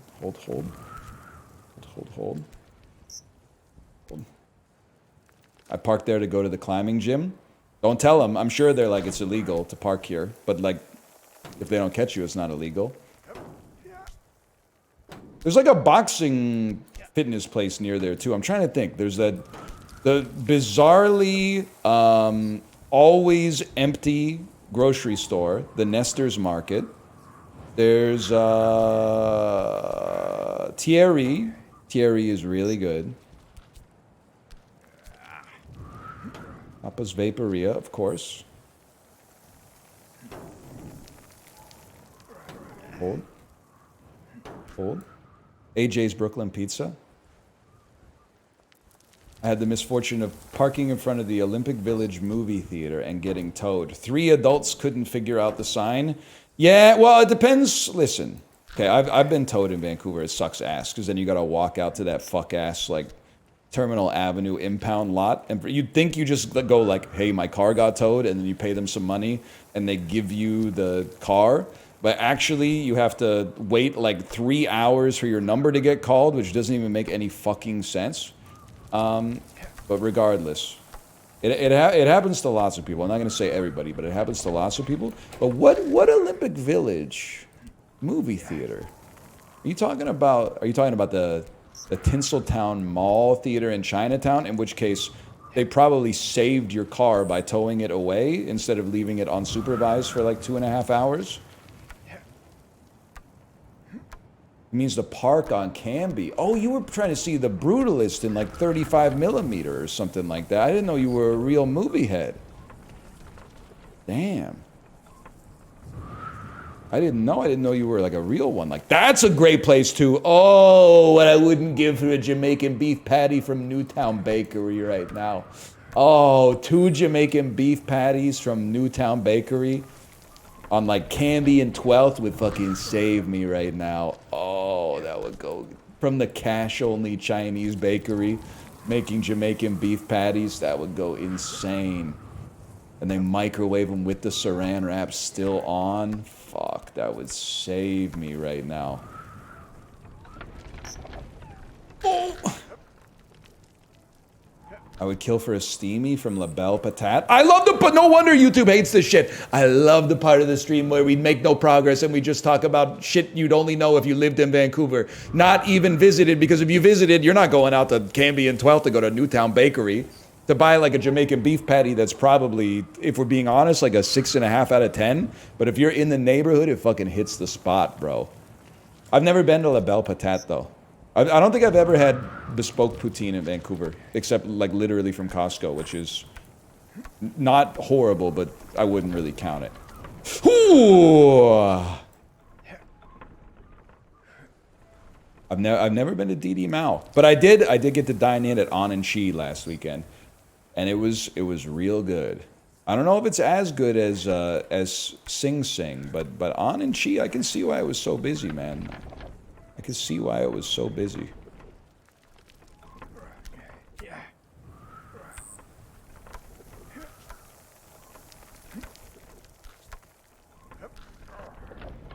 Hold. Costco poutine, 1,950 calories. Yes, but that's also fool's gold, because no human being, except outside of Joey Chestnut, is finishing that.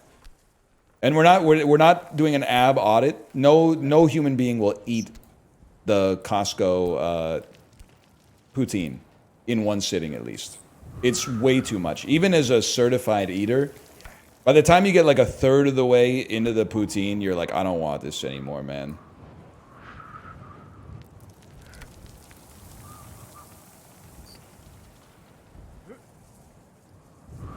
You think Peaceful's overglazed or underglazed?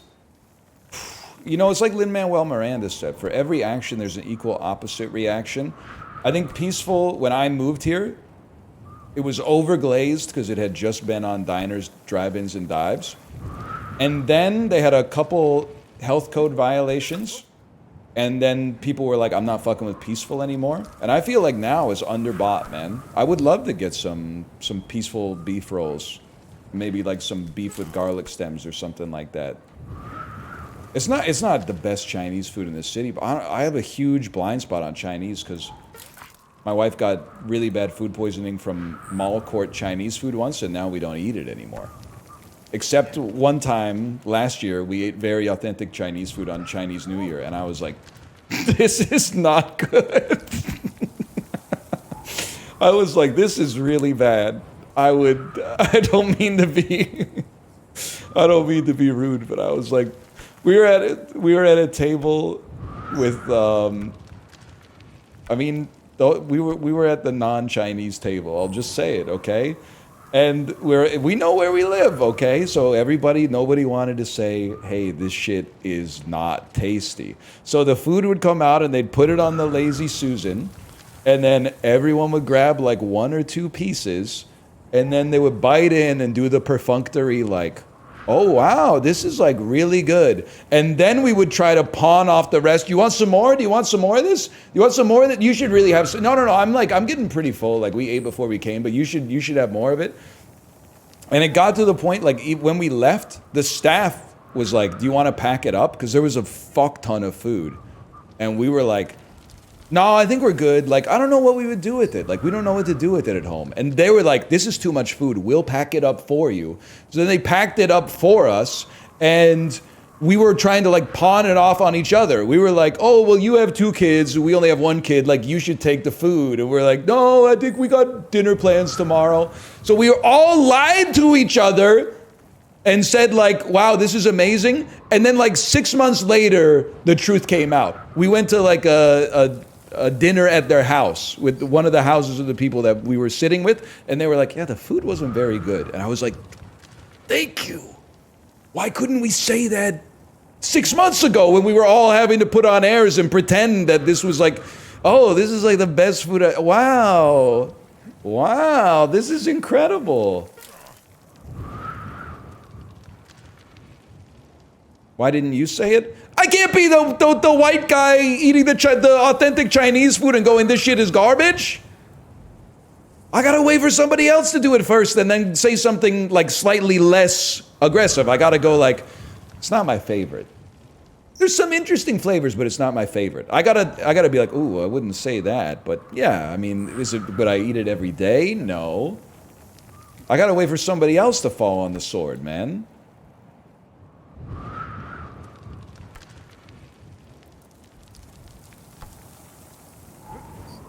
Was it bad or not to your palate? Apparently it was bad. Talked to some restaurant knowers, and they were like, yeah, that's not the place that I would go, which is Canadian politeness for it's the worst restaurant in the city.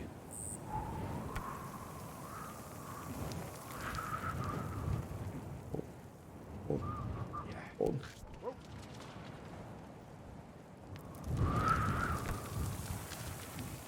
Hold. Hold. Dude, it wasn't Panda Express. I wish it was Panda Express. I would have loved to have some, like, deep fried, oh, Jesus. Some deep fried chicken coated in some sauce that came, like, straight out of a bottle and had, like, 10 grams of sugar per serving or something like that. I would have killed for that, man.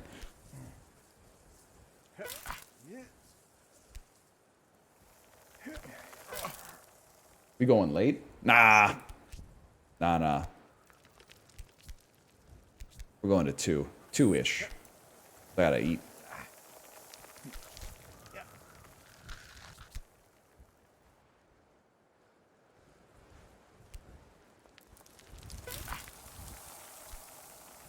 I'm not going back to the sewer. It's not gonna happen, man.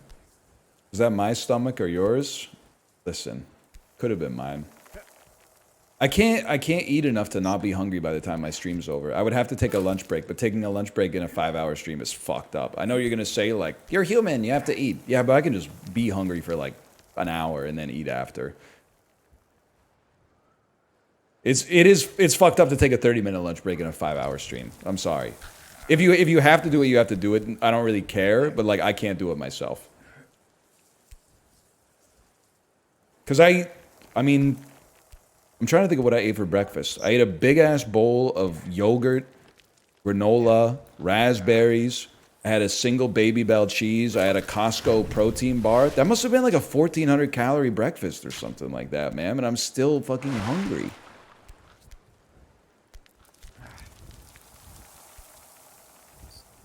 No shot? I don't know how many calories are in a serving of granola.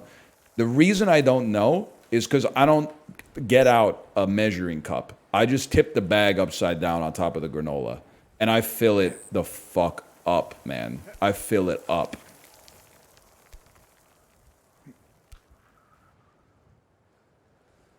I know it can't be not calorically dense. It's nuts, oats, and chocolate chips.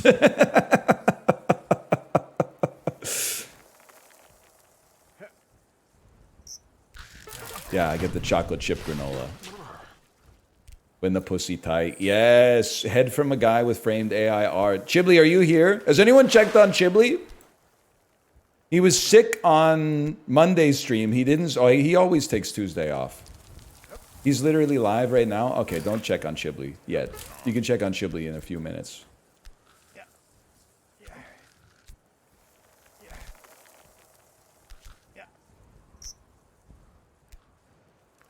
What are you? There's nothing for you to grab there. There's nothing for you to grab there, man.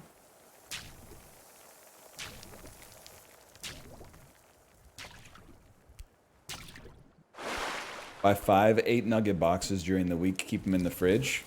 It's called meal prep, sweetie.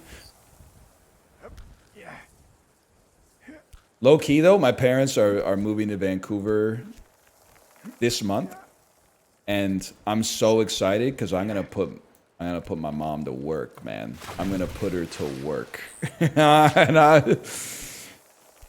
think she's gonna like it. To be fair, I think she's gonna like it because it's like maybe the dream mom job. I'm gonna pitch my mom. I'm gonna say, hey, would you be interested in some kind of arrangement where you cook me lunches again, like I'm 10 years old? Like maybe you meal prep like 7 soups for me, like a big pot of chili or something like that. And once a week I come over and I take them. And then I eat 1 bowl a day, and maybe if some money changes hands, who's to say? Because I think what she's gonna say is, I'll do it for free. And I'm gonna say, like, no, you should let me pay you, because then we can make it a line item that's like corporate catering, and we can write that bitch off. On top of that, and I think literally there's nothing, it's not even gray market. I think that shit is just legal as fuck.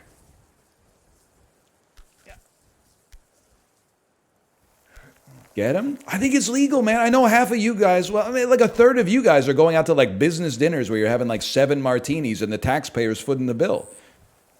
And that's only those of you who work for the government. Nah, I mean, like, I've been to those business dinners, man. It doesn't make sense that stuff's getting written off. That's tax fraud? No, they just go, hey, so anyway, about the business, blah, blah, blah, blah, blah. Ooh, bang, bang, shrimp. Nom, nom, nom, nom, nom, glug, glug, glug, glug, glug. Hey, make sure you take a picture of that receipt, okay? That's like half of the economy is based on that kind of handshake deal, man.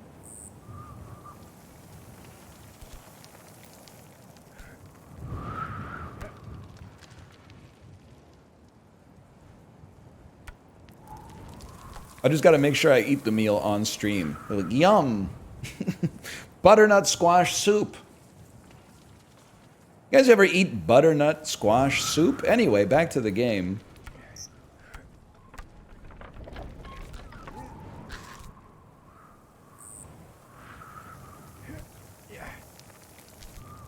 Could be fun, man. Could be fun.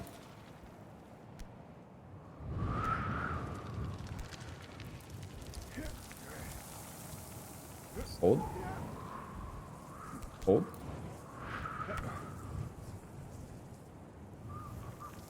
They really took two goated foods, butter and nut, and made a food that's even better. I'll be real with you, that's really funny. I hate butternut squash. For some reason, I like sweet potato. I've never been able to fuck with squash for some reason. I eat it because you can't avoid it these days. But... Hold. It's not really texture, it's just, I don't know. Like a potato tastes like a potato. So, that's, when I eat it, I'm like, that's what it's supposed to taste like. And a sweet potato tastes like a potato that's sweet. So I'm like, it does what it says on the tin. But then like, a squash, I'm like, I kind of eat it and I'm like, make up your mind, bro. Are you a potato? Are you a sweet potato? Are you a turnip? Like, figure it out, man.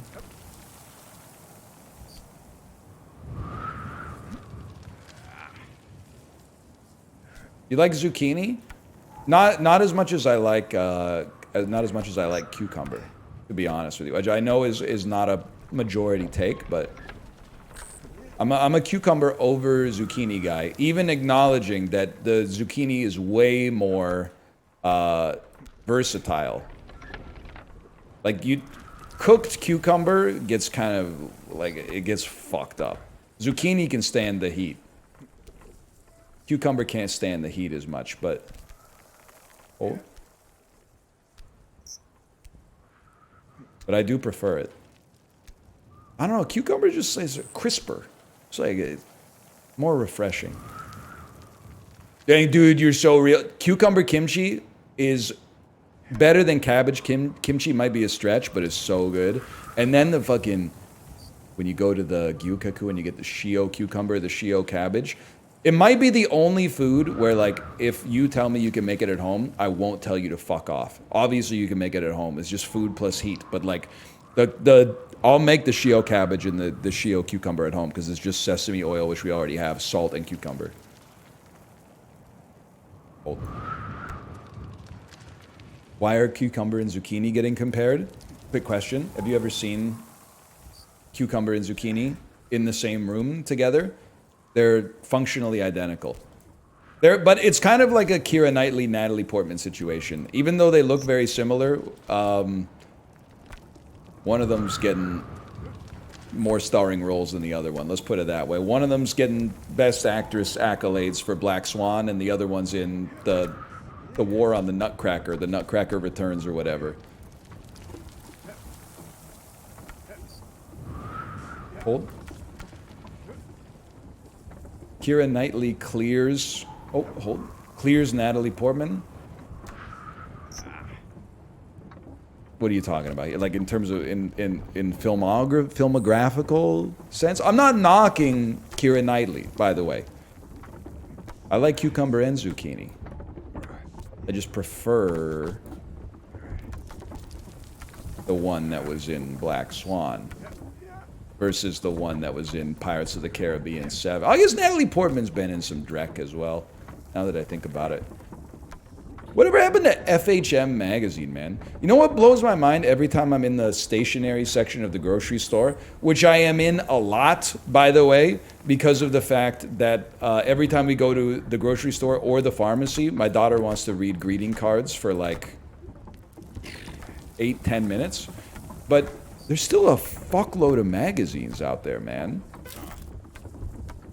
Did you guys know Kai Cenat is presently on the cover of Time magazine? I'm not messing with you in the slightest. I went to the magazine section of the grocery store. I was like, damn, that's Kai Cenat. And then I went to my daughter. I was like, did you know Daddy and him are on the same website? And she was reading me some shit about, like, they say when you're 40, you're over the hill. What they don't realize is skiing's more fun when you're on the backside of the mountain. And it's like a picture of an old dude's huge ass or something like that. Happy 53rd birthday. She did not give a fuck, man. She didn't care.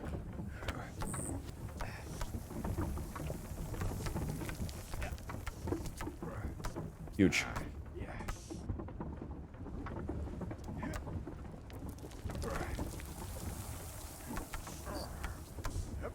Hold. I did check the time. I did check the time really quick.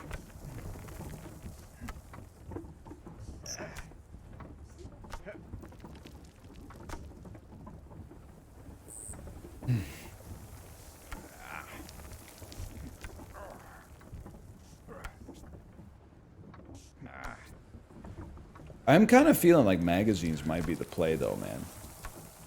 Like I'm basically buying magazine-like books already. It's like some shit that like I'm every time I'm at the bookstore, I'm like, what kind of shit would someone like to read if they were waiting in my house? Like if someone came over 3 minutes before they said they were going to be there and I had to say like, just take a seat, I'll be right with you. Just some shit you might pick up off the coffee table and be like, I'm going to peruse this for a minute.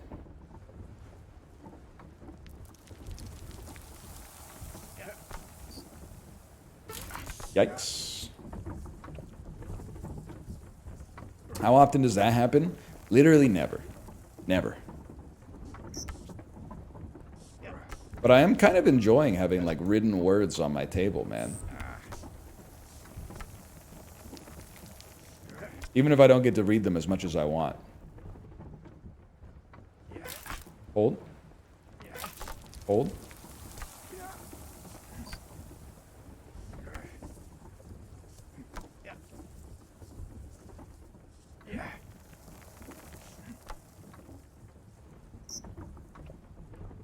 Don't touch the cactus. Oh!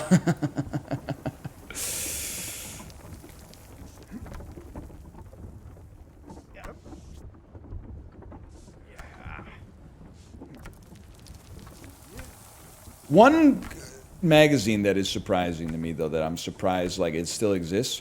Who's buying the Halloween-themed cooking magazine from the grocery store? They never say it's like a special edition of the magazine either. They always act like it's always in the grocery store, and I'm like, I didn't see your ass in August, bro. I didn't see Halloween magazine August issue. You're trying to trick me into thinking you've always been there. But you were Canada Day magazine in June, and you're about to be Thanksgiving magazine too.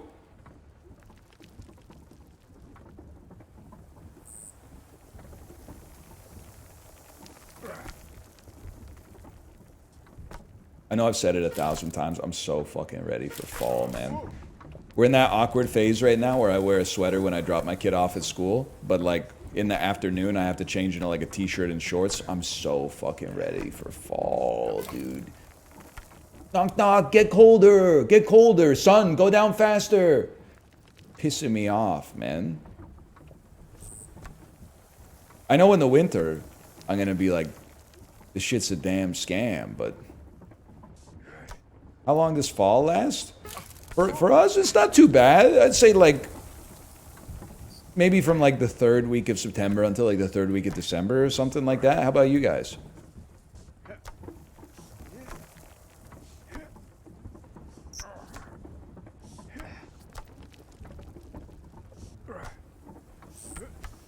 Same. That's what it's all about. I know you got a cardigan ready to go. I'm so stoked. I got a heavy plaid this weekend, and I'm soft launching my heavy plaid by mentioning it now. When you see it in like a couple of weeks, be like, that's the one. I knew it. I knew he got a heavy plaid. Can we see it? You can see it when it gets a little colder. Cable knit sweater? I got a couple, but they're not Chris Evans worthy. I could up my sweater game a little bit. This looks bad. Yep.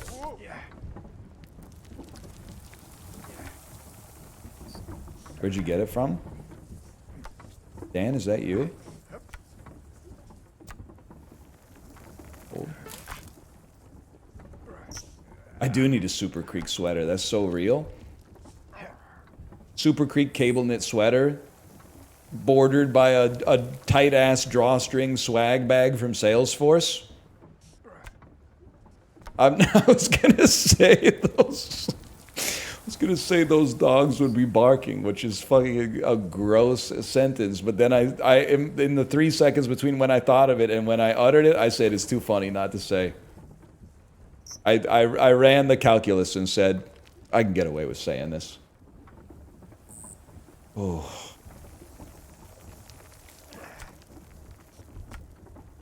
Fuck you.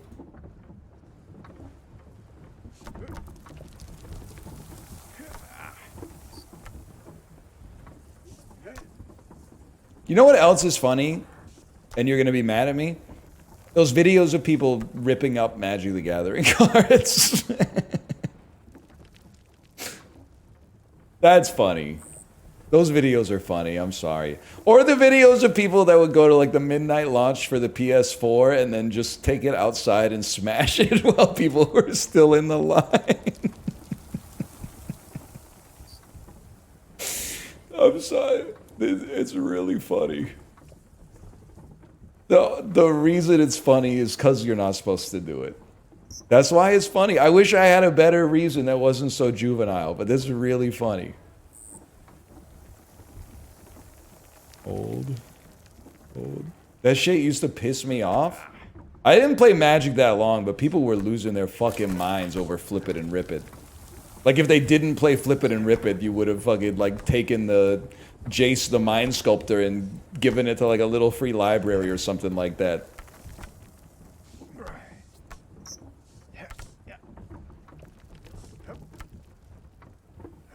Hold.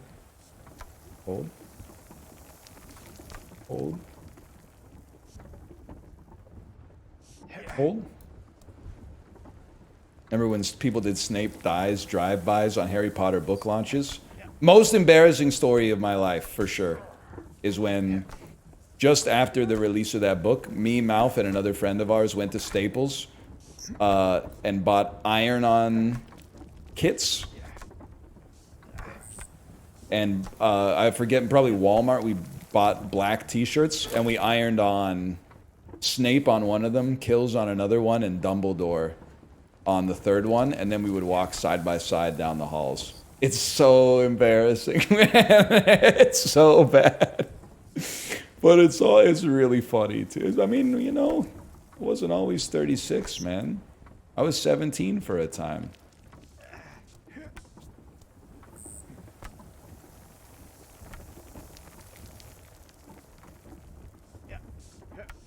Which one were you?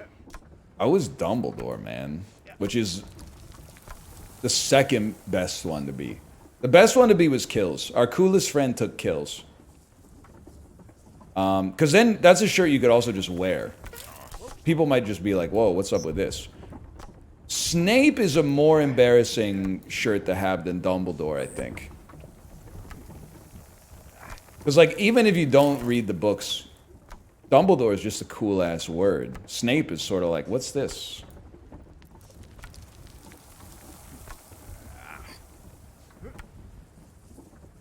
Worst kind of people? Nope. No, not even making the top 1,000, I'd have to guess. Not even close. How's Dumbledore cool? It starts with dumb. Cool name, no? Dumbledore.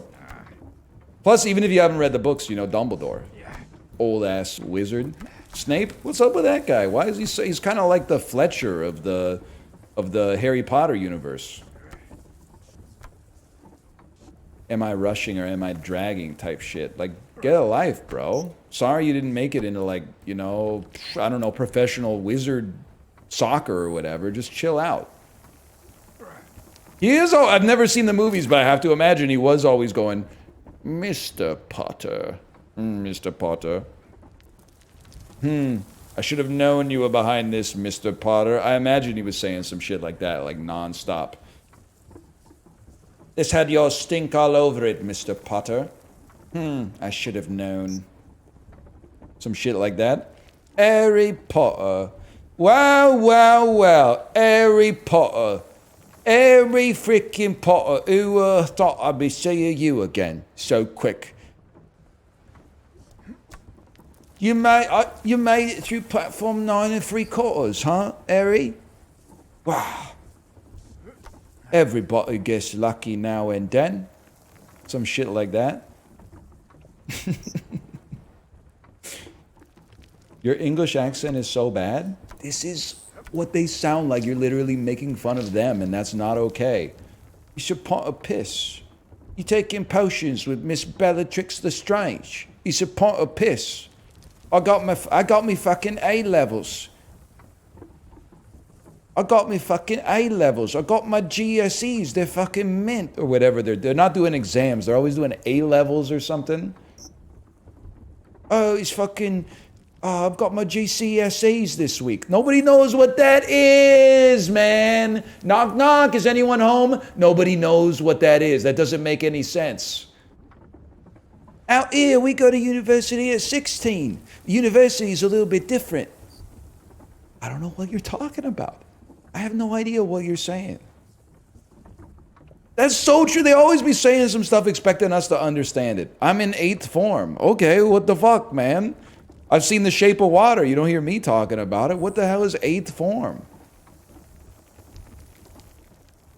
Are you Frieza? British Frieza be like, dude, there's something to this one. There's something to this one. Yeah. British Frieza be like, I'm in 4th form. Something like that. There's something to this. Oh, fuck. All right, well, you know what? At least we're not in the sewer. At least we're not in the sewer. All right, y'all. I'll see you tomorrow. Tomorrow's Thursday. We might have some Mario Party going tomorrow. I think we might have some Mario Party going tomorrow, which would be nice. Otherwise, feeling tired, y'all. Feeling hungry, y'all. Gonna eat. Good night.